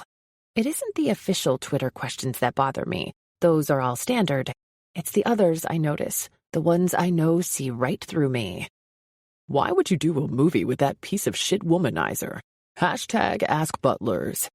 I want to have Ian's babies and don't even care that he could be my grandpa. Hashtag ask butlers. Wait, I thought they hated each other. Hashtag ask butlers. If Tate hates him so much, he can get the fuck out of the way. Hashtag ask butlers. This is such an act. They look like strangers. Hashtag ask butlers. Ian Butler, I want to have your babies. Hashtag ask butlers. The feed scrolls continuously on the enormous screen above our heads, and I can see the press reacting to every single tweet, pointing at some, laughing and nodding at others. Dad remains oblivious, seeing only what he wants to see and happily typing out his perfect off-the-cuff answers. He's used to living inside the heat of the sun, the pressure of the public opinion. 14 years later, I'm still figuring out how to navigate the good and let go of the bad. When the chat finishes, Marco is up front, apologizing immediately and explaining that we need to get rolling. But Dad stalls us, managing to give me a tiny look that communicates, "This is your job. Give them what they want." What they want is us embracing, his lips pressed to my cheek. And just before Marco hauls me out of there, Dad picking me up around the waist in a hug, swinging me around as I laugh in delight. Finally, we push through the doors and into the suffocating September heat. It's so warm the concrete weaves in front of us. Okay, let's hustle. Marco mutters and waves as our car pulls around the front of the building. We're leaving straight from here to go to the farm in Northern California where we'll start shooting tomorrow. I can tell Marco doesn't want the press to catch on that we're not sharing a car up there with Dad. But Dad stops us just as I reach for the car door. "Cupcake," he calls out, and his smile is captured by a photographer only a few feet away. But then his voice goes soft enough that only I can hear it. "Everything okay, kiddo?" "Yeah," I say, and motion for Marco to climb in ahead of me. Just excited and anxious, I think. "Okay, good. I wanted to check in." He smiles warmly at me, but there's an edge there I can't miss. "You weren't your usual perky self in there." My stomach tilts. I wasn't? "A little off, I guess." He presses a hand to my face, eyes wide and so full of concern that even I could believe it's real. "Be sure to rest up next time we have to do some press together. We always want to finish strong." The rebuke lands like a small shove, and I nod quickly. "Absolutely." "Just remember," he says, and his hand slides up from my cheek so he can tug on my earlobe. "People want to see us having fun together." With a little wink, he strides off to the other car at the curb, where Althea waits by the open door. A few photographers linger nearby, snapping pictures of Dad's departure. I struggle to look nonchalant and tack on a breezy smile as I climb into the car. As soon as I sit down, Marco says without even blinking, "You were not off." I don't know. Maybe I was. "No." He turns to face me as the car surges forward and we pull away from the curb. "If you were off, I would tell you to get your shit together. I'm not telling you that because I don't need to." He lifts a hand, holding up one finger. "Pay attention, Tate, because what I'm about to tell you is something you're going to have to repeat to yourself 1,000 times in the next month and a half. Are you listening?" I smile at his ready-to-battle tone. Yes. "Your dad is insecure," Marco says. "He's not the name he used to be." This pings a strangely tender, protective bone in my chest. I know. You are on your way to becoming a huge star, he continues. Up and coming. You are the lead of this film. He is in a supporting role. I know. But he's still Ian Butler, and he's going to make sure you know your place. I swallow, hating that he's right. It's another point of contrast between my two parents. Mom lifts me up. Dad lifts me up so that he has a higher perch to stand on. Some people rise to the top on their own merit, and some people get there by stepping on heads. Marco reads my mind. He takes both of my hands in his. Do not let him step on you. I take a deep breath and let it out slowly. Okay, I won't. It's a 3-hour drive to set, and both Marco and I pass out for the first hour of the drive. But when I wake up, he's thumbing through a stack of photos. What's that? These are the Vogue covers. We have approval in the contract. I peek over at them. In the first, my hair is a wild halo of shimmering auburn. Crystal earrings dangle from my ears to my shoulders, and my makeup is an aggressive streak of black across my lids. The coolest part of the photo, and thank God because it took nearly 4 hours, my shoulders, arms, and face are dotted with thousands of tiny crystals. Wow, I mumble, pointing. I like this one. Me too. You're like a glammed-up Imperator Furiosa. I high-five him, and he slips it to the back of the pile. In the second photo, my hair and makeup are done in the style of my breakout role, the crafty and complicated vampire Violet Bissett from Evil Darlings, the sexy, campy, and totally addictive CW show that ran first in its time slot for 6 consecutive seasons. I suppose it's meant to show the grown-up side of Violet/Tate. I'm kneeling on the sofa with my back to the camera, looking over my shoulder at the photographer. And I'm naked. My breasts are pressed against the back cushion, but my ass is almost completely exposed. It's a great ass. I work hard for it, but... I mean, I like this one, I admit, but I'm not sure I want it on the cover of Vogue. Agreed. I think it would be great to include in the profile inside. Marco slides it to the back. The final one makes something itch along my skin, and I'm not entirely sure why. I remember the styling, and I liked it at the time, but here... I'm a modern-day Audrey Hepburn. Smooth hair, artfully jagged bangs, pearls, wide eyes. The beauty mark near my lip, admittedly my trademark feature, is a dramatic and perfect circle. A bold, bombshell flirtation in stark contrast to my soft pink mouth. Discomfort works through me at the round innocence of my gaze, the surprised circle of my lips. Marco takes it from me, studying it. I absolutely adore this one. You look innocent, young. He glances at me, reading my expression. It reminds me of when I first met you. The twist in my gut intensifies. Is that what I don't like about it? I rarely let myself think of what brought us together, but the sense of calm I felt that first day in London when he pulled me out of the black car into the chaos and ushered me into the quiet room, the reassurance that everything was under control and that Marco was there for me and me alone, has never wavered. He was in his late 20s then, with the same dark hair and chiseled features. But he's wiser and seasoned now. We've grown up together, sort of. I like my face, my body, my mind so much more than I did back then. This picture sends me tumbling back in time, makes me realize that I've grown into myself, that I've had to work to do it. He blinks up at me, gauging my reaction. You okay with me sending this one? I can see it makes you uneasy, but Tate, it's so fucking beautiful. I'm genuinely speechless. Objectively, it is a beautiful photo. I hand it back to him, choosing to let it go. Marco's instincts are razor sharp. He'd never steer me wrong. Either this or the first. No naked Tate on the cover. Done. Marco lifts my hand, kissing my knuckles. Now let's get up on set and crush this. He smiles over at me. I smell life-changing. I smell critical darling. I smell award season. I laugh. I smell pressure. 12. The tires crunch over gravel, and I stir awake at the sound. We've reached Ruby Farm. I'm nervous and excited and feel the proverbial weight of 1,000 pounds on my chest. But still, something tight inside me unwinds instinctively at the unfolding green serenity directly ahead of us. We pass through the gates, waving to a guard there who notes the license plate and I assume checks the box to indicate Tate Butler has arrived. I am officially on set. Marco and I came up to Ruby Farm a few weeks ago for the hair and makeup test and to choose my on-site cabin for the duration of the shoot. Even having grown up on the Russian River, I can say there's nothing quite like the peace here. It's 240 acres of serenity.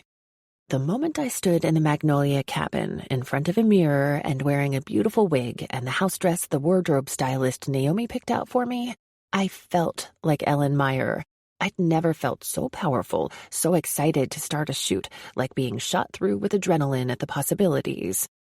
On paper, Ellen is formidable. In my everyday life, I want to have a tenth of her strength and composure. But in that costume, in the cabin on the farm, I saw her fire in my own eyes.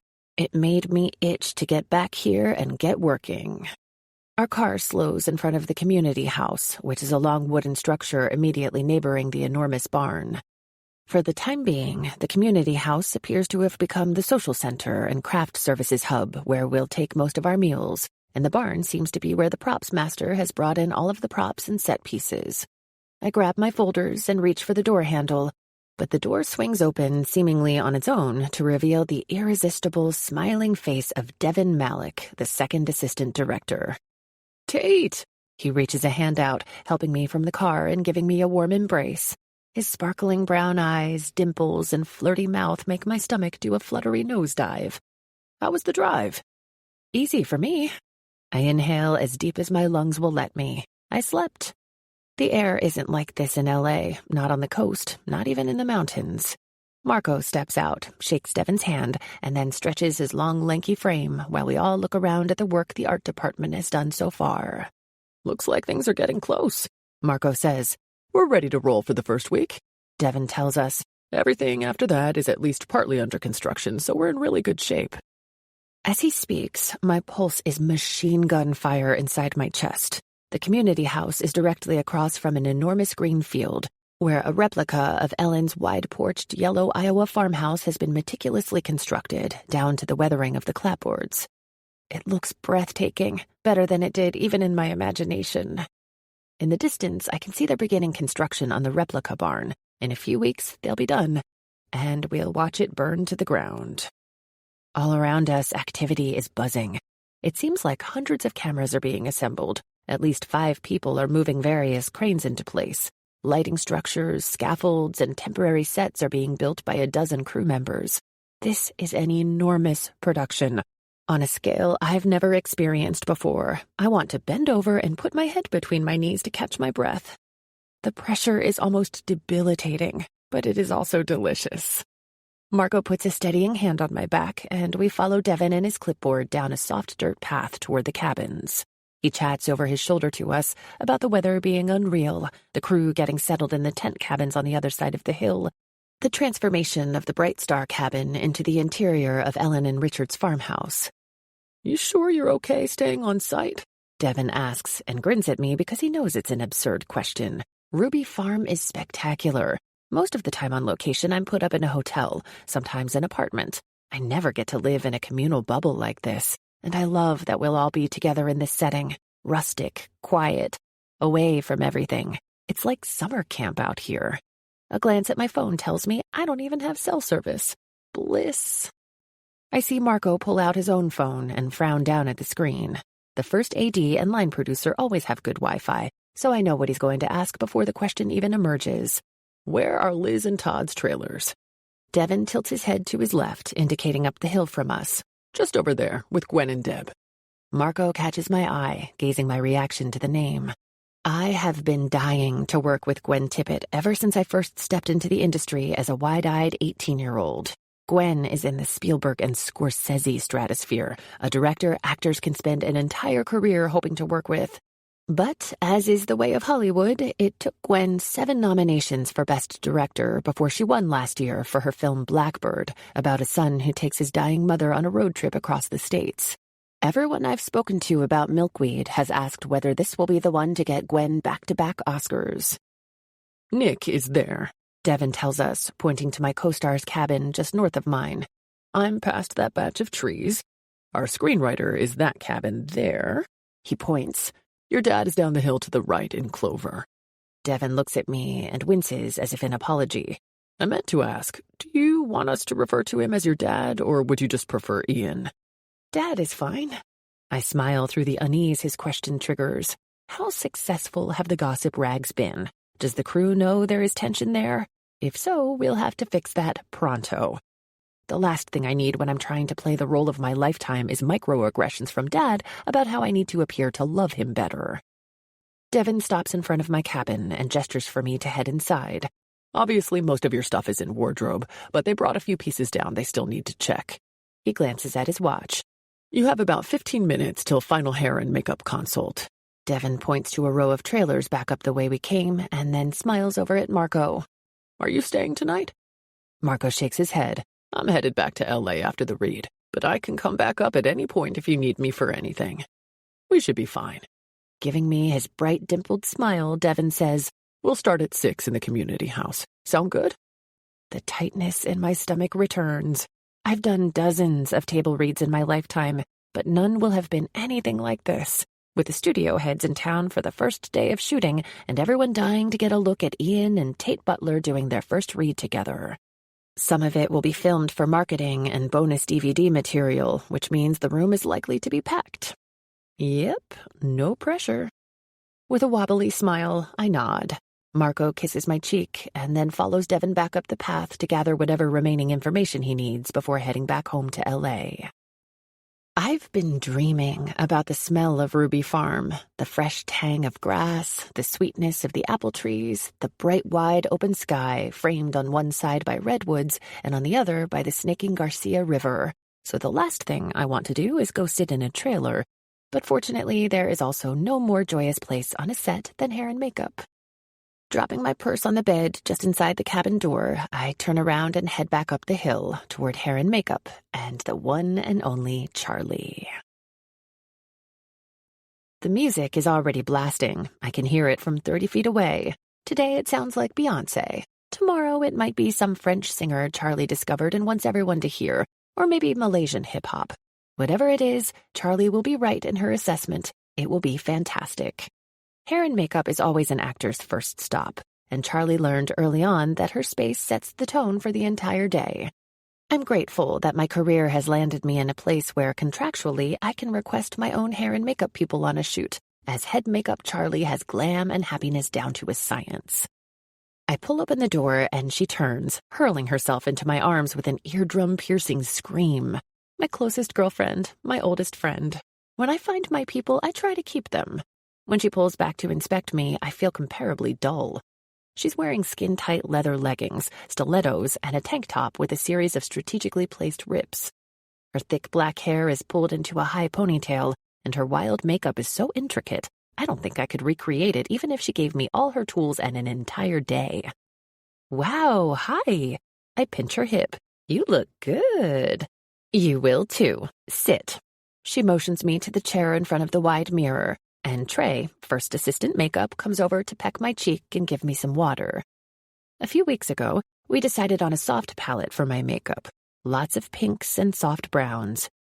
A series of Polaroids are taped to the mirror, photos of me from all angles and in a variety of early 1960s outfits with the corresponding wigs and makeup. They'll be Charlie's reference throughout the shoot.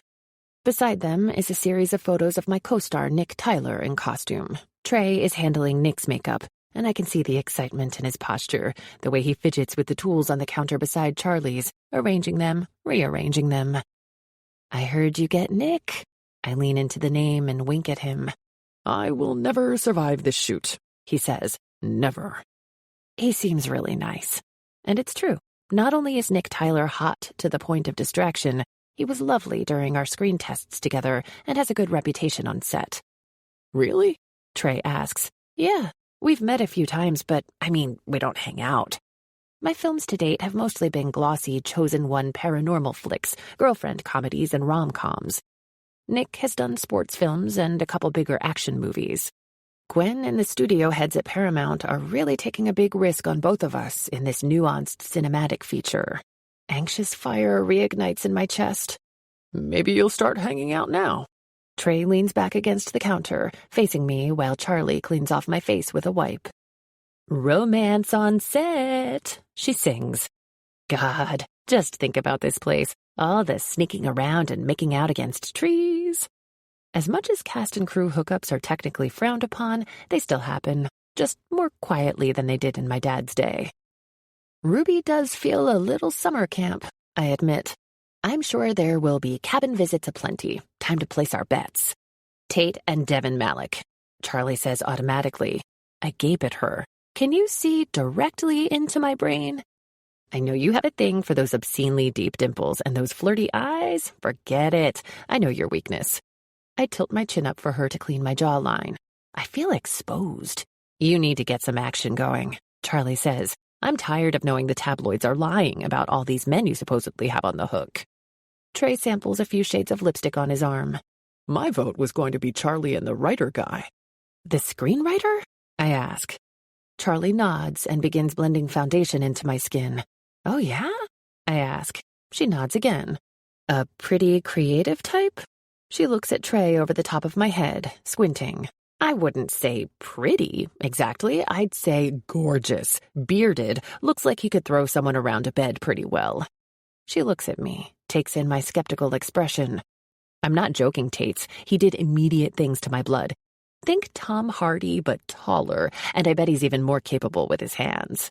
Pausing for effect, she says, I mean, he wrote a screenplay about a lovesick farmer. Is this why you're wearing leather pants your first day on set? I will neither confirm nor deny. I frown. I guess I assumed the writer would be the usual, nerdy and bald or willowy and sensitive. I'll have to mentally realign. Trey pulls out the chair beside me. Can we talk about me now? I laugh. Yes, Trey, baby. Are we sure Nick Tyler is straight? I'm pretty sure he's hardcore into the ladies, Charlie says, and a bit of a player. Related, he's my second bet for Tate getting laid on location. You seem awfully sure I'm going to be getting laid when you know pretty well it's been dry as the Sahara around here. Charlie grins. I'm getting back to nature, wild farm vibes. It can't be helped. There's something in the air out here. She looks at me, and the exact angle of her face, of her expression, reels me back to when we were kids, running down the creek bed together, our hair in tangles behind us, fingertips blackberry stained. Remember that summer? She says, and I don't need her to say more. It was 2004, a sweltering summer in Guerneville, with the heat warping the pavement, the river a clear glittering green, and the lingering scent of charcoal barbecue lasting all day and night. My childhood sweetheart Jessie and I couldn't keep our hands off each other, and Charlie could barely keep her hands off all the tourists. The sexy summer, I say, nodding. God, that feels like a different lifetime.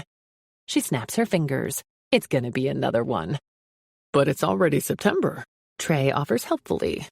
Fine, she says, waving him off. The sexy September. Frowning, Trey says, That feels a little more pumpkin spice latte and a little less sweaty roll in the hay, but it works. Putting my money on Tate and Devin, Tate and Nick, or Charlie and Hemingway. Or Trey and the shy, adorable camera guy who surprises you one night with a kiss up at the community house. I suggest, and his eyes light up. He laughs. Ooh, or maybe a sassy, sarcastic grip pulls me behind the trailer for a grope? Why not both? The door to the trailer swings open, and Nick Tyler ducks as he steps in, already smiling that panty-dropping smile. In his reflection in the mirror, I see Trey waver where he stands. Were your ears ringing? Charlie asks him. We were just talking about you. Oh, yeah? His voice is a deep southern vibration. What were you saying? Wondering who you're gonna hook up with on set? She says. Nick's head falls back, and he lets out the laugh I've heard in theaters, the delighted low-belly rumble that makes women all over the world turn into giggling fangirls. I thought we don't do that sort of thing these days. I'll never tell, Trey says. Nick looks around at us, nodding knowingly. So this is the trouble trailer, then? Charlie bends to perfect my concealer. Always. Standing, she reaches out a free hand. I'm Charlie. That's Trey. He takes it. Pleasure to meet you, Charlie. Trey. Nick's laugh fades away, but the echo of it unknots the anxiety in my stomach. "Hey, Nick." Hey, Tate. I turn my face up to him, and he does a double take. Charlie has effectively camouflaged my flaws, but added no color. I look like one of the precogs from Minority Report. Damn, girl. But he grins, leaning in to kiss my cheek. It's weird seeing you all plain. "I'm creating my canvas," Charlie says. Nick stares at me for a lingering beat, and then smiles again, as if he likes what he sees. Maybe Charlie was on to something after all. Devin told me to come over, Nick says, and then looks up at Trey. Valiantly combating his nerves, Trey motions for Nick to follow him to the other station and sits him down, drifting a drape over his shoulders to protect his shirt. Saw your dad, Nick says to me, and then immediately adds, Wait, should I call him your dad or Ian? Charlie laughs, but I turn, wearing a bewildered grin. Seriously? Why is everyone asking me that? Maybe because you've been acting forever and never did a movie together? He says. Maybe it just wasn't ever the right time? Nick mm-hms and grins at me. I haven't seen him since we did a chemistry test with Gwen and the studio heads, and we had to read one of the moments leading up to a love scene and kiss at the end. They made us do it about 7 times, and let me be clear, I was not complaining. Nick is a star on the rise, winning Best Actor at the BET Awards last year and Best Hero at MTV. Not just handsome, he has that special something that makes it hard to look away. His eyes are wide-set and hypnotic, dark and glimmering with a constant hint of mischief. His skin is a warm chestnut brown, luminous under Charlie's bright makeup lights. His hair, once cut close to his scalp, has grown out a little for the role, but he's still built like the DC action movie star he is. His Mon-El feature just wrapped a couple weeks ago. It has summer blockbuster written all over it. There's something about Nick's eye-crinkling smile that reminds me a little of my ex-boyfriend and former co-star on Evil Darlings, Chris. But Nick has a calmness about him that Chris never quite managed. Chris and I were only actually together for about 7 months, but we agreed to continue the ruse of our relationship for another 3 years because the more enthusiastic viewers were so fanatical about Violet and Lucas being together in real life that our off-screen reality became an intense focus of promotion. Unlike Chris, though, Nick has that acute kind of focus, the tendency to maintain prolonged eye contact, the slow-growing smile. Whenever he catches my gaze and holds it, I feel like he's carefully translating my thoughts directly from my brain. "You two have such great chemistry," Charlie says, glancing between us as she works. "Going to look great on screen." I feel heat pushed to the surface of my cheeks. That's what Gwen said, Nick tells her, finally breaking eye contact. Though I feel like now is the time to tell you. I've never done a love scene before. Not even in Mon-El? I ask. Nah, that was just some kissing. I bite my lip and grin at him. As he knows, there are 2 love scenes in Milkweed, and both of them are pretty intense. You'll be fine. You ever do one like this? He asks. I should have asked you this that day they made us read it. A few. Nothing like this, though. They're awkward, but they don't have to be too bad. Maybe they could even be good, Charlie says, low enough that only I can hear. Okay, Nick says. So if this is the Trouble trailer, who's going to give me the dirt on the crew? I've only worked with Deb Cohen before. Everyone else is new to me. I've never worked with most of them either, but I've heard enough stories from Dad over the years to have a general sense of their eccentricities. Liz is the first AD, and she's amazing, cool, and organized. I've been warned not to hit snooze because Devin will come in and wake us up himself. The production secretary has decided this shoot is the best time to quit smoking, so seriously, avoid him at all costs. And from what I've heard, Gwen can be intense and a bit of a perfectionist. Yeah, Nick says, nodding. I've heard that too. But whatever, it's Gwen Tippett. Right? Honestly, I tell him, I think this is a pretty solid crew. So it's just us young up-and-comers trying to prove ourselves to Ian Butler, he says with a knowing gleam in his eye. Do I have that about right? I laugh, melting a little. I have an ally here. Something like that. An alarm goes off on Charlie's phone, and I peek at it. We need to head down to the community house for the table read. The loose-limbed ease I found in the trailer immediately hardens back into a tense anticipation. Wait. Charlie halts me, finishing some work on my contour. We meet eyes, and she smiles a soft smile that she doesn't give just anyone. "Don't be nervous," she says quietly and helps me stand. "You're going to be amazing." Nick and I leave the trailer with the sounds of music and Charlie and Trey laughing hysterically about something said after we left, filtering along after us. We are immediately swallowed by the serenity of the farm. In contrast to the makeup trailer, the space outside is so quiet, it's a little like stepping onto an empty soundstage with that hollow, echoing silence. "You've known Charlie since you were kids?" He asks. 8 years old. He grins back over his shoulder at the trailer. "She's a trip." I laugh at this, nodding. But Charlie is more than a trip. She's a sparkler, a firecracker, a fistful of gunpowder. Marco is my calm, Mom is my home, Nana is my conscience, but Charlie is my wide-open sky, my free-dancing, stargazing wild rumpus. "There's your dad," Nick says, voice low. He clearly took my word for it that it's okay to call him your dad, but had some reservation about whether or not I need careful warning. I follow his attention up the path toward the community house. Even at a distance, it's easy to recognize my father. It's his posture, the cocky lean. He's in jeans, a worn leather jacket and sunglasses, and wearing the ubiquitous brilliant grin. Facing another man, Dad is listening in the intent way that makes a person feel like the only important thing on the planet. I have a pulse of envy that this is the only sign of intimacy I ever get from Dad. His attention, his complete focus. And it's really just something he's mastered to appear sincere. He gives it away to anyone. Dad spots me over the man's shoulder and perks up, waving. "There's my girl." The other man turns. I don't know him, so my smile is that instinctive kind of bright that I've learned makes me seem friendly, chases away any potential diva concerns. He's enormous. Oh, the writer. My brain sings back to Charlie in the trailer. Bearded, frowning, eyes like moss, with a scar through his... Shock is a cold hand on my shoulder, a complete standstill in my brain and chest and veins. Nick collides with my back and reaches forward, gripping my arms from behind. If he hadn't caught me, I would have fallen forward onto the dirty path, face first, straight as a board. "Tate." Nick's deep voice is surprised and seems to come in and out. "Whoa, you okay?" Dad's words float to me, also muted and fuzzy. "Tate, up here." He waves wildly, and his grin is something from a carnival. His head is too big, his mouth too wide. I blink down to my feet. My heart is a hammer, my ribs are nails. I'm trying to put all of this together to figure out if I knew, if someone told me and I forgot. Did I lose this important piece of information somewhere along the line?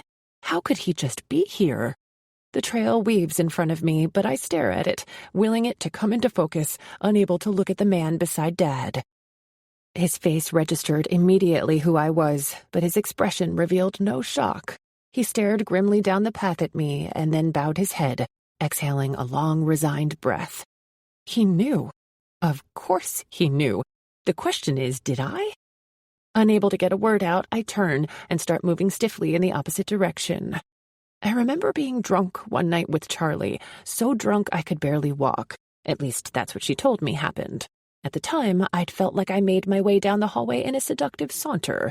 But the next morning, while I nursed a lurching, debilitating hangover, Charlie told me I'd ricocheted my way down to her bedroom, stopping twice to catch my balance against the wall before falling into her room and passing out just inside the door. This memory rises in me like bile. I wonder how I'm walking now. It feels like walking, but it could be crawling, tripping, ricocheting down the path. The stones leading to my cabin come into view, and some internal fail-safe tells me to turn. Like a joystick has been jerked to the left, I pivot, tripping over a cobblestone and catching myself on the first step. I hear a voice. Voices. "What's going on? What did you say to her?" It's Dad accusing Nick of something. Nick's voice pleading innocence, his own confusion. And then I hear the quiet words. "Let me get this." It's the voice of Sama Brandisa, jogging down the path, showing up out of the blue, 14 years too late. 13. I think I'd closed the door, but there's no slam, only footsteps carefully making their way up the 3 small stairs behind me. "Tate." He's at the threshold now, but doesn't step inside. and in this weird fugue I've entered, I find his hesitation hysterical.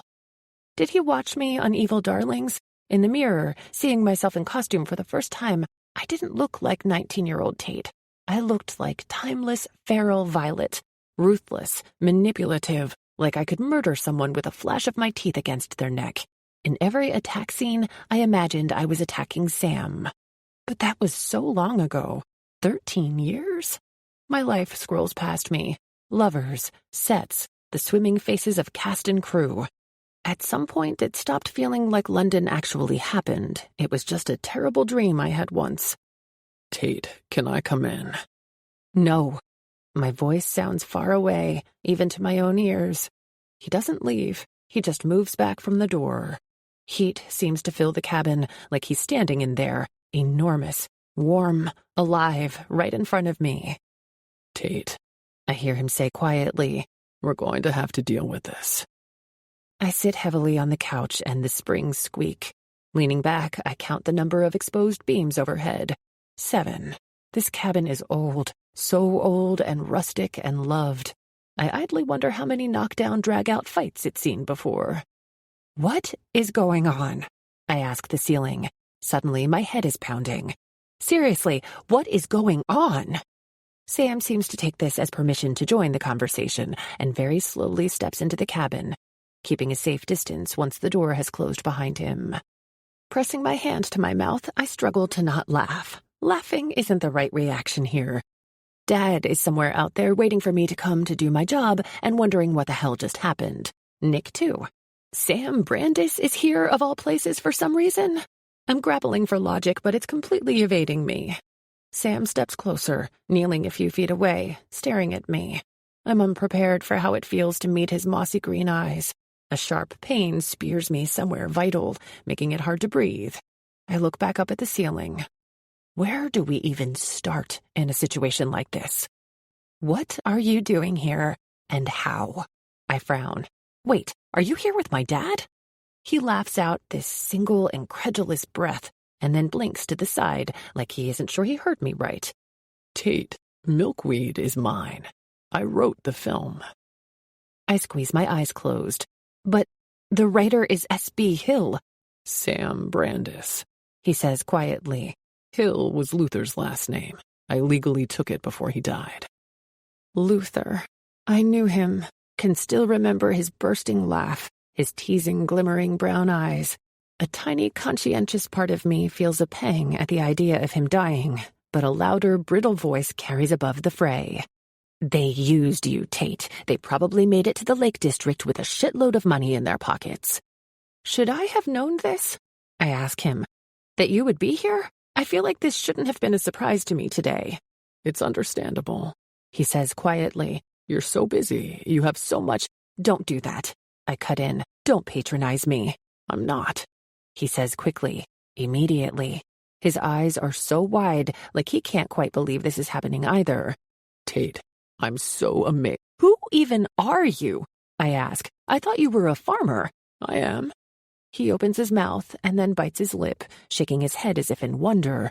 But you knew I wrote, too. I write still.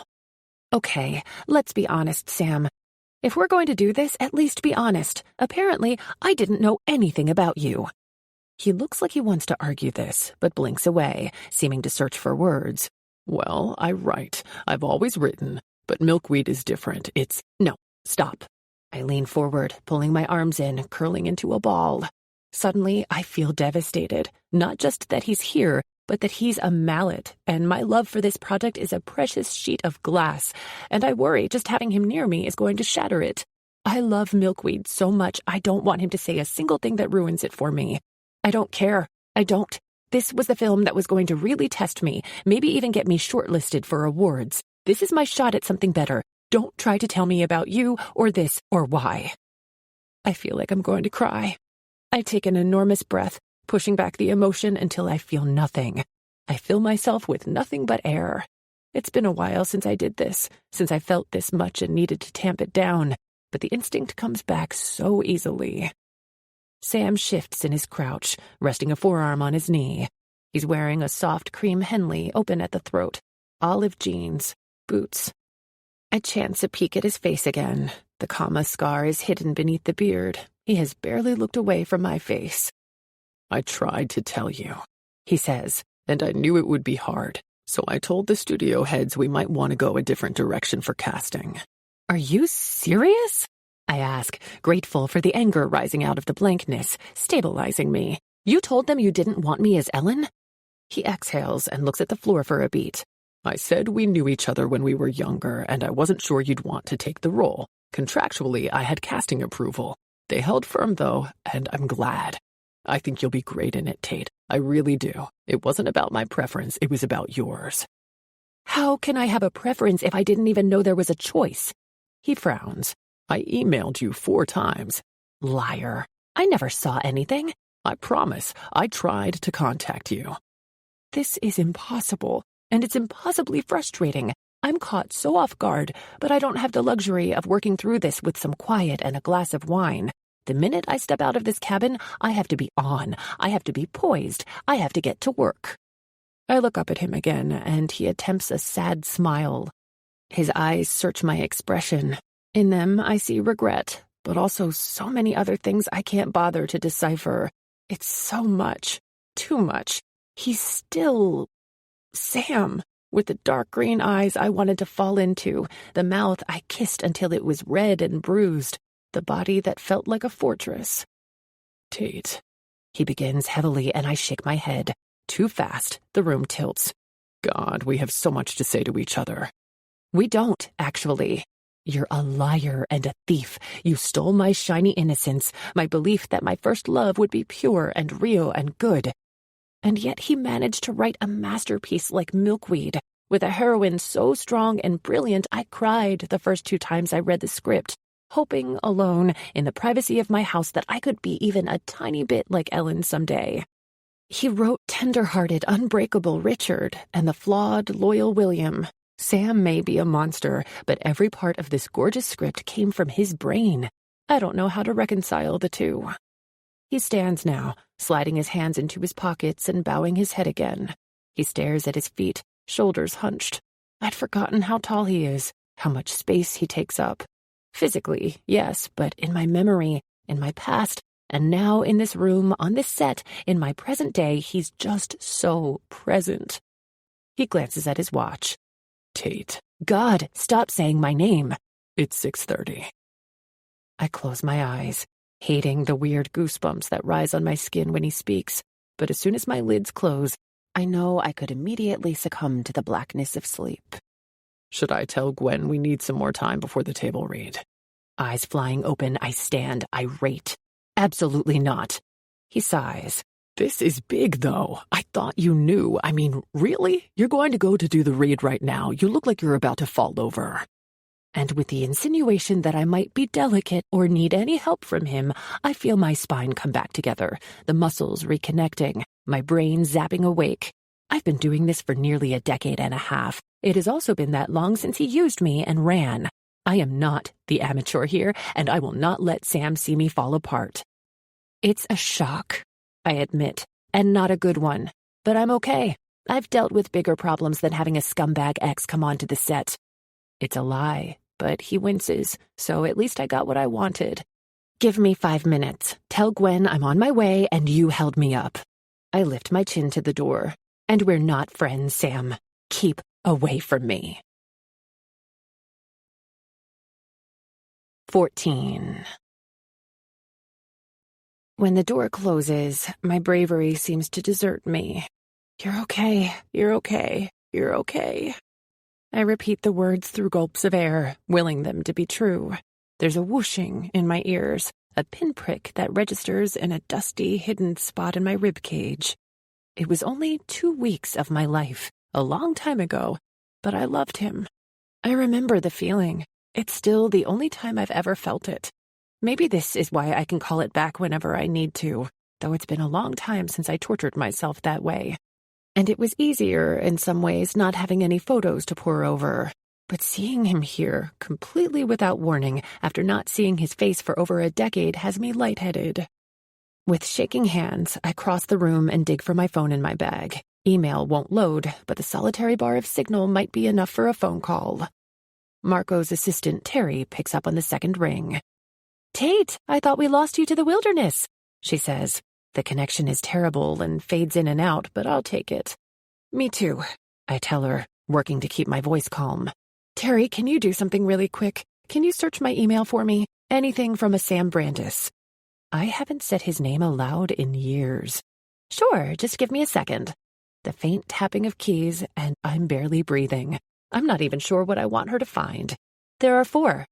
I close my eyes. Is this relief? Anger? The subject line on all of them is milkweed. "Okay," I say quietly, voice carefully even. "I'm so sorry, Tate. Business correspondence comes directly to Marco or me, but I'm guessing because this person isn't in your contacts, they were filtered to junk. God, I hope they weren't important." "No, they weren't." I press my fingers to my temple and the ache that's beginning to build there. No doubt it will be a full-blown migraine by the end of the day. And don't apologize. That's what's supposed to happen. "Terry, could you forward them to me? I'll read them when I get service." "Absolutely." More tapping of keys and then, "Okay, done. Anything else?" "I think that's it. Thanks." I end the call just as a knock comes at the other end of the cabin. "Tate?" "Devin, of course." Another deep breath, and I stand, tucking my phone into my back pocket. This is not how I wanted to start off.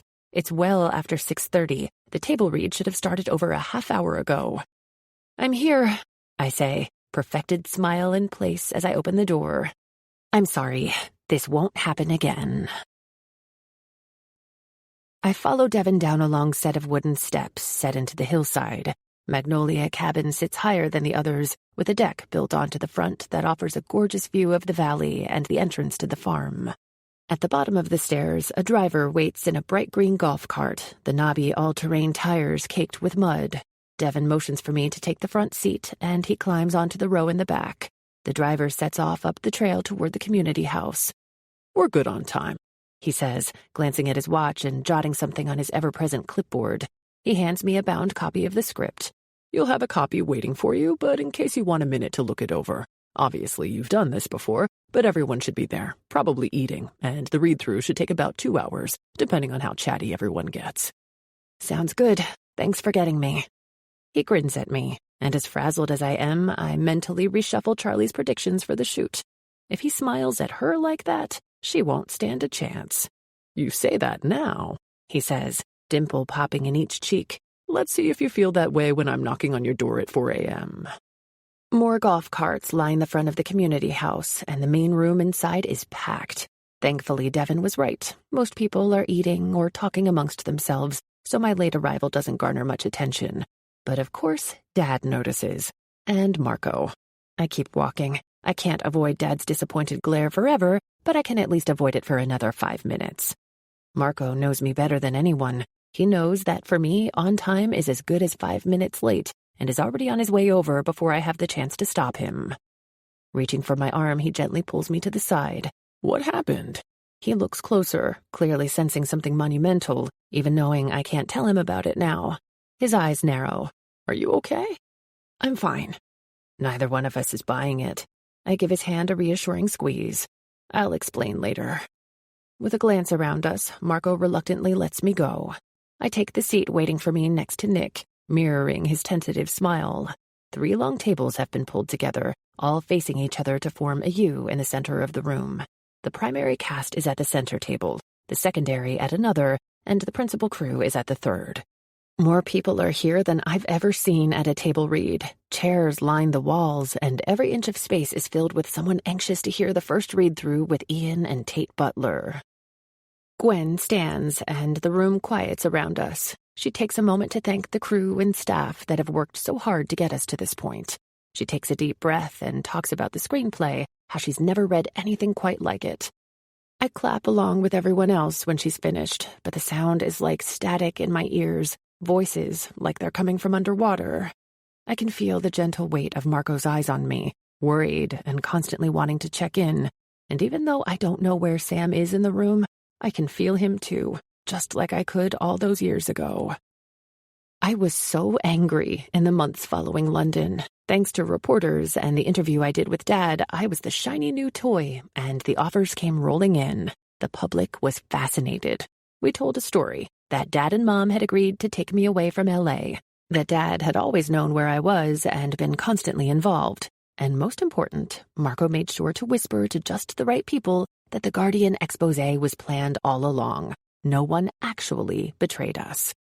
I did interviews with People and Cosmo, a 5-page spread in Elle.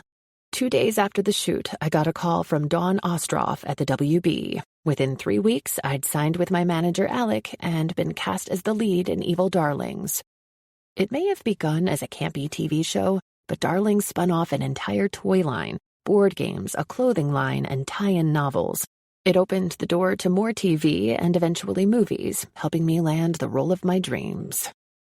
At first, acting was an escape, enabling me to be someone else and pretend that everything was okay. But it was also an active form of revenge. I wanted to haunt Sam. I loved the idea of him seeing me on his television and knowing that I wasn't his, that I would never be his again.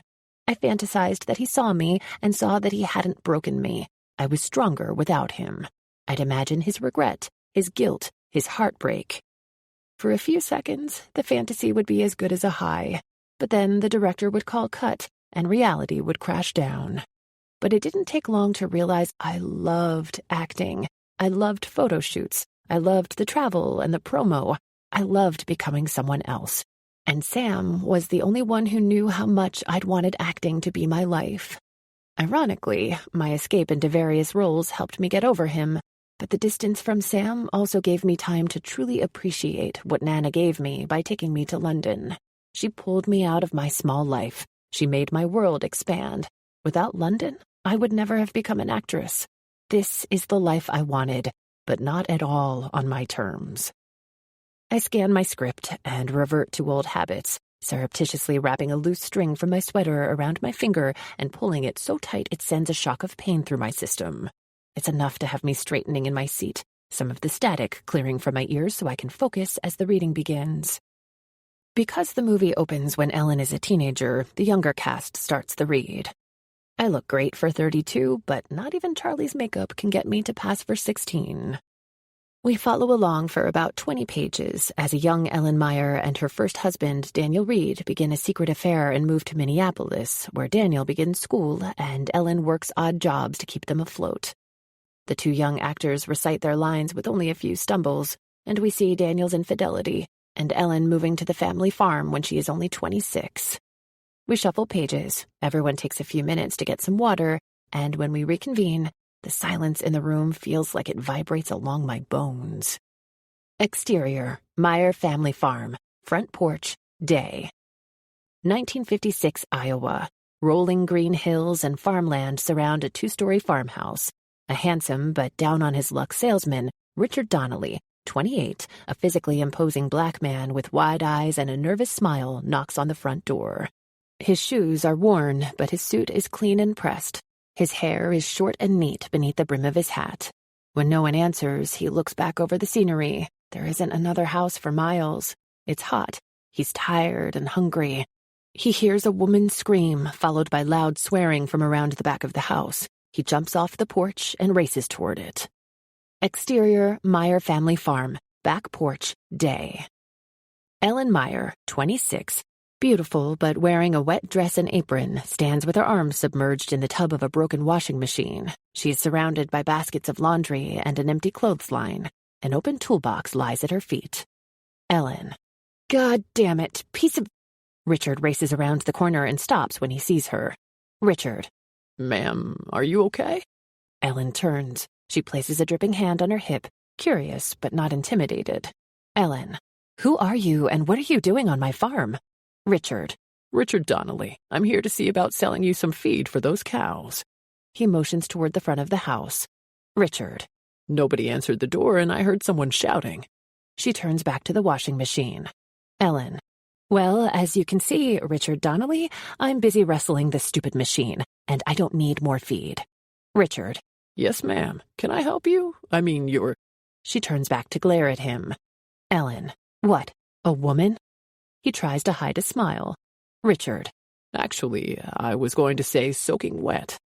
She looks down and tries not to smile too. Ellen. I'm fine. I've fixed this thing a dozen times before. I can do it again. Okay, so far this is good, Gwen says hesitantly, and we look up at her. Nick, I like the vulnerability, and you're really getting Richard's charm. She turns to me. My stomach drops, and it feels like the entire room holds its breath.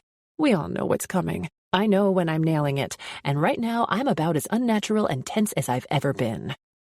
Tate, I want you to try to capture how disarmed Ellen is right here. In the past years, she's become a city girl. Now, she finds herself back on the farm, having to take care of everything, including her father. She's ferociously independent. She's a feminist before her time. She's learned the hard way that she doesn't need anyone's help, but doesn't trust men. She certainly doesn't want to be charmed by Richard, but she reacts before she can stop herself. Let's really feel that. My face heats under the attention of the room. Dad is seated just to my left. His presence is like a pulsing light beside me. Sam's, too, just down at the other end of the table.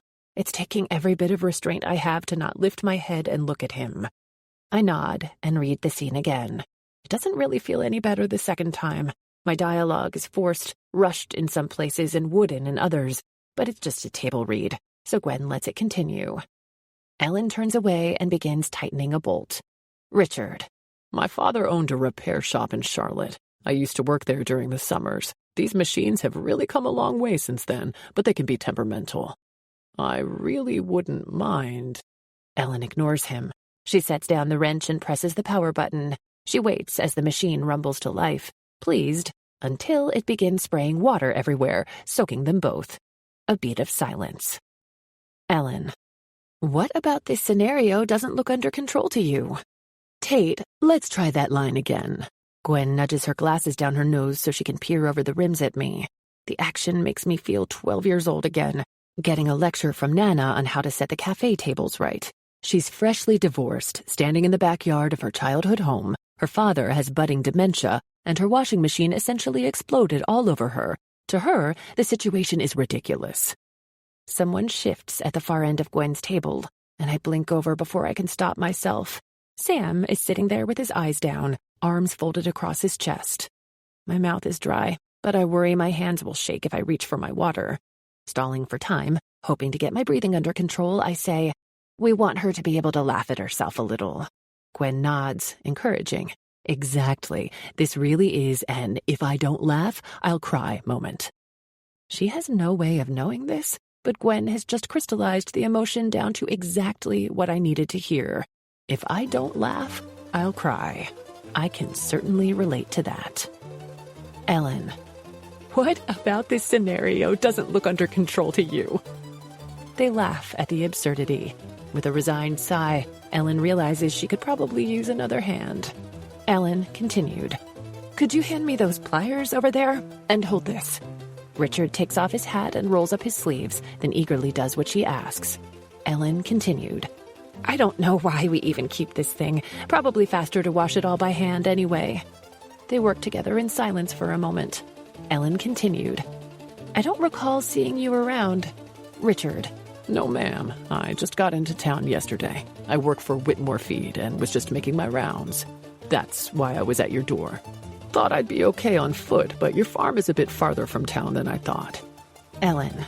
You walked all the way from town? Richard. Yes, ma'am. I don't mind. Ellen. You don't have to call me ma'am. I'm Ellen Meyer. They shake wet hands over the washing tub. Richard. Pleased to meet you, Ellen. Ellen. Likewise, Richard. Richard motions to the fields behind them. Richard. Beautiful place you have. Ellen. Thank you. Grew up here. My dad still thinks he runs the place, but he doesn't. The rest of it goes unsaid. Richard moves to adjust a hose and then takes a step back. Richard. Try it now. Warily, she turns it on. It works, and water begins filling the tub. Ellen. You did it. Richard. Actually, you did. I just tightened a hose. You'd have found it if I hadn't interrupted you. I can see the other repairs you've done in there. Mighty impressive. She blushes, not accustomed to the recognition. Ellen. Thank you. Beat. I can't send you home drenched through to your skin. Why don't you grab a towel over there and I'll bring you some lunch. Good job, everyone. Gwen pushes back from the table, standing. Let's take 20. I stand, stretching and working to put on a brave face. I can blush on command and have put on a good show of Ellen Flushing at the idea of a handsome Richard soaking wet in her yard. But the heat on my cheeks lingers in earnest as the reality sets in that I've just bungled my first, albeit unofficial, performance on milkweed. I wasn't good, and everyone knows it. The lines I fell in love with seemed to drag with my delivery. The chemistry that crackled during my screen test with Nick is nowhere to be found. This is my movie, my dream role, and I'm letting my head get in the way. When I step outside, the crisp air feels immediately easier to pull in deeply. Inside the room at the table, I couldn't quite catch my breath, and my delivery suffered, my words coming out tight and clipped. Neon yellow leaves crunch beneath my boots as I round the corner to the empty side of the porch. I can see the pond from here, the rows of corn that sway in the breeze, and a field of pumpkins warming in the fading sun. Footsteps sound on the boards behind me, and I turn to see Marco standing there. What the fuck is going on? I don't bother to ease him into it. Sam is here. Sam? Sam who? The writer, S.B. Hill? It's Sam Brandis. It takes a moment for everything to click, and Marco's eyes widen. From London?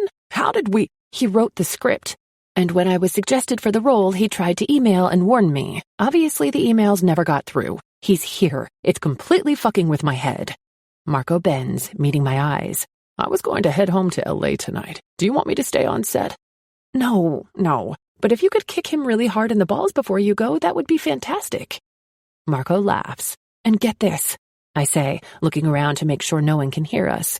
On top of everything else, all the millions of questions I have and all the shit this brings up, he wasn't sure he even wanted me for the role. He what? I nod. Yeah, so he's still a monster. Good to know. God, what a potent reminder that there's no room in this industry for self-sabotage. Other people will be more than happy to do it for you. Keep your head down and just get the job done, Marco says. You were born for this role. Maybe, but I was awful in there. I press my hands to my face and feel Marco reach for them. You were surprised. Of course you're off your game. He turns and leans against the railings. Jesus, what are the odds? What am I supposed to do now? Do I try to get out of it, or— This is your movie, Tate. You're not going anywhere. He's the writer, not your co-star. If you have questions about the script, you talk to Gwen or Todd. There's no reason you and Sam need to interact, and he can stay the hell away. I assume you told him as much? Yeah. Good. Just give yourself some time. You're not the teenager he remembers. You haven't been Tate Jones in years. You're Tate Butler now, and he better watch himself or he's going to answer to me too, though I'm nothing compared to what he's got coming. I look up at him, confused. What do you mean? Charlie is going to fucking murder him. 15. Somehow we make it through the read. By the time we're standing, shaking hands with studio execs, telling each other how excited we are to get rolling tomorrow, it's a wonder that there's anyone left in the room who has any confidence in me. Gwen's enthusiasm is too big, too bright for her normally understated personality. I hear Marco with our producer Deb and one of the studio heads, Jonathan Marino, who looks like a Ken doll wearing a brown swim cap, talking about how table reads aren't really Tate's favorite. She likes to be in there on set. Tomorrow will be amazing. Everything inside me feels droopy. My spirit, my pulse, my energy. I expect Dad to come find me immediately afterward, but even worse, he just shoots me a tight smile before finding a woman seated at the periphery. He helps her up and then kisses her. Blinking, I take a closer look. No way is she a day over 25. My father is late 50s now, dating a woman younger than his daughter. It's such a tired story, and now I'll have to see it every day on set. Drained, I smile, hug, and handshake my way over to Marco, who maneuvers me out of the room. We don't say anything as we leave the community house and tromp down the dusty trail toward my cabin. Finally, the silence feels like a 2-ton weight on my chest. That was terrible. It wasn't that bad, sweetie. I groan. You sweetied me. That means it was awful. Marco laughs and then rakes his hands through his hair, turning his face skyward. Who would have guessed this? He laughs again, and his genuine disbelief, his bursting amusement is almost enough to make me smile too. I was watching Sam on and off after the break. It's so weird to see him in person. I feel like a jerk. Of course this would be weird for Marco too. There would be no Tate and Marco if there hadn't been a Sam Brandis first. Is he what you expected? Marco trails off, and I watch him struggle for words, assuming, based off his sly smile, that he's trying to find a way to say how sexy Sam is without actually saying it. Sam's size, his composure, his eyes, the rugged look of him, he's objectively captivating. It helps me understand, let's put it that way. This makes me burst out laughing, finally. Look, Marco says, bringing his hands to my shoulders. This whole situation is so weird. Frankly, it's beyond comprehension. But we have to get it together. You are the same person who stepped out of that London hotel directly into the spotlight and never let her smile waver. You are the world's favorite broken, manipulative, good-hearted vampire. You are the woman who made millions of people laugh as Tessa in Rodeo Girls, as Veronica in Pearl Grey. You are beloved. He crouches so we're the same height. Sam or no Sam, I truly believe you'll crush this. In fact, I have no doubt. He's a complication, an annoyance. You're so far above that. I nod in his hands. Keep talking. He kisses my cheek and releases me. Sadly, I need to hit the road if I'm going to catch my flight. Your call time is at 5 tomorrow morning. First up, it's you and Nick, almost exclusively, which is good. He reminds me. You don't have baggage with Nick. It'll give you time to settle in. You have to nail this. I may not have baggage with Nick, but nailing it still means I have to push everything else aside. Nothing else can matter but fully becoming Ellen. And what would Ellen do in a situation like this? She'd give herself an hour to be mad, to be sad, to be whatever she needed to be, and then she'd buckle down. No excuses.